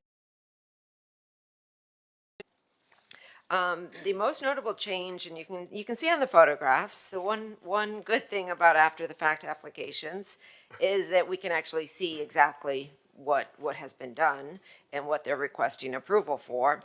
And it's actually a cheeky style structure. We initially met with the applicant who advised us that they had reached out to I believe it was the Miccosukee tribe, who do have special consideration under the building code in terms of being able to construct these types of facilities, as long as they have their certifications, without required building permits. So the owner advised us, or the tenant advised us, that they were under the impression, due to this exemption from the Florida Building Code, that they did not need to go through zoning review process or the building department process. After additional exploration of the structure, we realized that it does indeed have electricity and plumbing as part of the improvements. That does trigger a building permit requirement. So they submitted for a building permit. Regardless of the standing of the Native American tribes to regulations, which includes Historic Preservation Board review, design review. So that's why they are before you today, primarily for this cheeky style structure. Additionally, significant modifications have been made to the exterior, including wood cladding on the building walls, the introduction of a mural, electrical equipment including fans and lighting. Further, televisions and speakers have been installed. Staff would note that the current property does not have a conditional use approval, so all of these devices would be required to play at levels that do not exceed ambient conversation level. Finally, the applicant installed an outdoor bar counter within the western portion of the dining area. The land development regulations require that that there not be visibility from the public right-of-way to the bar counter. That is a zoning requirement. So as part of our recommendation, we are asking that additional screening be added because currently I believe it is visible. Staff has no major objections to this. It is somewhat of a, somewhat temporary in nature, these types of structures. It is an operating business. They have seen a significant challenge with the construction of the Ocean Terrace Park. A lot of these streets have been closed off. To our knowledge, the restaurant is in good standing with the neighborhood and with the city. And we do not believe that these structures are going to have a adverse impact. I mean, they have been up there quite some time. Finally, we did have some recommended conditions specific to speakers and televisions and where they're appropriate to be placed. We don't want them facing out toward the right-of-way, that they should be facing internal to reduce sound impacts on the right-of-way and visibility issues. So with that, we're recommending approval of the certificate of appropriateness. The variance they're requesting is to exceed the allowable hours for the accessory outdoor bar counter until 12 a.m. Through Sunday through Thursday, and 1 a.m. Friday and Saturday. The allowable hours for an outdoor bar counter are if you are adjacent to a property with residential units, is 8 p.m. So the land development regulations require that outdoor bar counter, not service from the inside, but the counter itself to be closed at 8 p.m. In this instance, they are immediately to the east. There's a residential building. So they are required to close by 8 p.m. every night. However, they are asking for a variance to exceed that, those hours. Again, that would be to 12 a.m. midnight, Sunday through Thursday, and 1 a.m. Saturday and Friday and Saturday. Staff has evaluated their request. We do not believe that there's any hardship or practical difficulty to warrant granting the request, as they're still able to serve patrons alcohol past 8 p.m., just not from the outdoor bar counter. Therefore, we are recommending that this particular variance be denied due to the fact that we were not able to determine any hardships. Again, the restaurant itself would not need to close. Service would not need to end. It would just be the outdoor bar facility. So with that, I'm available for any questions. Are there any questions for Debbie? Yes, you referenced speakers and televisions. Are those required to be turned off at 8 p.m. as well on the exterior? No. They are required currently, without a conditional use permit for the property, they're required to be played at ambient levels only, not to exceed a normal conversation volume. And have they received any violations for noise? Not that I'm aware of, no. Okay, yep, Ray? I've eaten at this restaurant several times. Anytime I go to the band shell, I go to this restaurant. It's very well run. The service is great, the food is great, and the pricing is amazing. And I've eaten out in this area, not realizing it wasn't legal at the time. And it's quiet. It's not objectionable. And when you talk about a resident to the east, I believe that's a condo hotel. So I don't think it's actually 100% residents. And I never saw any noise going out beyond that I thought would be offensive to anyone. And the bar inside, actually people sit at that bar and eat when they come by themselves. It's not really a bar that you're going to go there and drink. It's really just a counter for people to actually eat while they're drinking. And I really don't find a problem with that variance. Okay, thank you, Ray. So now, please welcome and Thank you, Chairman, members of the board. My name is Ian Bachakov with Ackerman Law Office, 98 Southeast 7th Street, here on behalf of the business owner. And thank you, Debbie, for the explanation and of everything that you had previously discussed with my client. Just so you're aware, my client did this entire application himself. He went into the city, he met with Debbie. Debbie gave him a sample application that was done for Sushi Bichi, which is in the ground floor of the San Tropez condo, which is the condo that's causing the 8 p.m. limit on the outdoor bar counter. They applied for these exact same hours. That's where he got the idea for it. And so there's precedent there. It was approved for them. And we're seeking simply the same hours that they have, dealing with the same neighbors that we have, just from the other side. There was mention of televisions and speakers. Those televisions are kept volume off. It's 2 TVs behind the bar counter. As far as I know, the speakers, they don't even use them. If they do, they keep it low volume. We're not seeking any sort of CUP or any entertainment. This is a bona fide Cuban restaurant. It's beloved by the neighborhood. Part of our application included a petition that was signed by 92 Miami Beach residents, including several from the adjacent property. As a matter of fact, that bar counter at Sushi Bichi is much larger than our bar counter, which only has 4 seats on it. And it's been there being used as a service counter before they started seating people there, which has stopped while we're pending getting this approval. So we did get our BTR with that counter there, but not as a bar counter, as like a service area where they're wrapping utensils and keeping the dishes for the service outside. It's important for them, and it is a hardship to be able to get these extended hours and that variance, because that bar counter would be used to make drinks for the service to that outdoor area.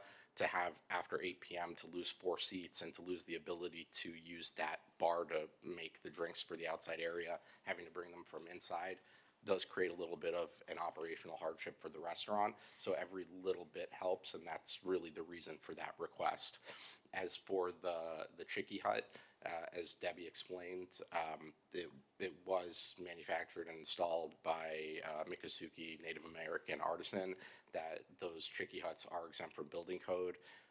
My client was unaware that it still needed a permit for zoning approval, for HPV approval, but immediately when he got that violation and found out, he applied for it. The permit is in process. It's being held up by the need for an HPV approval at this time. We're agreeable with all the conditions on the recommendation of approval for that Chicky Hut, and I prepared a presentation. If we can switch over to it. Thank you. For those who haven't been there, it's up in North Beach. It's in the Ocean Terrace block on 73rd Street on the Harding Avenue corner of 73rd, immediately across from the band shell. It's important to note that the band shell has concerts immediately adjacent that go to the same hours that we're seeking. That's where the loud noise comes from in that area. Nobody complains about that either. Again, we're not seeking to make any sort of noise at all. It's just a matter of having 4 seats where people can sit and eat after 8 p.m. Otherwise, they lose that space in that business, which would be unfortunate. Here's some pictures of exactly what it looks like today. Along the wall is that mural that was referenced, the bar counter, as it was being used at the time.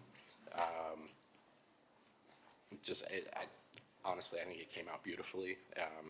It looks beautiful, just as staff mentioned. They don't have any objections to it, and it's great that you can actually see what you're approving, should you approve it. It is a historic structure. The structure itself has not been modified at all. Here's a historic postcard of the restaurant it used to be, Parham's, 70 years ago. Here's the site plan itself. That brown area is the outdoor area. The building immediately to the right is a Ventanita. It's for selling Cuban coffee, just right out the window for people who want to walk up and not actually go into the restaurant. Here's the existing floor plan. Again, the outdoor seating area is a major part of the restaurant seating. The elevation currently from the south and the west. So that outdoor seating area does have like a concrete wall. It's short with the metal grates above it.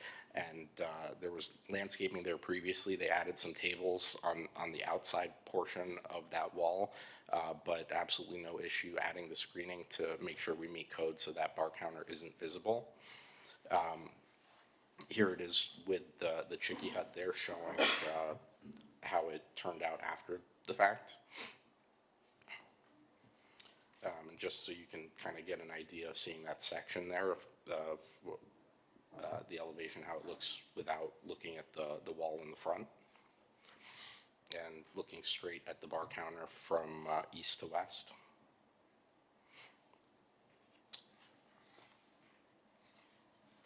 And here's the seating layout showing with the bar counter and tables and chairs, interior and exterior,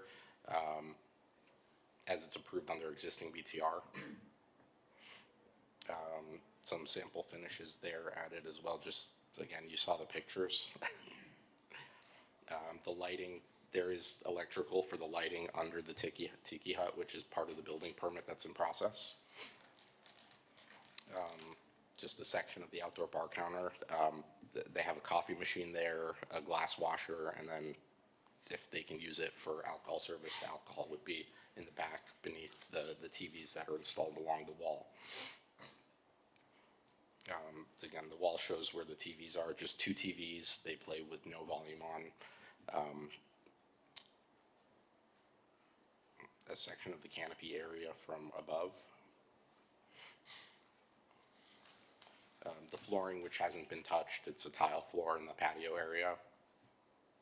And just for reference, the elevation of the fence that currently partially blocks the view of the outdoor dining area with some landscaping into the metal area would probably completely block out the view of the bar, but we'll work through that with staff if this is approved. And that's it. If you have any questions, I'm happy to answer. Thank you very much. Great, thank you. Thank you for that presentation. Are there any board member questions for the applicant about either the, I have an observation. This building please, go for it. was constructed in 1948 by architect Carlos Scheppel, who we dealt with on our first item. A similar structure or another structure by the same architect built 10 years prior. Excellent, thank you. Thanks, Thank you I've for been that. working on that all weekend. That was a great, great response. Anybody else have any, yes, Lindsay? I had a couple questions. One, is there access to this outdoor seating area from the sidewalk, or is it you go through the restaurant to get there? You have access. There's a gate to where you can walk in that way, but the hostess stand is in the interior, so people will walk into the interior to the hostess stand and then be walked through the restaurant to the outside to be seated. There's no hostess on the exterior. Okay. But it's open, like if somebody wanted to walk in? They could walk through the gate, yes. Okay. And can you, on your presentation, can you go back to the photos of the interior? And they may be in our packet, I'm sorry. And so I think you said 4 seats at the bar top, is that right? Looks like more than that. Yeah, I think there's 6 showing there on our plan. On the floor plan, we have 4 seats there on the plan. Okay. And then and that's, okay, perfect. And then approximately, how many other seating, how much other seating is there in the 2, 4, 8, 10, 12, 14, 16, 20? Plus the bar seats? Does that sound about right? On the exterior, yeah, I believe in Yeah, total. just the exterior. I'm just trying to get an I think idea. it's about 61 seats in total currently licensed for the restaurant, Okay, so 20 exterior and another 40 inside, give or take? give or take. Okay. And while you have that plan up, can you point out where the interior bar is that would serve on the plan? You can use the cursor to, Yeah, so there isn't actually an interior bar. It's a service bar, so they make the drinks, and there's a counter where they would serve them across, but there's no bar seating on the interior. Got it. Okay, thank you. I'm sorry. Can you go back to your very last slide where you show the wall? Oh, the wall. Yeah, and there is no height on that wall, and I think since we're talking about screening, if you could tell us how high is the wall and the fence, the picket fence above the wall? I think was your last slide. That one, yeah. I'm not sure how high the fence is. Let me see if it's on the elevation slide. I apologize.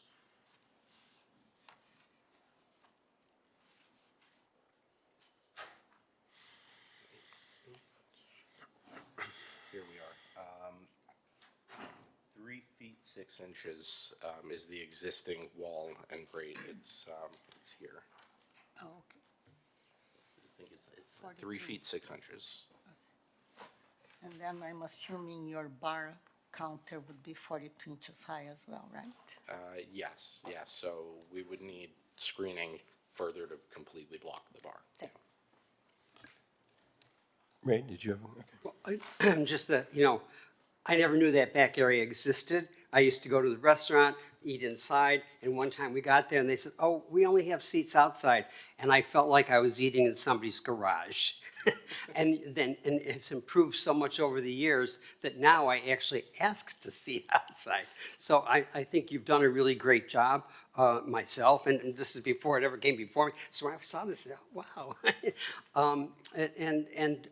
As I said before, it's a very well-run neighborhood restaurant. I don't look at it as being a destination restaurant. I mean, I go there if I'm going to go to the band shell, but I wouldn't like say, oh, let's go up to Saison's for dinner tonight. And I think it's well run, and the neighborhood loves it. And I don't think there's ever been any violations. So I think it's great. Thank you. I would mention the restaurateur, the owner, also runs George's Restaurant on 71st Street, as well as the Burgers and Shakes restaurant just a block to the north. That's a counter service Burgers and Shakes. Yeah.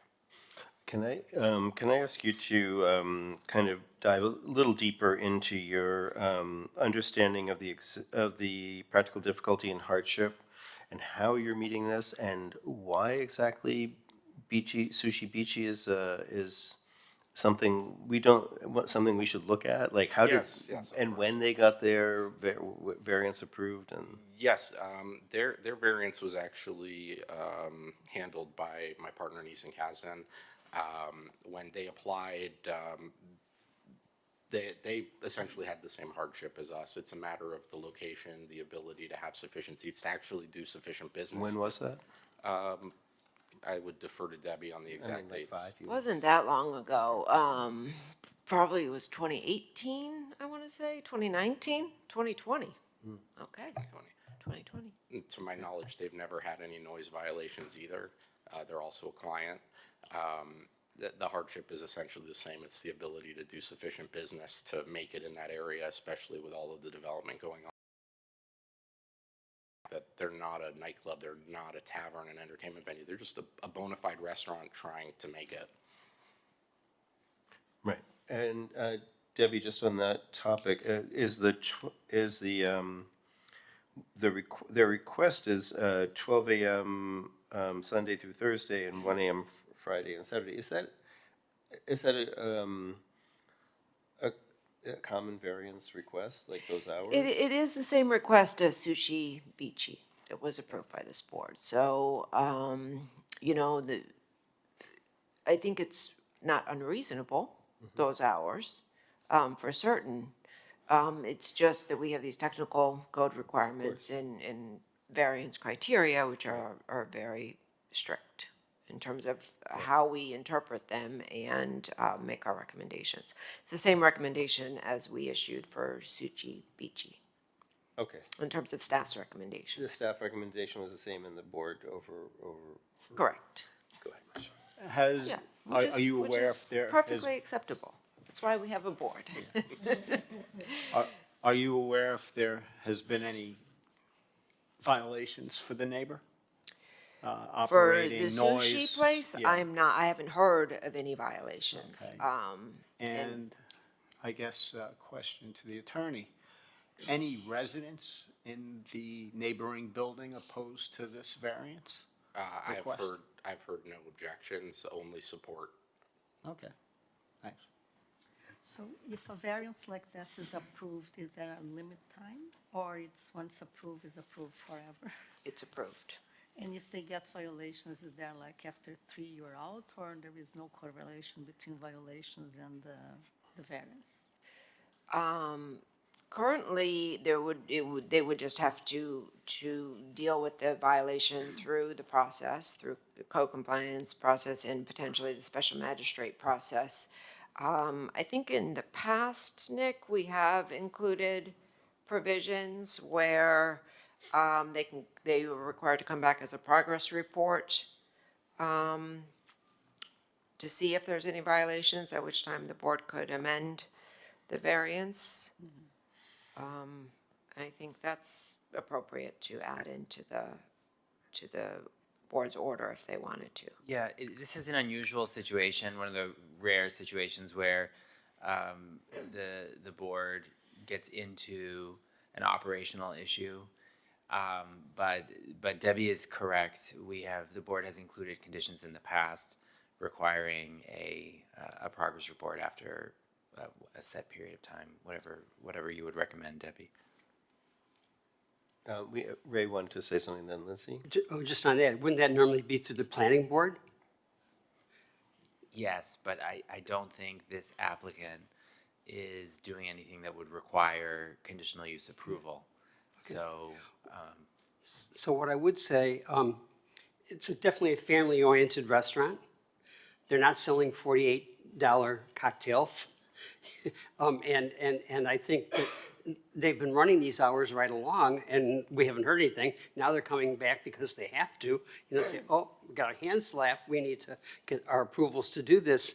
And I don't see not allowing them to do it since they've been doing it and there's been no problems. And as I said, it's a very neighborhood-oriented family restaurant. So your current hours? Wait, Lindsay had a question, then you, Elizabeth. And so this is largely for Nick. The variance, should we agree to it tied to the property or tied to the operator? Because you said it's operational, so that's why I'm wondering. yeah, I mean, generally it is tied to the, variances are tied to the property. Right. Yeah. Okay. Elizabeth? So what are your current hours of So operation? I believe the current hours, including alcohol sales, are until 2 a.m. per their existing business tax receipt. It's just from the bar counter, that's what the variance is needed for, to be able to serve alcohol or to even utilize that bar counter at all after 8 p.m. I understand, but so currently 2 you a.m. utilize that until 2 p.m. AM, sorry. Yeah, based on demand, some days they close earlier, but their license allows till 2 a.m. Okay. Thank you very much for those questions. Yeah, oh, go ahead. Another for the applicant? Go for it. All right. Not necessarily. When I arrived here in the late 80s, there were these cheeky-style structures along the beach, and I can vaguely remember on 2 nights seeing them ablaze. And shortly after that, they were all removed. I'm wondering if fire, I guess they will be looking at this, and are there any code restrictions that you're aware of which may hinder this Yes. So structure? the chicky huts are exempt under statute from the Florida Building Code, but not from fire life safety zoning. So the fire department does make sure it's fire retardant as part of its inspections, the same as they would any other venue on the beach. Are there sprinklers currently in that space? Are there, sorry? Fire, Sprinklers. I don't know if there are sprinklers.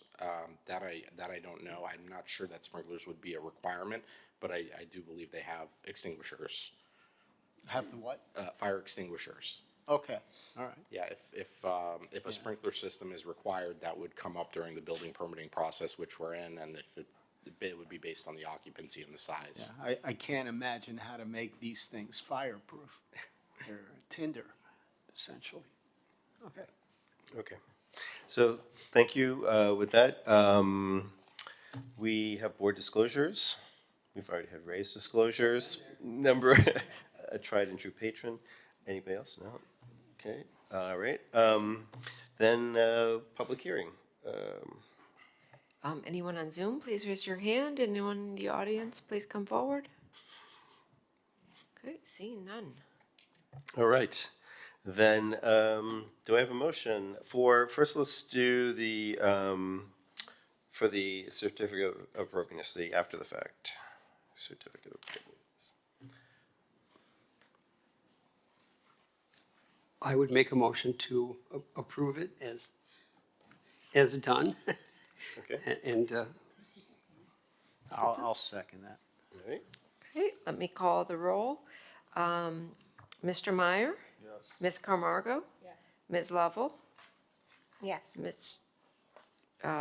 Novick? Mr. Breslin? Yes. Mr. Stewart? Yep. Mr. Hollingworth? Okay, thank All you. right. So that was for the certificate of appropriateness, and now we Right. have the variance. The variance. And on the variance, I would just suggest including a condition that, that refers to the HPB's authority in our code to take enforcement action if there are violations of the variance. So if violations arose, we could bring the applicant back before you for a modification or revocation. I would make a motion to accept the variance, and if there's any violations, it comes back to us. But I'd also add one more caveat, that if the management were to change, they need to come back to us as well. So if there's a change, maybe change of the owner or operator, we could state, okay. I'll second it. Okay, let me call the roll. Ms. Camargo? Yes. Mr. Hollingworth? Yes. Ms. Lovell? Yes. Mr. Novick? Yes. Mr. Breslin? Yes. Mr. Meyer? Yes. Mr. Stewart? Yep. Okay, very good. All right. Thank you. Thank you very much.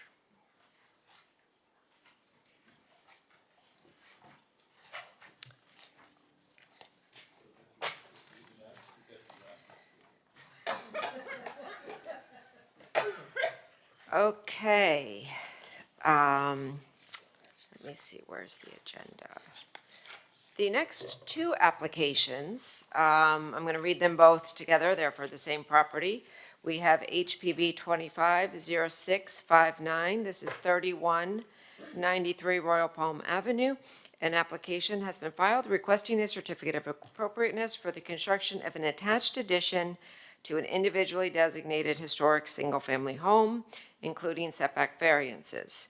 Second application is HPB 250655. Again, this is for 3193 Royal Palm Avenue. An application has been filed requesting Historic Preservation Board's recommendation for a single-family ad valorem tax exemption for an addition to a renovated and restored individually designated single-family home. This is a very great, I really love this application. The property was constructed in 1934, designed by L. Murray Dixon. It's one of my favorite single-family home properties in the city. It's been beautifully maintained. It's been beautifully restored. I had the privilege recently to meet the new owners, Austin and his wife Alex. They love the home, and they came to me because they have a very recent addition to their family. Alex just had a baby girl who's absolutely beautiful, probably, 2 months now? Yes. And so they came to us to try to explore options to do small expansions to keep up with their growing family. So staff is very supportive of these extremely modest additions.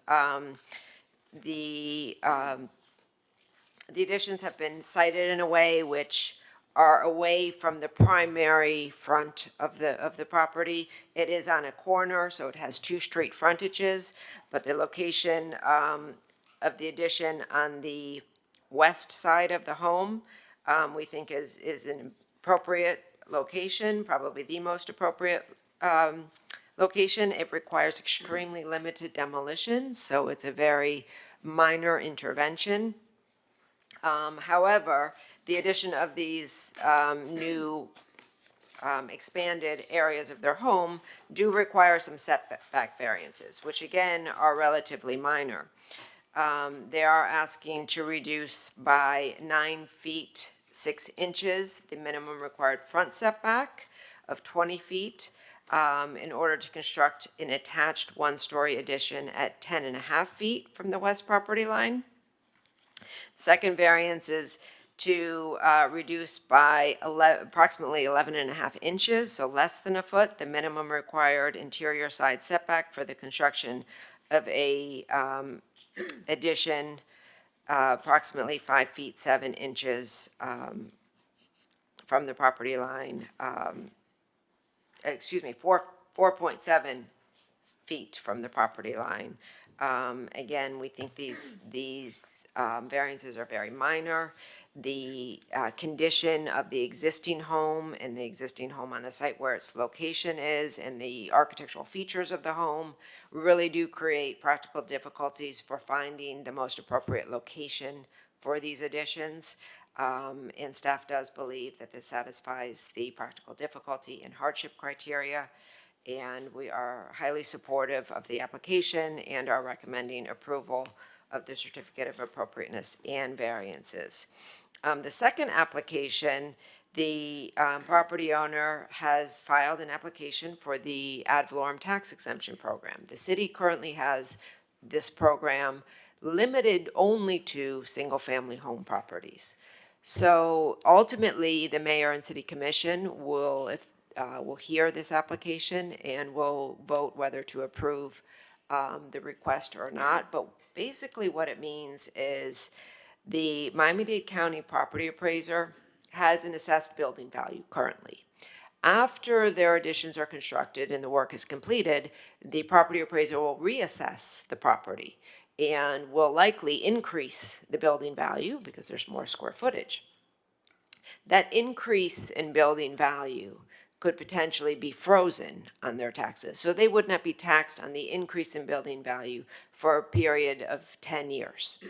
And that would be from the city of Miami Beach's portion of the taxes. Miami-Dade County has a similar program, which this property is eligible for, and they have gone through that initial process of meeting with the county chief of historic preservation, and I believe they have filed an application with the county for the county's portion of the taxes. Again, the actual savings is minor, and we're highly supportive of the ad valorem tax exemption for this property as well, and we recommend that this board issue a favorable recommendation to the mayor and city commission. Deborah, is the exemption just for the Miami Beach portion, or would that also encumber the Dade County portion as well? So this particular application is only for the Miami Beach portion of the taxes. They have filed concurrently a separate application with Miami-Dade County to exempt the Miami-Dade County portion of the taxes for the increase in building value. And while they're almost the identical applications, the county has to approve the county's portion. Yeah. The city has to approve the city's portion. Got it. Are there any other questions for Debbie? Well, this is in the Bayshore neighborhood, and I didn't realize that that was part of a historic district. It is not. In 2010, the previous owner of the home designated their house as an individual historic property. That explains it. Any other questions for staff before I assume you'll be talking to us? Yes. Okay, perfect. Well, welcome. Thank you so much. Please introduce yourself. And Yes, my name's Austin Crichton. It's my wife, Alex Crichton, and Javier, who's our architect, who helped with the beautiful drawing that you'll see. Thank you, Debbie, and you and Jake. It's been really a pleasure working with the both of you. Sad to hear through the conversation you'll be moving on soon, but it's amazing having folks like you working in the city and supporting residents. I'm born and raised in Miami, Florida. I grew up in Coral Gables, and so when my wife and I moved back here from California in 2020, the opportunity to purchase a home in the city that I grew up in was incredibly exciting, and it's really a privilege to own a home that I think is a piece of its history.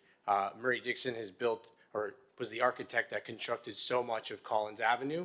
And when we found the home on the market, we fell in love immediately. Unfortunately, we didn't think about the future of what life would be like when we had children. The home, as it sits, only has 3 bedrooms and 2 bathrooms. We now, as Debbie mentioned, have 2 children, a 2-year-old who turned 2 on July 5th on Saturday, and a 2-month-old. And we hope to have more children, and so, God willing. And so ultimately, we are trying to get the variance to be able to extend the home to add 2 more bedrooms and 2 bathrooms to the home, and then sort of make a larger area for the laundry room / pantry to be able to accommodate everything. Ultimately, the way that we're doing the addition to the home is in the effort to, one, preserve the most sort of architecturally and just the view, like what the home looks like, right? You could potentially add to the second floor, not requiring a variance, but that would really change the elevations and what the home looks like from the outside. Not to use a bad word, but it would definitely be uglier than what we've presented, and more intrusive on the beautiful design of the home. Additionally, just structurally wise, like, we have no idea what would end up happening if we tried to do that to the home, because the area where it would be done actually was originally a garage. And so as we've had structural engineers look at it, it's unclear what would happen once they needed to reinforce that and do that all. And so we came to Debbie with the question of, would it be be possible if we could get a variance to extend into the area that we're not allowed currently to build on.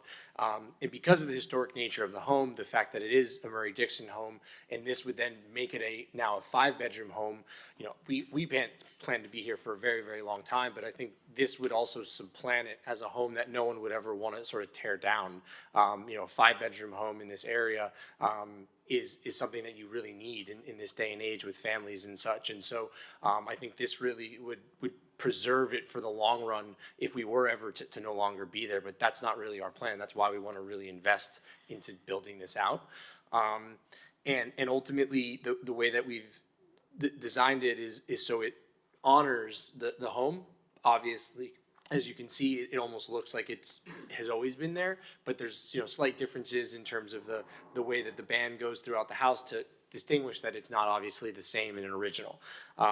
The last thing I'd mention is sort of the back side, which Debbie was referring to, where that's that additional request. The way that the home actually is already, the way the survey is, it's kind of over the allowable property line. I guess it was grandfathered in. And so we're simply just adding a little extra to the back, and we want to make it align with the existing exterior wall of the home versus having it be indented by like 3 or 4 inches. And so, hopefully all that together is okay. We really appreciate everyone's time and effort here, and it's great to be in front of you all. Thank you. Thank you. Do you have is there an architectural presentation, like slides to take us through? I didn't, this is my first time. I didn't know how to ask for it to come up. Oh, okay, because maybe with the pointer. It was here on my screen. I didn't notice it wasn't up there. Apologies. Oh, it was on your screen. It's on this thing. You were clicking, okay. Yeah, if you could just particularly point out, I mean, you did a great job at the first round, so I'm not, maybe not the whole thing, but maybe just point out the additions, the way you're modifying the existing. Yeah, absolutely. So if you look on this image here, to your guys' right of the. You can use a cursor on the computer. Oh, perfect. And there you go. Yeah, so this is the addition. Mm-hmm. So right now the home ends right here. And so this is the addition where we'll be adding 2 bedrooms. And so.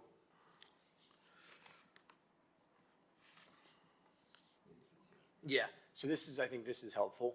Oh man, the closed captioning is right in the way. What's that? Oh, perfect. Oh, yeah, so if you look right here. Oh, I see over there. Yeah, if you look right here, that's the addition. It's going to. You can use your cursor. Oh, yeah, just look at the other screen then. Learning on the fly here. Perfect. So it's going to be 2 bedrooms, like 1 bedroom right here, 1 bedroom right here, and this will be a bathroom that comes in the back. We're going to continue the planter that is on this side, so it'll match. And then this is that area in the back where we'll be adding the extra pantry space. And so the variance there is just so that it can continue with the existing, wall or building line. There's the sort of layout of it all. Can you go back to the layout just for a Yes. sec? Because I'm trying to find that plan in my set. Yeah, this is different than what we had sent. Okay, yeah, we had sent a truncated version. This was the actual final submittal that we had made, which is Oh, that's much why I can't longer find it. presentation. But it's what we had sent was just more high level. But yeah, this was part of the final submission. Got it. Thank you. And so I think I can. Yeah, there we go. There's the side view that I was looking for. So This is the front, and then this would be the side view of it. And I can go through anything else if you have any specific questions. Can you go back to the first floor plan, please? This one? Yes. Okay. Okay. Are there any questions for the applicant? The other Yeah, go for minor thing, it's not actually really permitting, but I think it's cool, and something we talked about with Debbie is you can see here, we're gonna actually, in the previous renovation, which Adam Greenberg did, was the previous owner who made it historically designated, and he did an incredible job. And he left so much of this information to us, which is how we even knew about the ad valorem tax exemption, because he'd left that for us. We're actually taking this space back to the original form, which he had converted this into a bedroom. And so right now there's a wall here and you access through here. We're gonna be reclosing that up and then opening it up to the dining and living room, as it was originally done before, which we're really excited about. Great. Are there terrazzo floors throughout the? Absolutely, yeah. So that's actually why we're doing that, is that the terrazzo, unfortunately, prior to Adam, one of the owners ripped out the terrazzo starting right here, going through the rest of the home, which he replaced with a terrazzo-like set of, I don't know what the technical term is, but they're larger than tile, they're pretty Yeah. big. But going all the way here, and then into this room, it's this incredible terrazzo. It's, you know, one of the main reasons we wanted to purchase the home. And so now by opening this up, you'll get to enjoy all of that terrazzo in one contiguous space. And the flooring in the additions? So we plan for the hallway area to hopefully continue that, and then the bedrooms. Will be the same. Yeah, I think we're gonna try to do. It's our one splurge, a big splurge. Yeah. Yeah, we want to continue the. I gotta check with my wife. Good terrazzo piece. But yeah, that's the intention is to. Can you see this? This is the terrazzo in the home. That's the existing. That's existing. Beautiful. So we've found a specialist who's worked on all of the hotels and such in Miami Beach who can hopefully replicate it in the new addition, so we can continue it. Great. Nice. Okay, Ray and So then your only Randy. parking then is gonna be right there where are the concrete areas? That's the existing only parking. So weirdly, that's considered the front of the home, even though the entryway and the front doorway, everything is on 34th Street. So you're not looking to add anything? Not looking to add any parking, no. It'll be exactly the same. Randy? Do you have a photo of the existing house on the entryway side? With the curved piece and the planter? Yes, if you wanna.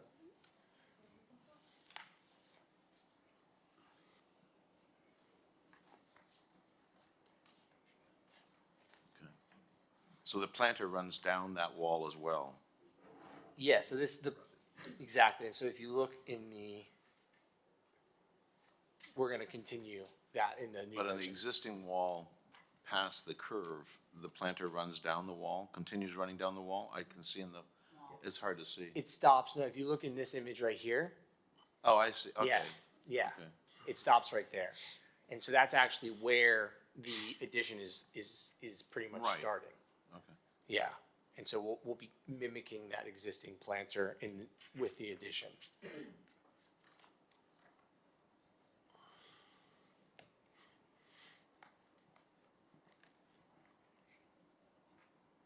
Okay. You're Thank more- you. Okay. Of course. Anything else? No. Yeah, go ahead, Mitch, go for it. No one else has.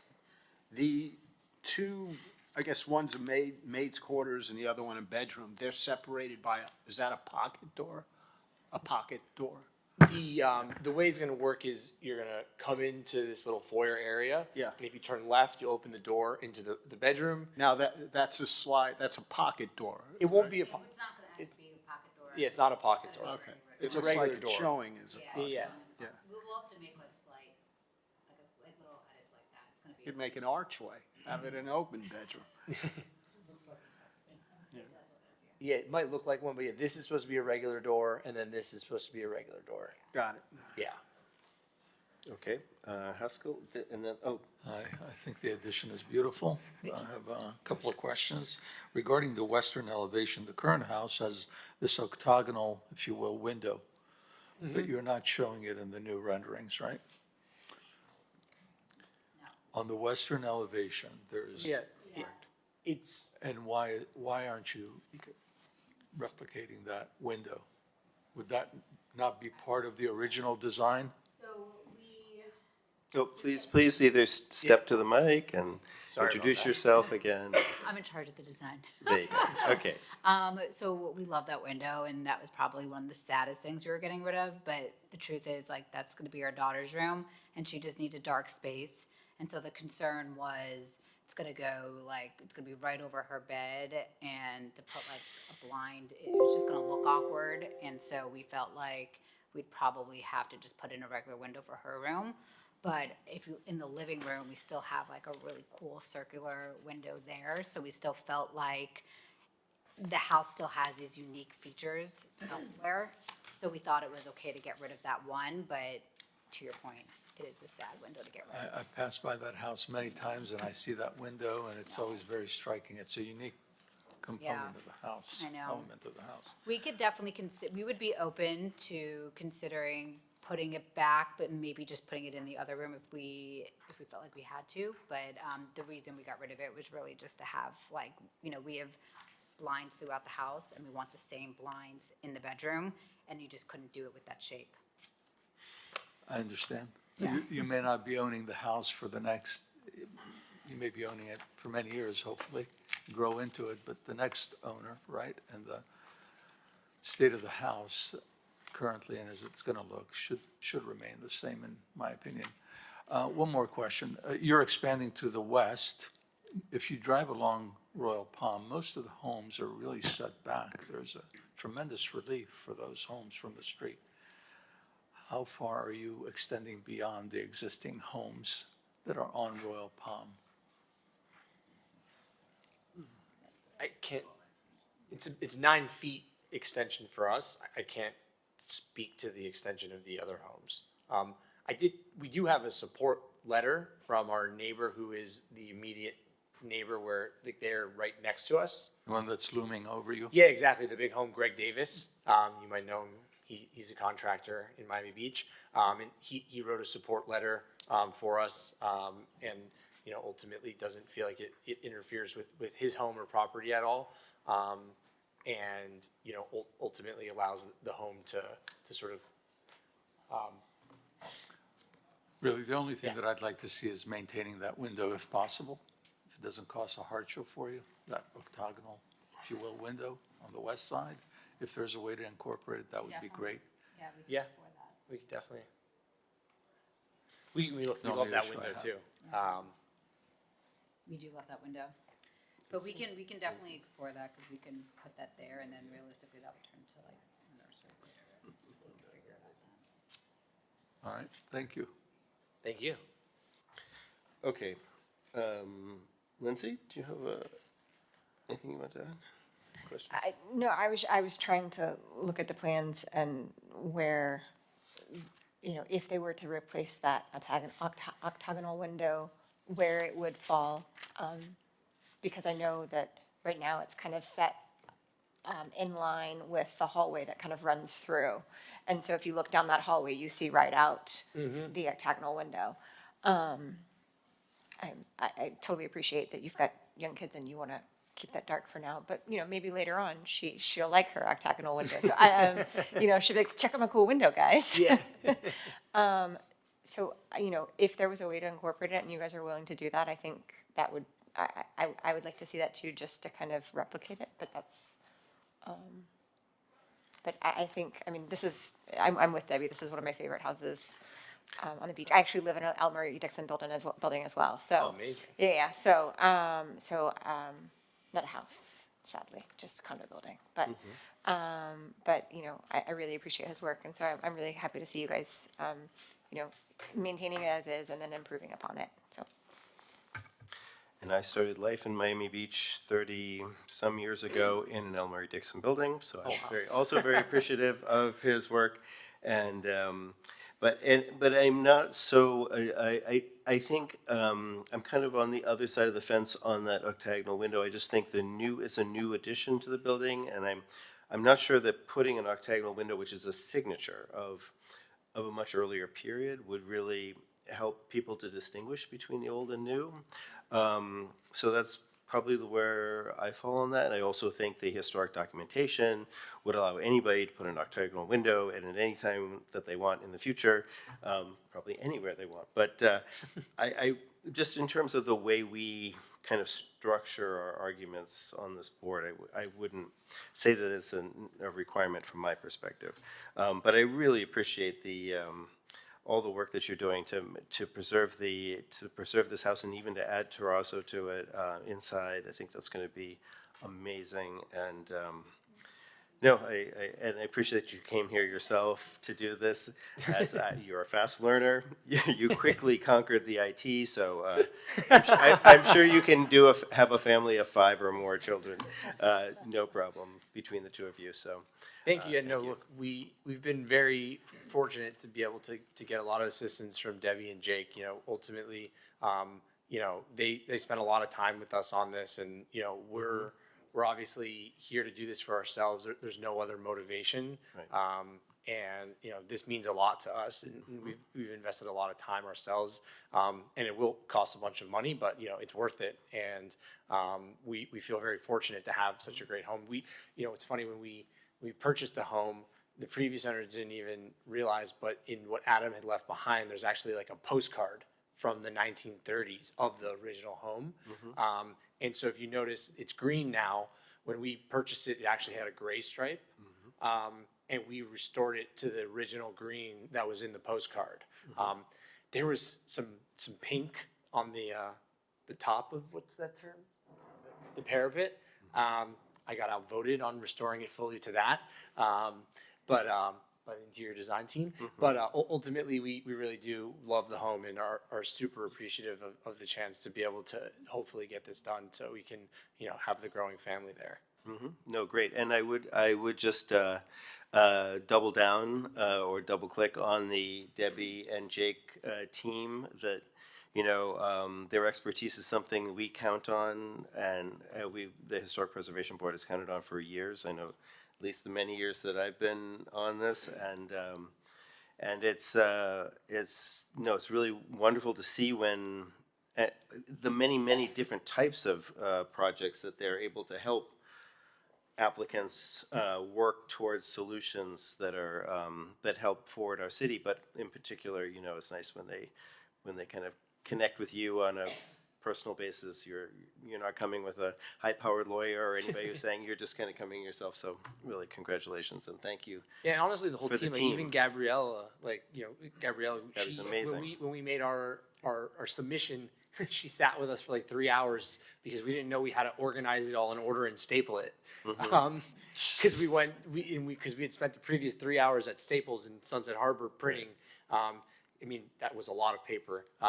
And so ultimately, it's really been a team effort from you guys. And, you know, we appreciate it. Like, we've put in the effort because it matters to us. And like you said, we didn't hire a whole bunch of folks because it didn't really seem necessary. Great. All right. Well, thank you very much for the presentation. I think if there are no more questions for the applicant. I just want to reiterate about the octagonal window. I think you did the right decision not to have one there because it served a very specific purpose in the original house to be the focus point of that hallway that comes, that you mentioned. Yeah. And all of a sudden that focal point disappeared because you had the addition. And in the original house, it was centered between the two end windows, and now that center, the symmetry is gone, so it doesn't make sense to it. So I don't want you to feel guilty for getting rid of the octagonal window. Thank you, that means a lot. No, and also like appreciate the fact that the house doesn't look like a paste-up job. The addition looks like it was there forever. So I really congratulate you and your architect on the decision, design decision. Okay. Any thing I'd like go to ahead. say Yes, after please. listening to my colleagues, we distinguished architectural background, I take back my suggestion of the orthogonal window and bring it up to current standards. Thanks. Thank you. Thank you. We do appreciate diversity of opinions, so please never hesitate. And I think you live right across the street from our former George Gonzalez, former city manager. Oh, yes. I didn't realize he was the former city manager, but yeah, he's Yeah, really. every time I leave the beach, I drive by your house. It's the only way to get from my house out without going down 41st Street. I love that. Yeah, no, we certainly are, and I didn't realize that he'd done that. We talk, here and there, but we hadn't gotten that information from him. Okay, let's, Yeah. okay, board disclosures, are there any? No. Any board disclosures at this end? Seeing none, open public to public hearing? Okay, anyone from the public, please raise your hand or come forward, or both. Oh, yeah, if you could please take a seat, and Oh, then just, it's okay. Hi, Roger Goldblatt, MDPL, 1750 James Avenue.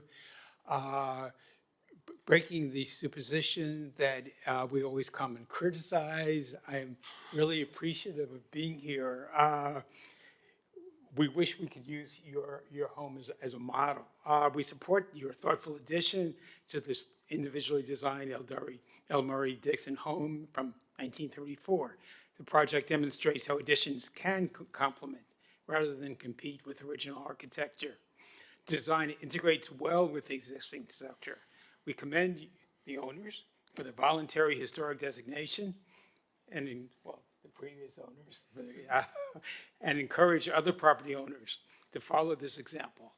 We really do. And then on the second part, we support the ad valorem tax exemption for this addition. Project serves as a good model for encouraging historic designation and thoughtful preservation. We hope this encourages other property owners to designate their homes. We also would appreciate one little criticism. Would you consider trimming your hedges so others, to a level where the neighborhood can appreciate the beautiful example of Art Deco residential architecture, especially given the public investment through the tax exemption? It would also cut back with the setback too, would make blend in a little bit better. But it's a wonderful job, and we commend you. Thank you. All right. Okay, I see no other members of the public wishing to comment. Okay, excellent. So can I take it that we will do two votes, but, and we'll take the first vote on the, well, assuming, wait, we didn't even go through I feel like we've had a lot of board conversations, so if. I think we're all done. We're done. We're pretty talked out. Okay, so let's, if I have a motion for the, for 0659. What? No, Oh, 659, you said? Yeah, 0659, the Which So first, there'll be Certificate of two appropriateness. motions for that, one for the certificate of appropriateness and one for and the then one for the variance, Correct. and then this third, yeah, okay. So I will make a motion, we can do the COA first. So I'll make a motion for the certificate of appropriateness with conditions as described in staff report. Okay, let me call the roll. Ms. Camargo? Yes. Mr. Hollingworth? Yes. Mr. Meyer? Yes. Mr. Novick? Yes. Mr. Breslin? Yes. Ms. Lovell? Yes. Mr. Stewart? Yep, Okay, and now the, the variances. yeah, the next one is the variance. So I'll make the motion that we approve the variances, again, with the conditions as outlined in the staff report. The variances. We just did the certificate of appropriateness for the first one. Okay, I'll call the roll. Mr. Breslin? Yes. Mr. Hollingworth? Yes. Mr. Meyer? Yes. Mr. Novick? Yes. Ms. Camargo? Yes. Ms. Lovell? Yes. Mr. Stewart? Yes. Okay. Okay, And and then one we more. have a recommendation to transmit to the mayor and city commission regarding the ad valorem tax exemption. I will make a motion that we transmit a favorable recommendation for the ad valorem tax exemption for the historic single-family home. I'll second. Okay, all those in favor? Aye. Any opposed? Okay. Good job. Congratulations. Thank you. Thank you so much, everyone. Thank you. Have a great day.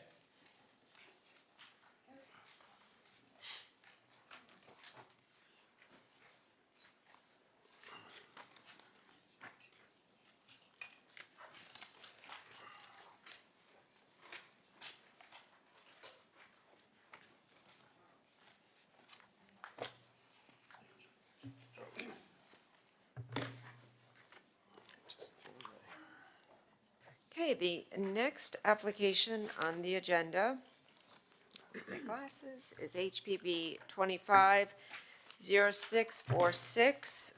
This is 1300 Lenox Avenue. An application has been filed requesting modifications to a previously issued certificate of appropriateness for the partial demolition, renovation, and restoration of the existing single-family home, including the construction of an attached and detached additions and variances from the required setbacks, open space lot coverage, and retaining wall regulations. Specifically, the applicant is requesting design modifications. Previously, when the board reviewed this project at the May meeting of this year, the applicant was requesting design modifications to the existing building, design modifications to the accessory building that was previously approved, and modifications to the previously approved variances. Since the May meeting, the applicant has submitted revised plans, and these revised plans include the following modifications.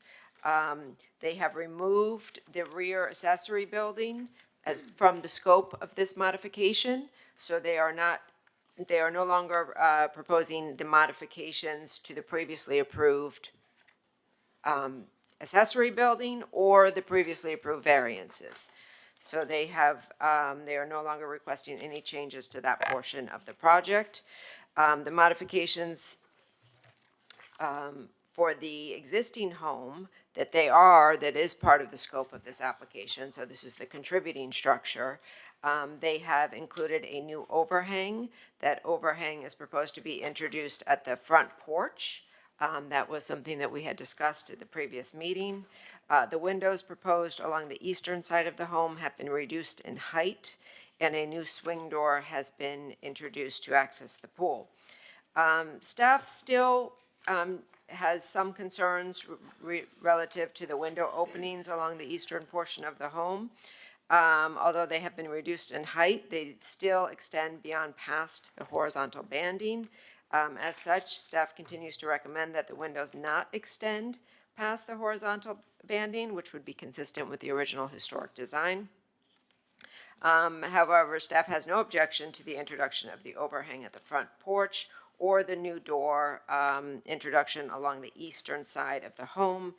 We feel both of these items are consistent with the character of the historic residence.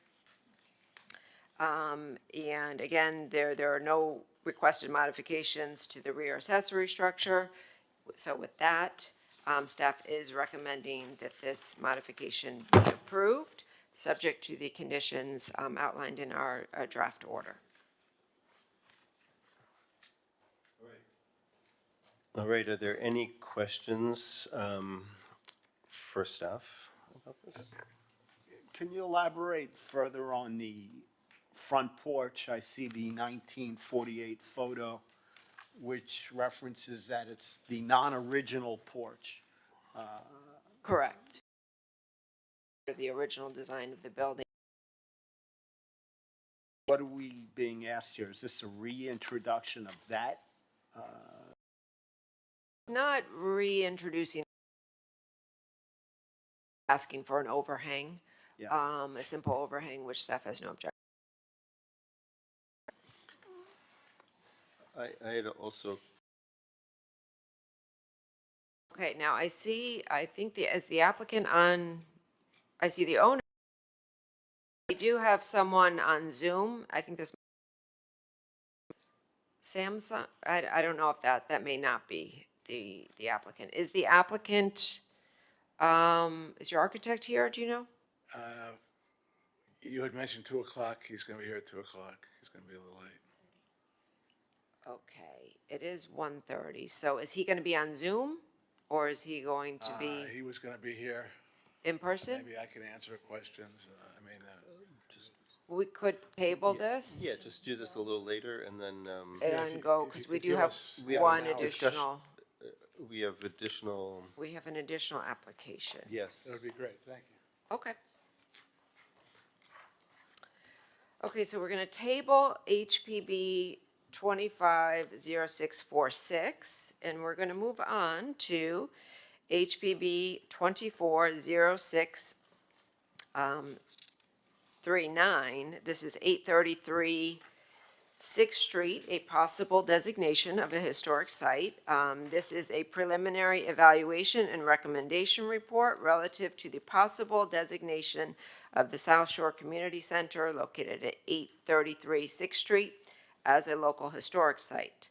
The board had previously reviewed this request on several occasions. The last discussion of the board was at the let's see, did we discuss it at the April 2025 meeting? It has since been continued due to a lack of a full board. So we are back before you with the same recommendation that we had previously issued. We do believe that the South Shore Community Center does satisfy the criteria to be designated. The building is somewhat of an anomaly in terms of its style and its date of construction for the Flamingo Park Historic District. It was actually built in 1970. It was later added to in terms of the auditorium wing in 1975, although it is clear that the Lapidus had initially envisioned constructing this all together. It was, for budgetary reasons, we believe, constructed several years apart from each other. There have been alterations and modifications made to the building over time. We do note them, most notably the exposed board form concrete, which is very characteristic of a brutalist style, which this would be considered, has been kind of covered up and painted over the years. We also note that the second floor loggia, which is originally designed as an open loggia space, has been enclosed. But the general building remains intact with its original design.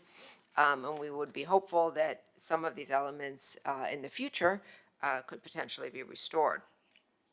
So we do believe that the subject designation satisfies criteria A, which is association with events that have made a significant contribution to the history of the city, the county, state, or nation. The construction of the South Shore Community Center is related to the urban renewal policies resulting in the Housing Act of 1949. This was a project that was funded by a federal grant through that program, and was funded primarily as a community center for the senior, the lower income senior population in the city at the time. And it still has functioned over the years as a community center, not only for seniors, but also it currently occupies, daycare currently occupies, which services residents, local residents. C, we believe it embodies the distinctive characteristics of a historical period, architectural or design style or method. The South Shore Community Center does embody the distinctive characteristics of the brutalist style. One of the interesting things about this building, unlike a lot of brutalist buildings throughout the country, is it breaks down into more of a human scale building. A lot of government buildings that were designed in the brutalist style are very massive and not as connected to the public realm. And so we thought that was a unique feature of this particular building. We do believe it possesses high artistic values. And it does represent a work of a master, or serve as an outstanding or representative work of a master designer, architect, or builder who contributed to our historical and architectural heritage. The community center was designed by Morris Lapidus. It was one of his later buildings, and he certainly has contributed a significant amount to the city's history. So with that, we are supportive of the request. We did review the proposed, or the requested designation in accordance with the resiliency review criteria. We have noted that this particular area of the city is extremely low-lying. This is one of the most vulnerable areas to flooding from the impacts of sea level rise, and we have just made a note that it's likely that modifications will be needed to this building over time to address that. But again, that's not extremely unique or different from a lot of our historic properties. So again, we are recommending that the board accept this preliminary evaluation and direct the planning department to prepare a formal historic designation report, which would come back to you at a later date. And thank you for that, and just for the process, there will be questions to you, then there won't be another, you're essentially presenting on behalf of the applicant. The city, right, the city is the applicant. I am not the applicant. Right. I mean, it's yeah, it's a tricky situation, but I'm a professional historic preservation officer for the city, so this is our formal recommendation. This initial request came from the mayor and city commission, so I am just evaluating that request based on the city as the applicant. And we will have a period of public comment and Yes. move forward from there. Okay. So I guess, are there any questions? Yes. You mentioned this is one of the most flood-prone areas. I don't necessarily agree with that. I manage a building across the street on Jefferson Avenue. I've rarely, in my 30-plus years of managing that structure, have seen significant flooding, except one time during a rain event, a storm drain got clogged and the water rose up a couple of feet. One of the things we noted is, and I don't know the flood history of this particular site. I do know that it is one of the most vulnerable areas for future flooding. On 6th Street, you have an elevation of 2.8 NGVD, which is one of the lowest land elevations in the city. So just by nature of the very low land elevations, it makes it vulnerable in the future. If it hasn't, seen flooding, that's great, and I think we should. Well, on the 6th Street side, that's a different story. Okay. But the Jefferson Avenue Jefferson elevation Avenue is slightly higher. Yeah. Yeah. And Meridian, may also be higher. Meridian is slightly higher. We have a 3.12 NGVD. And what'd you say 6th Street was? 2.8.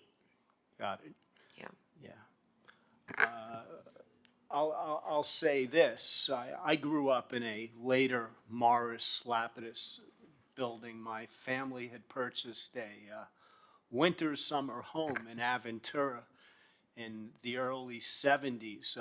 Lapidus was the town planner of what was that swampland in northeast Dade that the Sofers won a bidding war with against the Musses back in the day. They got that, what was thought to believe undevelopable land for $6 million. I believe it was 1967. My mom would often say she loved that condominium apartment. There was closets, adjoining closets, compared to the family home on Long Island. Also, that development in Aventura, Villa Dorado, the small brown and white buildings that are still there today, that'll probably be there for a long time. This building was, you could, if you could just pick up this building and put it down there, it would fit right in. In my eyes, this is a classic later generation Lapidus structure, and I agree with staff. This is a structure worthy of designation. And I believe it was the mayor and commission by unanimous vote that sent this back here because it was on the chopping block to become the home of the firehouse. And since the first time this issue came up, whatever it was, almost a decade ago, I opposed its demise. So I think this is an opportunity. We have a city asset that exists. We need to retain it. And in this case, preserve it for future generations. Thank you for that, all that insight, Mitch, appreciate it. Sure. Ray? Well, I happen to have been on the board when this particular site was approved for the fire station. And then a couple of commissioners decided, oh no, we need to save this building. And that's the reason it's now going up for historic preservation or whatever. But yet we have buildings like the Bass Museum that are not. What about City Hall? I mean, they're going for this building to make sure that the firehouse can't come back. And I'm sorry, until a shovel goes in the ground and a new firehouse is built, I could not possibly vote to make this historic when there was millions of dollars already spent by the city to put the firehouse there, raise the elevation if it's in a flood-prone area, and actually have a firehouse that is closer to south of 5th, where all of those residents weren't there when the one built on 11th Street. So until then, it's already got protections from the district that it's in, the Flamingo Park District, just like other properties do that are in historic districts. And I don't feel that it needs an additional, any additional help until we know for sure we have a firehouse someplace else, because we already voted originally to have the firehouse there. Okay, thank you, Ray. Let's just let everybody have a speak, and then you come in, jump in. Lindsay? Oh, I thought we were kind of just doing the board questions for the applicants, but in a very kind of loose definition of question, and we can just probably continue and then go, and then definitely open it to the public. Why don't you go, and then Haskell, and then Lindsay? Who's go? Am I next? Yes. Okay. There's a debate here about placing the new fire station at the end of the Flamingo track. All this came about because I believe, from what my understanding, is that the current fire station is not in the best of shape and needs to be updated, and proximity to south of 5th buildings that have gone up since that fire station came into service. Unfortunately, Mr. Lapidus is not here to back me up on this. I had the good fortune of working with him, and I can tell you that this was his least desirable building that he's ever worked on. If we designate this historic, that means that we're pushing that fire station to the end of Flamingo Park. No track in the world, no viable running track in the world, can have a building 5 feet from the track that's 20, 30 feet tall. And the reason is because when you run one side of the track and you're running the other opposite side of the track, you're trying to gain plus or minus wind direction. We're going to destroy that track, which is used by thousands of people on a weekly basis. Kids come out, work on their running techniques. Adults come out throughout the week and work on their running techniques. People use that track. It's a great amenity for the city. And if we're going to go ahead and designate that building as historic on 6th Street and prevent the fire station from going there, shame on us for taking that amenity away from the public. It's been around for a long time. A lot of great runners around the world have come to that track to run. We have other opportunities to do things with that site on Sixth Street. One of them, not designated this as historic, putting the fire station there. It seems like there are powers to be that are pushing this agenda. I don't know what the reason is primarily. But if we lose this opportunity, we're going to destroy a great amenity that this city has had for 50 years, 50-plus years. And I will never support this idea of designating this site as historic to prevent, to allow fire station going on the west side of the track. It doesn't work. And we don't need to spend any more money on studies. Studies have been done. We paid a lot of money. Staff has other things to work on besides putting their time and effort to study this any further. It just doesn't work on the west side of the track, and we don't need to designate it as historic Sixth Street site. Thank you. Okay, thank you, Haskell. Lindsay? So one thing, and I don't know if I need to, put this into the record, but just to notice, so we discussed this last time about the level of Jefferson and later raising of the streets and the flooding issues there and where it exists now. The fact that the building is higher than that at where it sits now. But since Mitch brought it up, I will say that, I have video here from March 23rd, 2024, where I was leaving yoga on the corner of Meridian and 6th. And that entire intersection on a Jefferson, you can see the waves. And that's just on a sudden downpour day, other than, just completely inundated.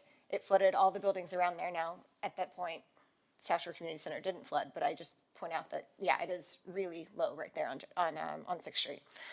As we know.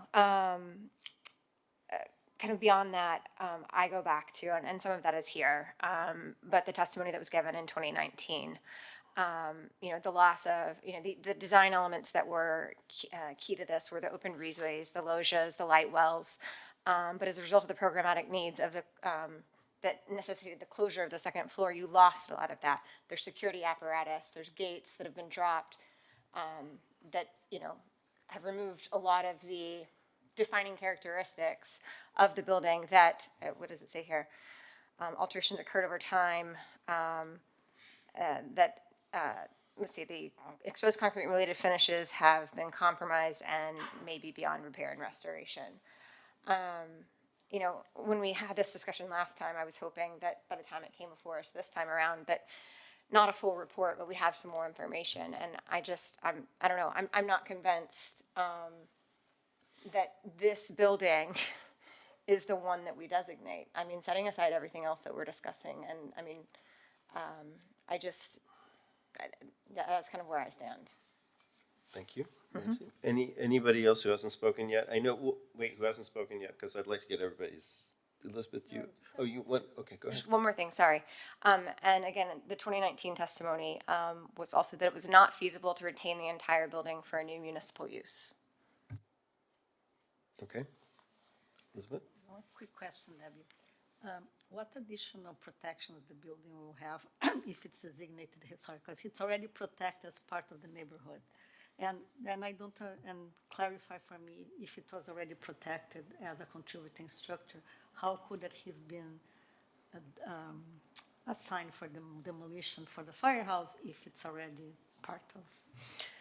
Okay, great questions. So the existing building is classified as a non-contributing building within the Flamingo Park Historic District. However, that classification on its own does not lessen its protection under the Historic Preservation Ordinance. Any building, whether contributing or non-contributing or not classified within a district, does require the review and approval of this Historic Preservation Board for demolition.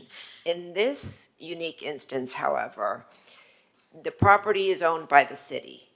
In our land development regulations, limit this board's ability to approve or deny demolition for city-owned properties and give that authority to the mayor and city commission.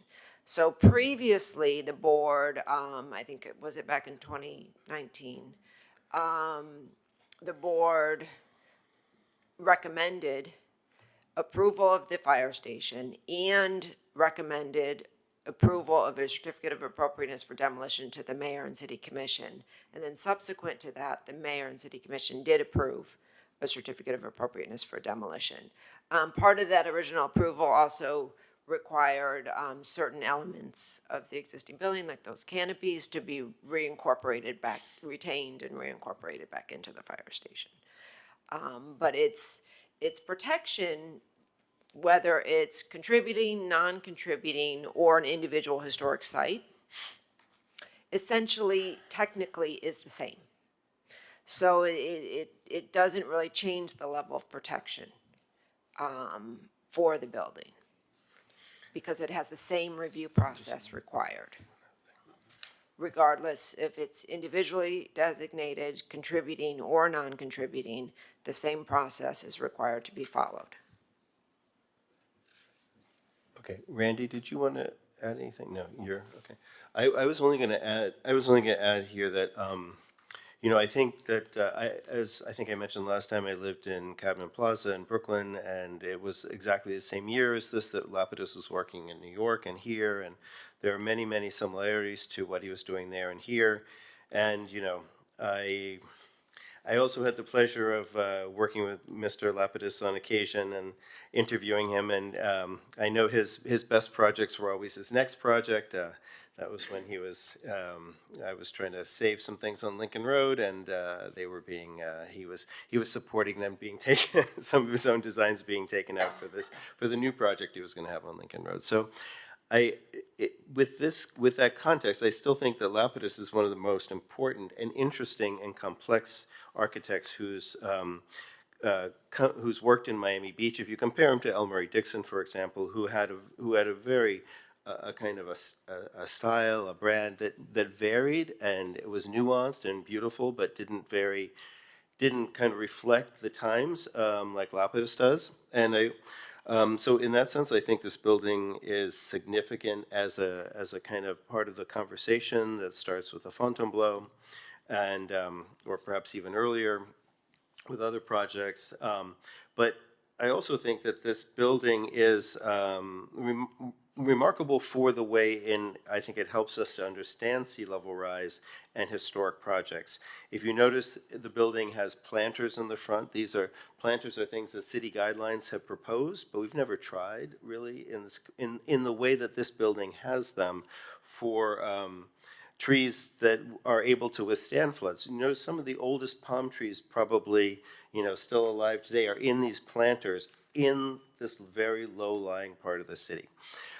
So I think that, and it's also the first finished floor of this building is raised up quite a bit. It also shows that that aspect of how a building might respond to a low-lying condition. The last thing I'll say is that I think it's this board's opportunity when presented by the city commission, a unanimous, is that true? It was a unanimous vote by everybody on the commission to understand more about our historic fabric and our historic buildings, and that the more we know about the buildings through a designation report like this, which may or may not save this building, it may become a fire station. I don't know what the future of this building holds for it, but I still think that the learning and the kind of using the professional skills that our staff has will really help us to understand the broader context of our historic city, and that's what this board is really intended to do. So I would kind of I personally separate out the criteria, the criteria, which I think are very important, from this broader kind of the broader, let's say, context that we're discussing this in. So I'm very supportive of the staff's recommendation on this. And go ahead. If this is designated as historic, that means it cannot be used for the firehouse, correct?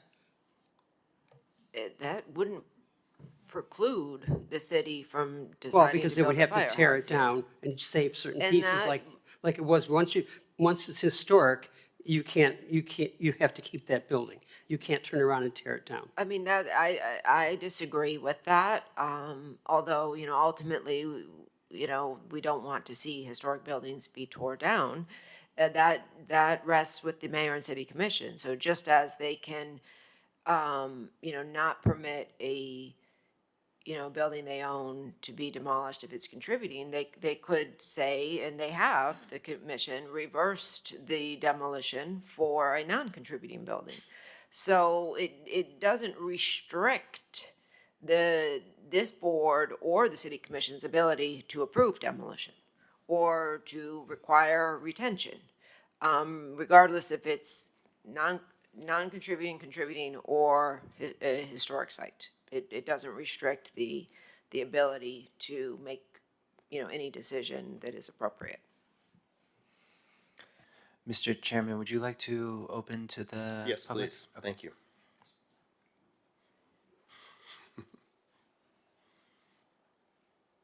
Hi, Roger Goldblatt, MDPL, 1750 James Avenue.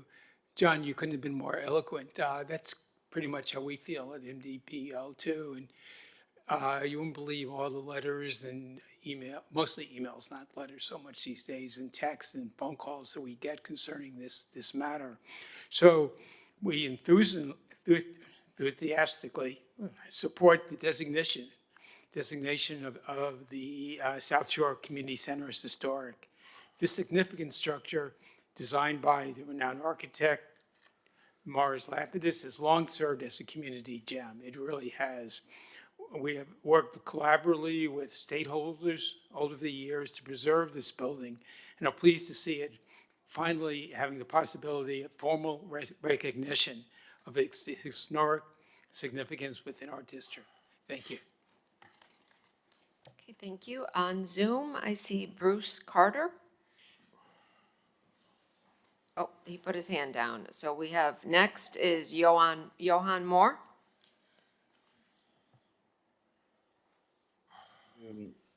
Historic Preservation Board, Johan Moore, 717 Jefferson Avenue, on behalf of Meridian Court Community.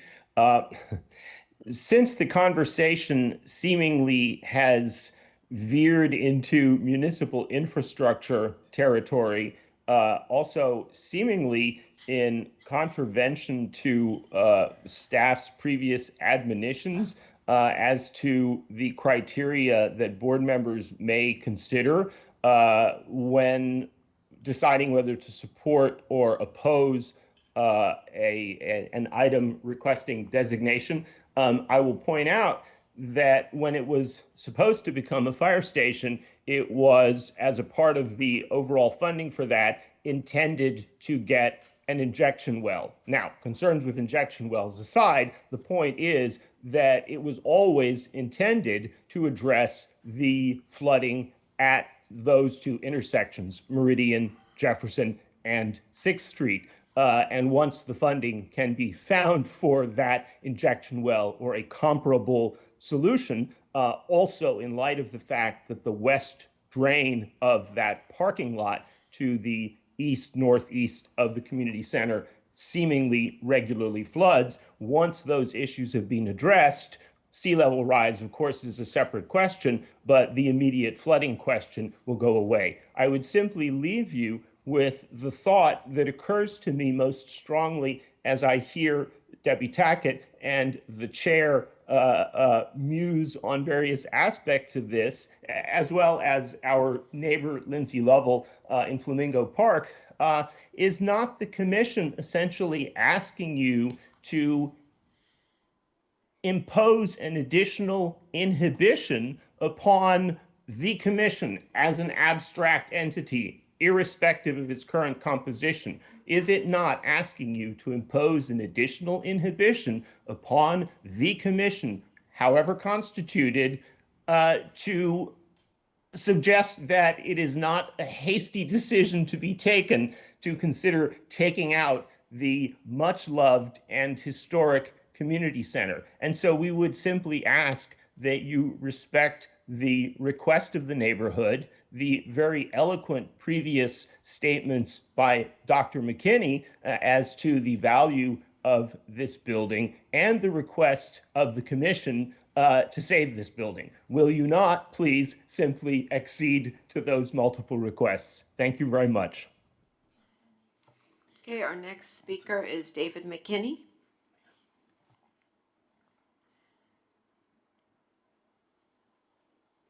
David, you can unmute yourself. Am I unmuted? Yes, we can hear you. Okay, do I need to be sworn in or no? No, you do not.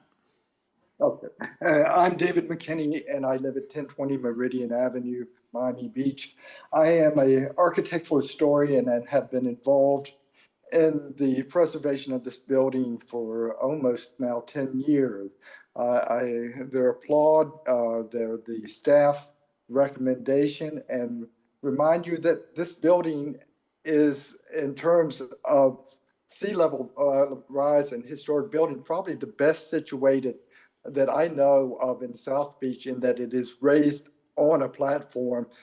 They're substantially above the curve level.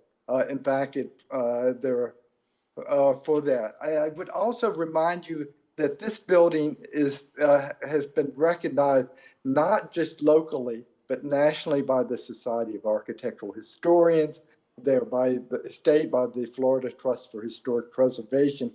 This building is recognized outside of Miami Beach for its architectural integrity, which I will say exists now. And I will say, in terms of my experience, that their coats of paint on concrete do not represent any their detriment to the building or its architectural, their integrity.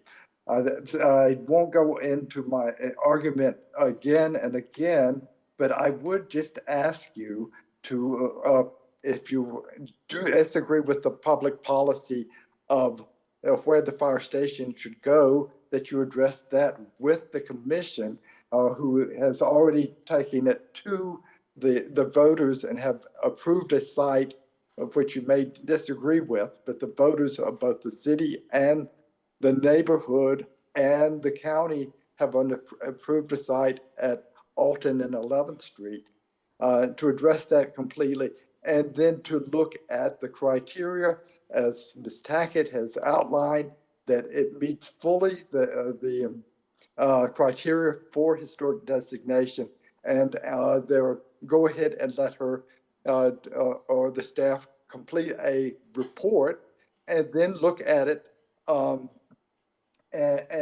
evaluate it according to that report. Thank you very much for your time. Okay, I see no other members of the public wishing to comment. Lindsay? So, I mean, to one of the comments that said that the commission has asked us to do this, to designate it. The commission asked us to review it and decide whether or not we suggest that a report be generated so that we could or could not designate it. And so, asking us to accede to that request, I don't think that's what it was. And I think if you ask the commissioners who voted for it, they said, we have no problem sending this Historic Preservation Board to see what they have to say about it. And just like any other applicant that comes before us, I mean, that's the way it works, that it comes to us. That would be the number one. And then, yeah, I think that's all. All right, thank you very much. Haskell? I would just like to add that if we're going to do any further studies, we would do a study about rehabbing the current fire station at its current location, because if the basic premise was to be in proximity to south of 5th for the new fire station, what difference does it make having it on 11th Street and Jefferson or 11th Street and Alton Road? Not much to me.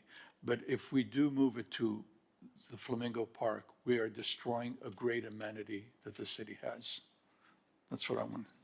That's it. Yeah, I just wanted to add, the commission made it clear that the new fire station, which the voters overwhelmingly approved for this site along Alton Road not encroach onto the track. Is that correct, Debbie? To the consultant designers to not have it encroach Yeah, into the track. so there is no encroachment, and this building is an amenity to the community, and it's viable, and it's already built. We're not going to be, spending money to demolish this asset in order to create a new one. It just, that's mind-boggling in my mind. The plan that I saw contemplates a building that is about 30 feet tall, 5 feet west of the track. So that is encroaching on the track because it definitely causes wind deflection in various directions, and it doesn't provide for a good, smooth running track. Can I respond? Yeah, I think maybe we're kind of going beyond where staff can, and our own expertise can Yeah, help and us. I would just caution the board members, we do anticipate an application coming before you regarding the fire station and at the Flamingo Park site. That is not before us today. That has not been officially submitted yet, and I think commenting too much on what we know is going to be a potential application in front of us is not, this is not the appropriate time to do that. Ray, yes? I just want to remind everybody that there was a community center on Washington Avenue and 21st Street, very similar to this one, that got torn down so that the convention center could have their ballroom and an extension and whatnot. And all those services got reallocated, and people are happy where they're at. And the same thing was happening with the community center on 6th. All of those services were going to be reappropriated. The city has already spent well over $1 million on the plans to put the fire station there, and everything was approved through historic preservation, and all of a sudden, one or two commissioners said, oh no, we have to save it and we have to build it someplace else. Well, right now, yes, the voters approved where it's going, but the Flamingo Road or the Flamingo Park Association is dead set against it. So I mean, you've got all this to look at, and personally, I can't vote on anything to do with this center until the shovel goes in the ground for the fire station someplace. Okay, all right. Well, we've heard from almost everybody, so I think we're ready to, are we ready to take a straw poll? Lindsay, what would you say? I don't know. Yeah, I mean, Let's we see can if we have, shuffle we it. need 4 votes. So should we can do it ourselves to see if we have enough votes? This is to request. To request staff Yes, prepare a I'm just seeing if we, evaluation. if we have any chance of requesting it, or should we just take the vote, because we're really not. Maybe before we take the vote, can you restate what we're voting for? Because it seems Yes, there is a little it would- confusion on that. Sure. Go ahead. So we would be voting, I guess, do we have to do a motion? The vote would be on whether to direct staff to prepare a formal designation report. A designation report, not a Correct. designation, just a report. Well, that is the next step Yeah, to exactly, advance would the be next step. designation, right? But we're not voting on that next step, that's all I wanted to say. We're only voting on the Ultimately, we- designation report to come back before us, and Which would include, of course, the history, the relevance of this site and structure. It comes back to us or goes to the planning board? Okay, so the process is rather lengthy. If you direct staff today to prepare the designation report, we have a 12-month maximum time frame where we would bring back the historic designation report to this board. At that meeting, the board would issue a recommendation, whether to approve the designation or not. And after that recommendation is made by the board, then it would be transmitted to the planning board. The planning board would review the designation request, would also issue a recommendation to the mayor and city commission whether or not to designate.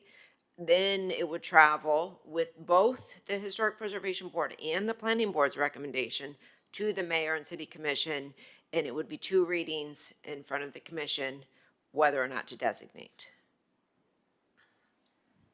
What's the time frame for all that after the first 12 months? It's probably at least another, 6 months, 4 to 6 months. Deborah, somewhere, at least according to what you stated, somewhere that changed to 1 year, which I believe was initially 90 days. Or was it 30 days, once we request staff to prepare a preliminary evaluation report? It's been 12 months, as long as I recall. Really? Yeah. I don't recall I that. mean, we have to do a notice, so it's at least a 4-month. I mean, we with our noticing requirements, we wouldn't be able to do it in 30 days or 90 days. I mean, we do a lot of research, which is time consuming. I don't think it would take 12 months to bring back to you. Nick, do you want to chime in? He may be thinking of the period when the interim procedures for demolition requests would apply. And I think is that 4 months when would or 6 the months? moratorium kick in? I mean, it Well, in can't this be case- indefinite. That's what I think he's talking Yeah, in this case, I mean, the whether or not the building is demolished is a decision of the city commission. Yeah. So there's It's not all a, advisory Correct. when it comes So- to city assets. there would be zoning in progress, that it would be a historic site, but effectively, all that would do would put it under the jurisdiction of this board to review, which it already is, because it's located within a historic district. So the zoning in progress caveat that we have for privately owned properties outside of historic districts, it has a very different impact here. It has almost no impact here because it's already located within a historic district. And can I add, don't you already have an evaluation report that you did back in 2018, 2019? We have this current report. This is the most extensive report that we have for the South Shore. Do you believe that would change? No, I think what we like to do is, substantively? we like to dive into the research a little bit Yeah, more. Of course. And again, this would require the full noticing period and additional staff work. So the earliest we could bring this back would probably be I mean, why toward couldn't the it end of be? the year, November, December. Okay, but it could also be much sooner than noticing. None of this is new to anybody. I mean, it was noticed today. And if we should vote to direct you to move forward, why couldn't you be back here in a month from now? Well, because it does require a mail notice, a posting. Okay, And 2 months. I mean, it would take us more than 2 months. I mean, we do have strict deadlines, Okay, as part of our process. And I mean, the earliest we could get it back to you at this point would be the November meeting. fair enough. I also just want to say that I think that there are a number of other buildings in this city that have similar characteristics, that are built with concrete, that were built around this time. It was a period of some growth in the city, even though it's not often recognized. And I think that especially if this report focuses part of its efforts on the resiliency requirements of historic buildings, this research may help others who have similar buildings, whether they're condominiums or individual homes. So, But the anyway. reality is we don't have to send them for a designation report in order to get that information. We could ask them as a discussion item to get the information without the necessity to prepare a formal report. But we have a moment in which we can do this, and I think expeditiously, and also help us understand one of the city assets, which is not always what we can do. But anyway, so I just wanted to add that, because I think the research of this building, I think this is an under-researched type of building, under-researched materiality of building, under-researched period of building that could help us to understand our city better. But, so with that, I guess we're just going to take a vote on whether to request staff to create this historic designation report for us or not. So do I have a motion to do that? Can I make a motion to have the staff proceed with the detailed study for the potential opportunity of designating the site as a historic site, the South Shore Community Center? I'm not sure the full name. South Shore Community Center. I'll second it. Okay, let me call the roll. Ms. Camargo? Yes. Ms. Lovell? No. Mr. Meyer? No. Mr. Novick? Yes. Mr. Breslin? No. Mr. Hollingworth? Yes. Mr. Stewart? Yes. Okay, so that's 4 to pass. So we will prepare a formal designation report and bring that back to you. Thank you. All right. The moment you've all been waiting for. Okay, we can will you resume. Reintroduce or just resume or? I'll just briefly reintroduce the items. We're going back to HPB 250646. This is 1300 Lenox Avenue. An application has been filed requesting modifications to the previously issued certificate of appropriateness for partial demolition, renovation, and restoration of the existing single-family home, including the construction of attached and detached additions and variances from the required setbacks, open space lot coverage, and retaining wall regulations. Specifically, the applicant is currently requesting a reduced scope of work from what the board had previously reviewed, and it is limited to the modifications to the contributing building. The modifications to the previously approved variances and design of the accessory building have been withdrawn from this current request. They'll have some concerns with regard and recommended approval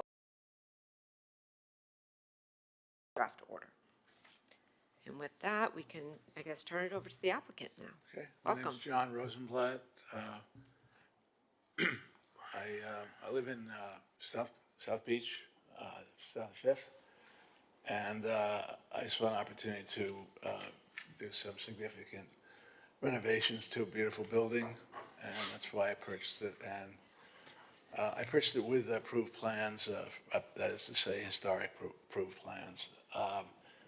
And the only significant variation that we're asking for is that basically we don't rip apart the building. We just keep it the way it is, and basically go ahead and renovate the inside. Obviously, there is a Florida room, an existing Florida room, which we believe historically did not exist. That's why we're planning to take it down and just have a small overhang over the front. And that's basically it. There's some, we don't need to, destroy the window openings. I'll turn it over to my architect, John Barty, for technical advice. Yes, hi. I'm John Udvardi. I'm the architect for the project. So in this case, we are going back to the original approved for the accessory building and for the main house. So reducing the scope of work, it's not raising the house up. So I think that we are keeping the the existing conditions of the house. Can you project the? Okay, so.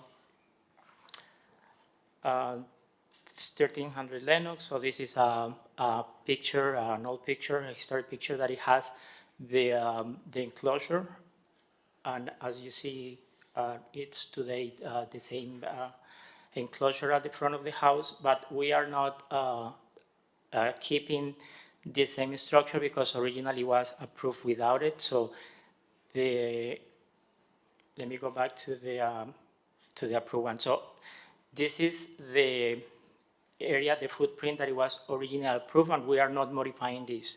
So we are not changing the areas, so we are not asking to modify the approved variances. So if you see here, so exactly same conditions. So that's the permeability, the zoning diagrams, the area which is matches the original approved one. So this is the existing conditions. This is the original that it was submitted. So accessory building, again, is not being modified. The garage, which is already being approved, is not being modified. So, but in here, you see that the enclosure is... Can you use the cursor to, yeah, you can probably, Okay. there you go. Okay, so here is the accessory building. So the accessory building, we are not modifying it from the original approval, same as the garage. So the garage, we are keeping exactly the same footprint. And in this case, also, the only modification we are doing is the canopy, the covered portion of it. The original approved was without any kind of roof. So this is the one that it was presented originally. And actually, if you notice, we are removing this deck, so we are making it less intrusive, so we are not adding that deck. That's interior demolition. That's the interior demolition that it was proposed originally. So now here, the roof, all of this roof remains existing. This is the one that is going to be demolished, the enclosure, and this portion is going to be demolished to adapt the addition of the garage. So the original, this is the previously approved that it was showing the entire roof being ripped off. The interior is different layout, but I know that the interior is like not significant for this. This window and this window were originally approved with conditions, so we are going back to the recommendation of the board. Okay, here is you can see the canopy that we are trying to do for enclosure. Okay, we have the existing east elevation. This is what David was referring, the smaller windows, because on the previously approval was all the way to the floor, but it was approved with conditions. But now the idea, this is existing, so the idea is to adjust that. So we are raising the window sill of those two windows, and we are creating only a single door to access the pool.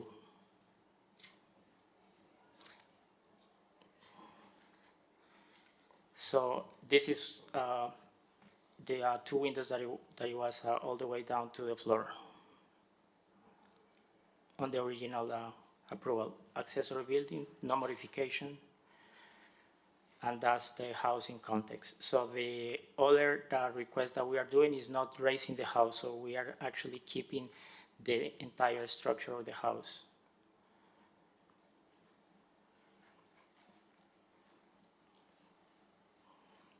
Any questions?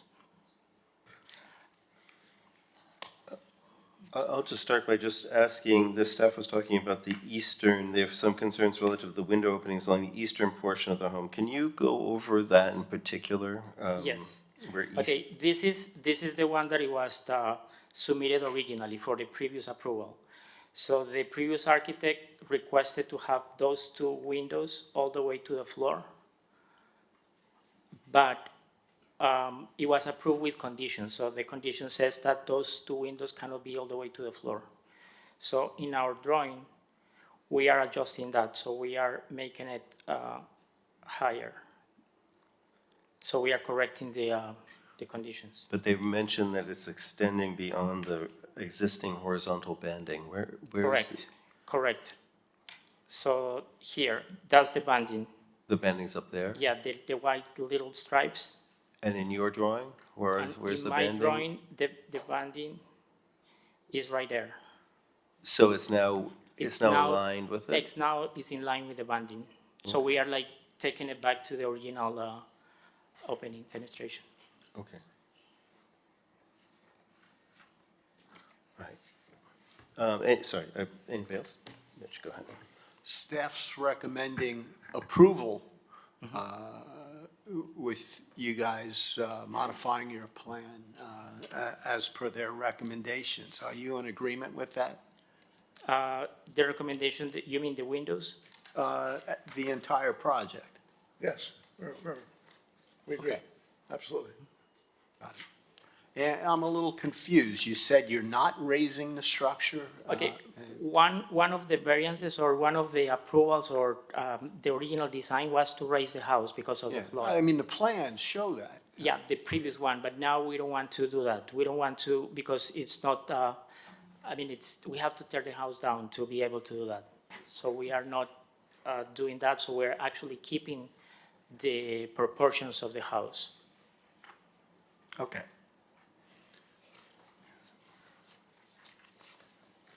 Staff? Yes.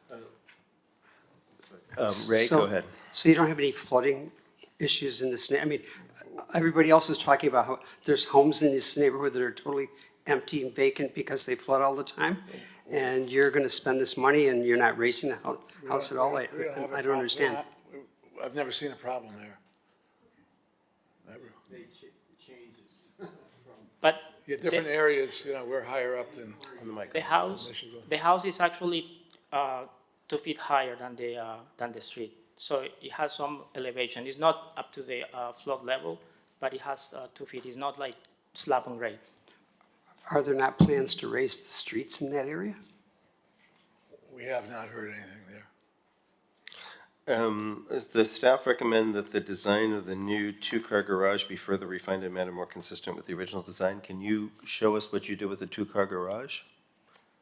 And how it's consistent with the original? Hold on. Okay, well, at some point we plan to do 2 doors, but we are keeping it to, let me see if I have a render here. Yeah, we are like keeping it in 2 separate doors because one idea was to have all combined, but we separated into. Wake you up.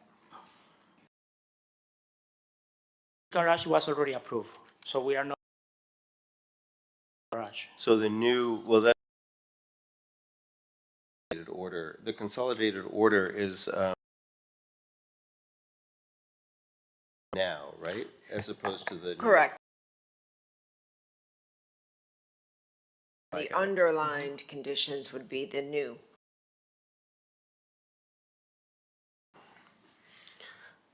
Anybody else have questions for the applicant? No? No? No? Okay. With seeing no questions for the applicant, is there any disclosure? No? No? All right, open it for public comment. Okay, on Zoom, I see Bruce Carter. Bruce? Yes, I'm here. Hi, Bruce. Do you swear or affirm the testimony you'll give in this proceeding is the truth, the whole truth, nothing but the truth? I do indeed. Thank you. You have 3 minutes. Great. Thank you for your time and for listening. Just a couple of thoughts here. For me, this project, of course, I'm the one next to it, is the accessory structure that was, pre-approved, I guess, in the back. There's a lot of problems here in the fact that there was no continuation asked for the permit. First off, I could tell from the previous meeting that I'm not sure what staff was thinking when this was approved, that large section structure in the back, but it's so out of scale. And Deborah, I was so moved with the other family when he talked about their need and how they're helping children and what they're asking for is so small. And then with this house, we have a developer who has literally homeless people living there right now. And I had yesterday to kick a homeless person out of my yard from their yard. So they're not looking after it. It's a developer who's literally just trying to get every square inch. And this example of what's being presented here, they're asking for height, width, scale, setbacks. There is literally no rule that the city has made to protect historic that they are not breaking or not asking for an exception. And it's gross. And I'm not sure what to do because I'm just a resident and I'm not a lawyer. But this is for a resident that lives next door is an exceptional moment. And I just asked for the board, help from the board. Like, I'm going to have essentially what is a large scale footing and then 2 stories built next to me, which is absolutely gross and insane. I don't care about the garage. Sure, he needs a car. Let's give him a garage. I'm not a terrible person, but this developer has not reached out to me, which the board asked him to do, reach out to me to ask for solutions. I don't care if he builds a 1-story structure in the back. It's 3,000 square feet. He can do 100% lot coverage as far as I'm concerned. But to build something so tall next to me is disturbing. And the amount that the city is allowing him to do is frankly just, it's wrong. And I mean, I'm not sure what can be done about it. And I ask for your professional help and help him correct it.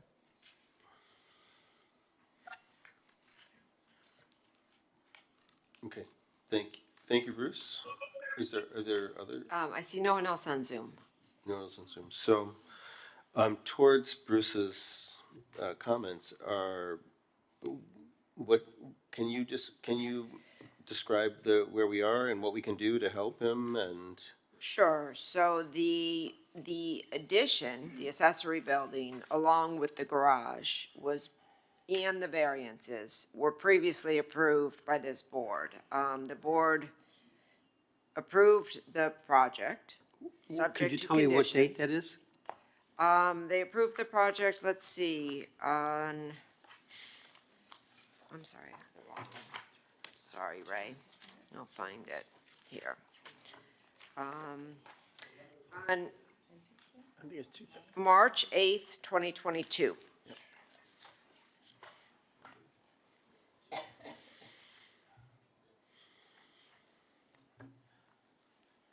Okay. So that has been approved. That order is still active and valid.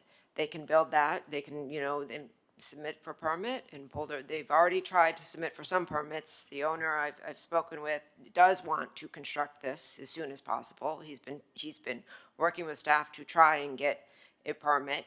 With the changes that were proposed, we had determined that exceeded staff's ability to review administratively, and that would require going back to the board. And we've been working with them back and forth. They have now decided not to make changes to the accessory building and the garage to continue with that, but they still want to make some changes to the contributing building than was previously approved.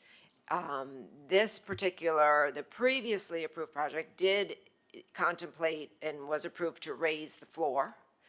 That required a significant amount of demolition. And so they came back to us to propose not to raise the floor, to limit the amount of demolition, and staff has no objection to that. So, because last time when they came before us, we asked that they talk to Bruce, but specifically about the accessory building, and that's what they've taken out of this package, essentially. Correct. That's not part of the request anymore.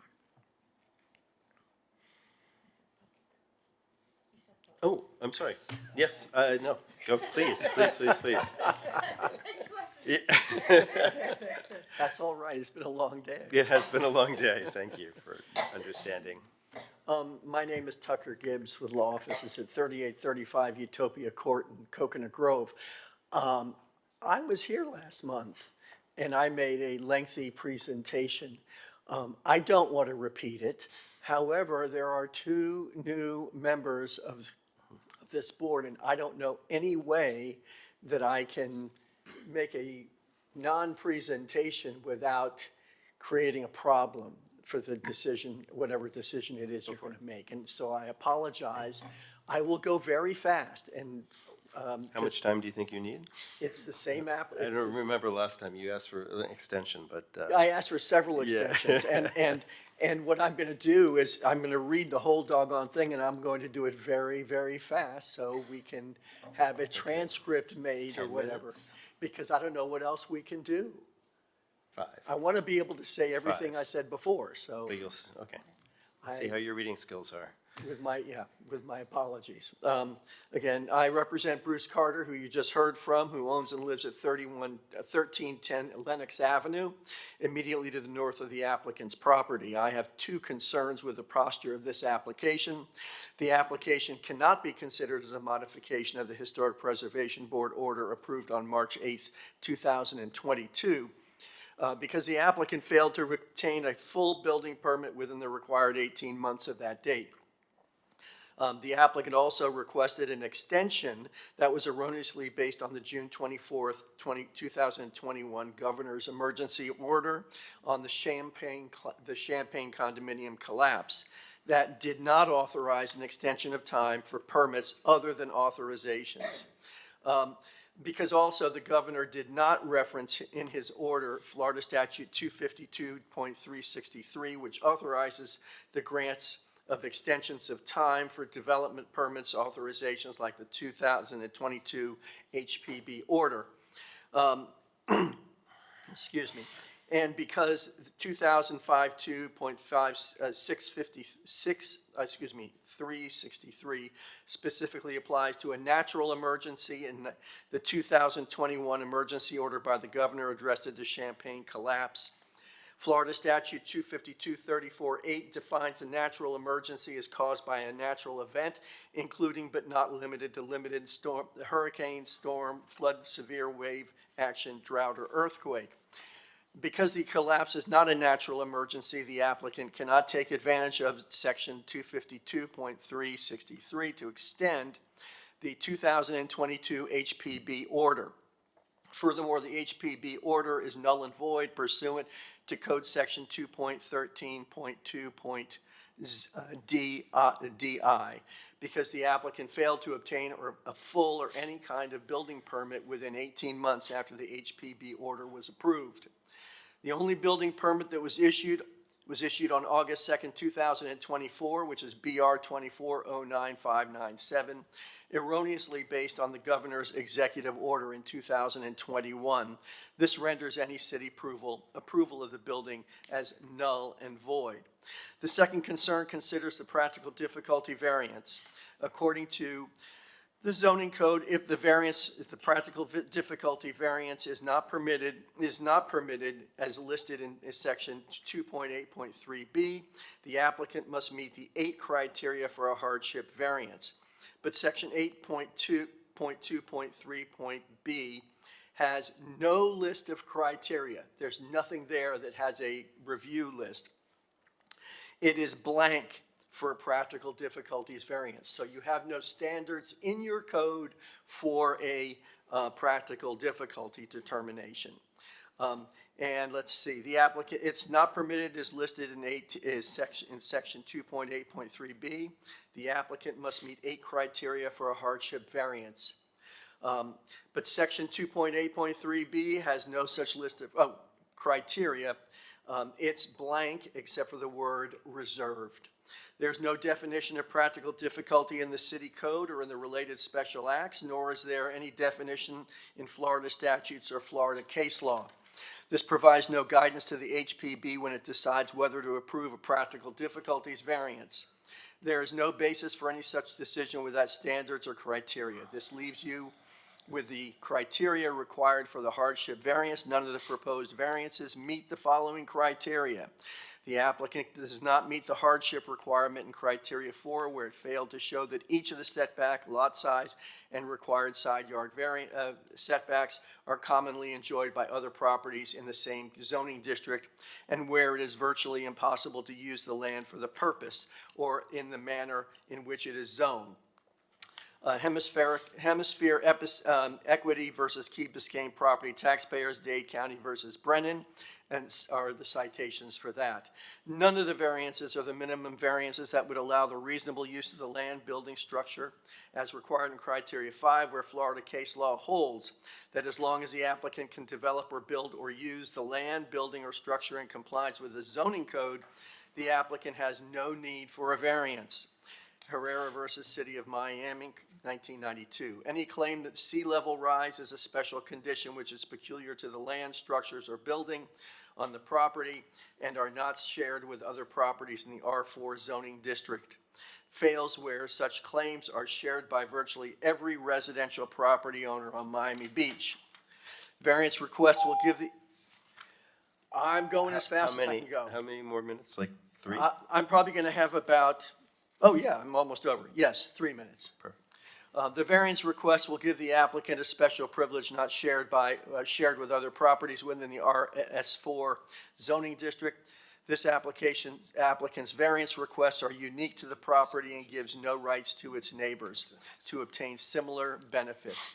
These variances are based not on necessity, but on the applicant's choice to build this particular design. The code and case law are clear. If you can build a code-compliant project, even a smaller one, you are not entitled to a variance. That's Florida law. Here, the applicant can build a code-compliant project on its property without the need for a variance. Therefore, the variance request should be denied. And finally, the applicant's proposal and presentation failed to present any competent substantial evidence that it meets the code requirements for a certificate of appropriateness. It does not meet Standard 9 of the Secretary of Interior Standards, where the overall design of the site is not compatible with the massing and scale of its neighbor. The applicant and staff report have not shown consistency regarding aesthetics, appearance, physical attributes of the project in relation to the site, adjacent structures, and properties in the surrounding community as required in Criterion 4. The proposed layout and design of the site, given the variance request, overbuilds the lot and pays little, if any, attention to its neighbors, contrary to Criterion 5. For all these reasons, I urge you to deny the application and direct the applicant to come back with a project that better fits within this unique single-family historic neighborhood. And I thank you very much. All right, thank you very much for that. Can I ask if there are any public, any board disclosures related to this? Okay, seeing none. Lindsay, any disclosures related to this? No, okay. So, yes, please. Right. Andrew Welcome back. Mormelli from 1210 Michigan. Before I read the letter I prepared, I wanted to just say a couple things. John contacted me when someone had broken into 1300 Lenox, and I met him there with a bouncer from a nightclub that I knew who stayed there, and he paid him by the hour until he was able to secure the properly. So some comments that he let homeless live there, I think, is inaccurate. In regard to the flooding, I'm very familiar because I just prepared for 1210 Michigan. Lenox literally goes down about 3 feet from between 13th Street and 12th Street. And also, when you're heading from Alton Road down towards Michigan Avenue, it also goes down a couple feet area. Dear Miami Beach, I'm here to convey my support at 1300 Lenox Avenue. I've always been impressed with John's proactive and contributing to our community, both as an accomplished real estate developer and as a local resident. John is currently a board member at the Yacht Club of Portofino Condo, where together we own 4 large units, including the penthouse where John lives. For 40 years, John has been involved in historic preservation, first in Providence, Rhode Island, and more recently here in Miami Beach. The issue at hand today is extremely minor and simply provides the property at 1300 with the much-needed facelift that our neighborhood should welcome and incentivize. The exterior of the property will remain the same with only slight modifications, returning the south facade to its original historic appearance by removing a small piece of the Florida room. A small garage is added, but otherwise the facade maintains its original Mediterranean Revival look, almost identical to the property right across the street in appearance.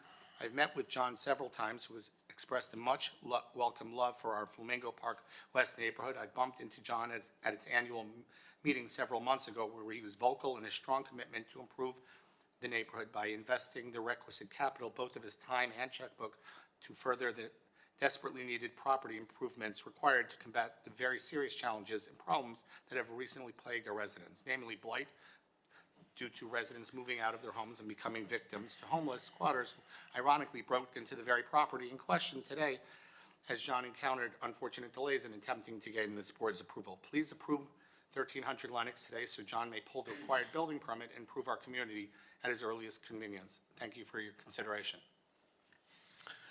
All right, thank you very much. And are there any other, nobody else on Zoom? Nobody else here? All right, with that, we'll close public comment and start with board member comment.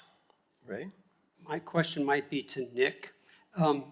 If in fact the project was approved back in March of 21, I believe, or whatever, 22. and they didn't get their building permit within the 18-month period of time, is that true, that it now has to go back and be represented to us? Because I personally can't imagine any previous board accepting the auxiliary building as I see it here. But if it was, you know, is there, what are our options right now? So the general rule is that an applicant is required to obtain a full building permit within 18 months of the decision of the board to approve a project. Under state law, the declaration of a state of emergency by the governor tolls the period that an applicant has to exercise his or her rights under a development order for a specific period of time, and also provides for additional extensions.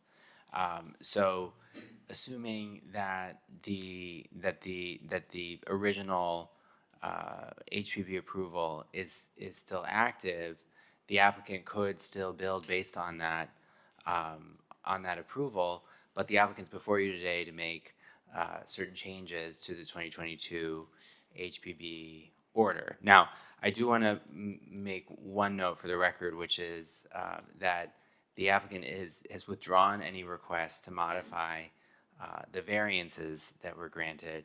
So your decision today would be limited to the modifications to the certificate of appropriateness. Okay. Then one further question. What was approved back in March of 21 or whatever, also part of that was raising the existing building, and now they're not wanting. So because they're making that change to the what was approved back in 2021, doesn't that negate the entire thing? Either we let them build what they were approved back then, but if they want to make a change, they have to put everything in front of us for a change?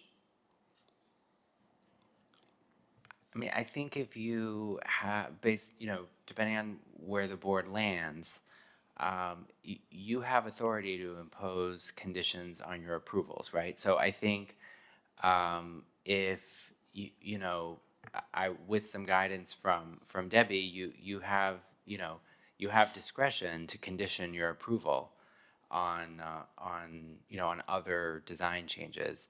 I would advise the board, to stay as close to the requested modifications as you can, but you can, as always, you have authority to impose conditions.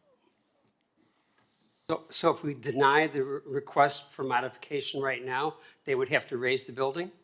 Pursuant to the 2022 approval, yes. Okay. And just following up on that, so Debbie, your recommendation though is to you in some sense find this to be a more appropriate result than the raising the building? It certainly preserves a lot more of the building, which is consistent with our review criteria. Exactly. The amount of demolition required for the raising was substantial. This is a much lower intervention project. and we're supportive of it. Elizabeth? No, And then Ray? Just one comment, because I think when the accessory structure was approved next to a much higher home. Now the home is remaining at the lower level, and I think the scale between the two structures got lost in the process, and I'm not sure how we can rectify that, if there is a legal process to do that. Ray, did you want to? Well, just, like, personally, I don't know if anybody else feels, but when I saw that auxiliary building, it's so out of scale, out of context, anything with the neighborhood, I would like to go back to them, and however we do this, and say, okay, if you no longer want to raise the building and spend all of that money to raise the building, and you want to keep it where it is now, come back to us with a redesign for the auxiliary building, and we can talk about it. I don't know how else to do that. Is that an option? I mean, I think, I don't know if that's that type of condition is proportional to the request. That would be my concern, that, there's not a proportionality with that condition to what is being requested. What is being requested is essentially relatively minor modification. And I think to say that it needs a complete redesign of everything is, from my perspective, is not proportional. Is that concept of proportionality a legal concept? Yes, and without, going too far astray, the board may, some of you may recall the Mangoes Cafe case where the board imposed a design condition related to the awnings that was a little broader than the portion of the awning that was specifically before the board, and in that case, the staff did an analysis articulating why the staff's recommendation, even though it might have appeared to the applicant to exceed the scope of what the applicant was initially seeking, why that condition would be appropriate. So I think in this case, when I say that the board has authority to impose conditions, I should have been clear. I'm referring to as to what's before you, right? What's before you is a narrow request to modify the 2022 order.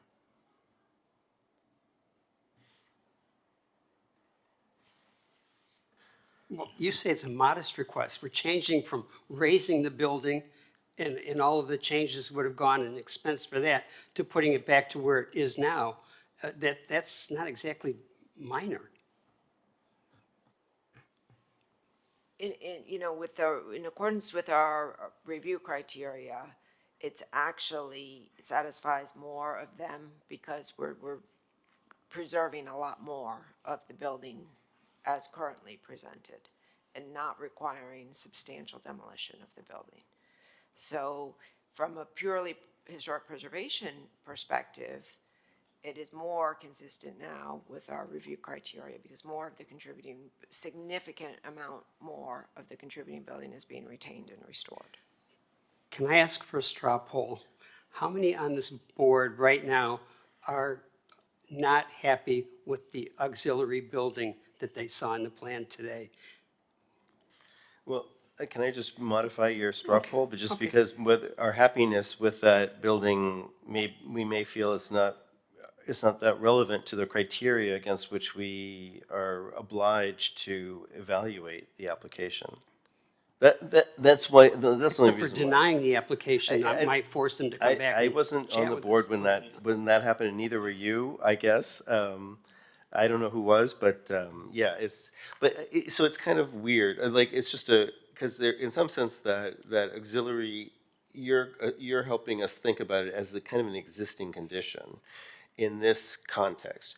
So if we went to the site today, we would see the existing building with no auxiliary building at all. So in a sense, it's both, it's like Schrodinger's cat. It's like both dead and alive. It's both existing condition and not existing yet. So it's, which makes it kind of difficult kind of as a to think about, because on the one hand, it's a project that hasn't been built, and should be able to put a condition on it to say, okay, bring it down to the scale of the project that you're currently proposing, because you're saving a lot of money, you're preserving the building, you like that, we like that, and so now maybe this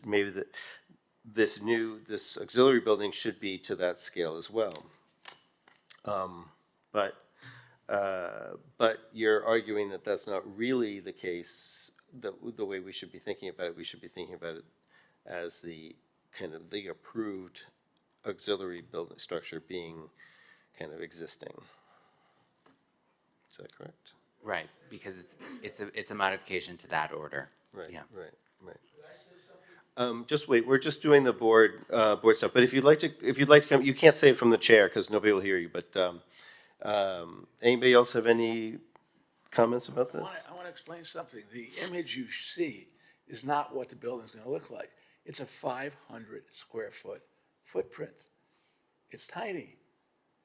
Unfortunately, the way some of these drawings turn out, they look massive. It's got to start at 8 feet, right? It's a new construction. Obviously, we'd rather have it lower, but we can't. So, yes, it's 2 stories, but it's not big. And it's surrounded by a huge amount of hedges. We're going to have to put up 12 to 15-foot trees. No one's going to be able to see it, basically. It's on an alley, right? It's on Lenox Alley. It is not going to be imposed. Thank you, on because it anyone looks visually. huge in the renovation. In the packet here, it looks like. No, it's not. It's 500 square feet. Okay. It's 10 feet wide. It's from here to there, for God's sakes. Anyway. All right. Thank you. So, any guidance, So, Debbie?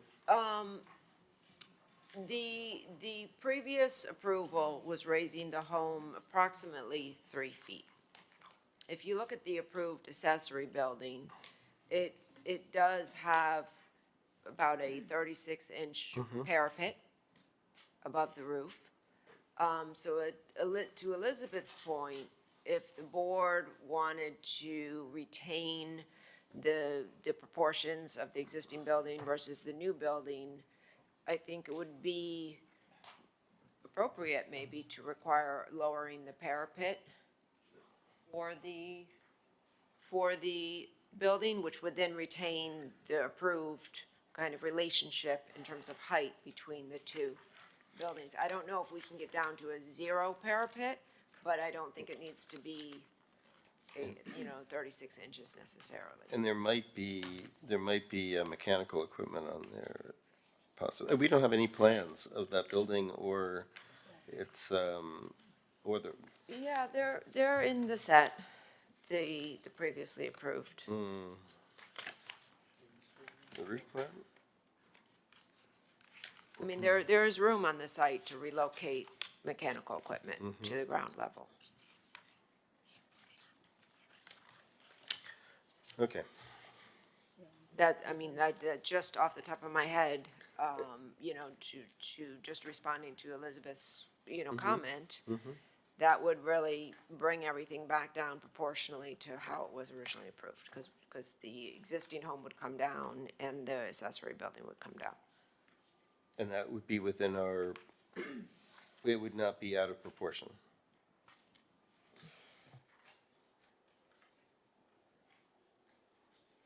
Nick, you gotta help us here.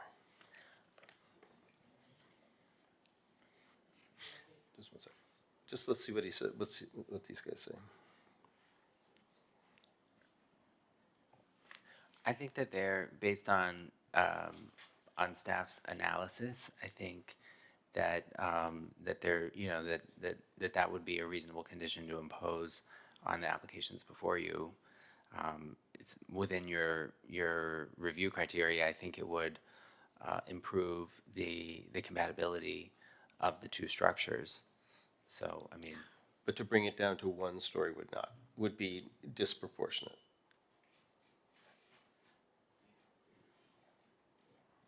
Okay, yeah, I that think was so. yes, okay. Go ahead, you had something you want to add? Yeah, no, I just want to John. clarify the parapet because the previous architect proposed actually a generator up there. So obviously, with a generator, mechanical equipment, we have to have parapets, but lowering the house to the existing conditions, like as David said, 3 feet, then without not having any equipment, so we can lower the parapet down to 0, which is 3 feet. So in proportion, it's going to be exactly the same because reducing 3 feet on both buildings is going to match the original approval. Okay, and you'll find another location for the generator? Correct. Yeah. Okay. Elizabeth, that seemed like a thought. No, I was looking at the plans, and in some plans, they show a circular stair on the accessory structure, and in others, a square stair. I was just curious to know which kind of stair you're having there. John, do you want to come back and just address the stair in the auxiliary building? Yeah, it's because it's a difference between the original proposal from the previous architect and our proposal. So the previous proposed a rectangular staircase, and we are proposing a circular. But it's going to be in the interior, so it's not going to affect the exterior. Understood. All right. What is the actual height of the auxiliary building? That I have. 31.67 feet NGVD, so. Yeah.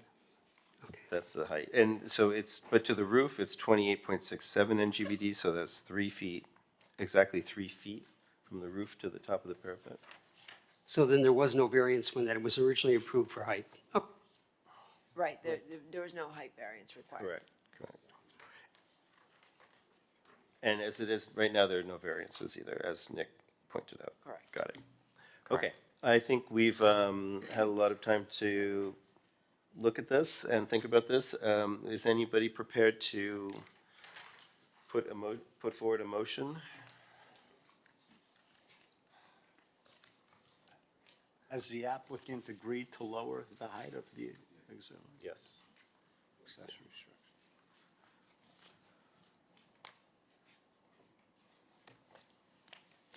Everybody's frozen solid. Is the applicant actively working on construction documents for that? Wait. If you answer, please come to the podium. Yes, we are. How far along are you? For the accessory building, we have it like 80%. 80%? 80%, and for the Eight? 80%. But we haven't presented yet for permits, but for the main house, we are like 90% or 95% of the main house. Gotcha. Okay, next. We are on the third cycle of comments, so it is the final. Okay. Anybody wish to set forth the motion? I will.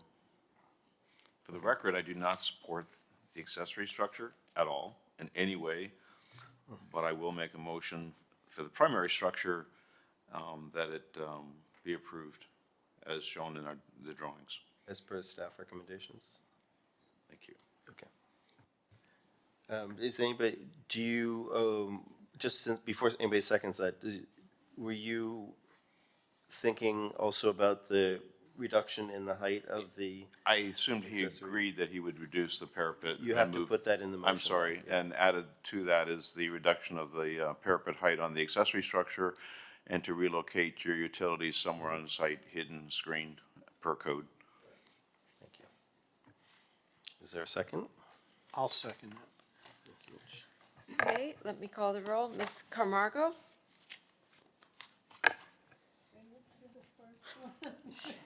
Yep. Yes. I mix it up, so, okay. Ms. Lovell? Yes. Mr. Meyer? No. Mr. Breslin? yes. Mr. Novick, Yes. Mr. Hollingworth, Yes. Mr. Stewart. Yes. Okay, that passes. Okay, Mr. Chair, that concludes our agenda for this afternoon. Unless the board has anything else, we can make a motion to adjourn. I hope you enjoy your August, and we'll see you in September. Remember, there's no meeting in August.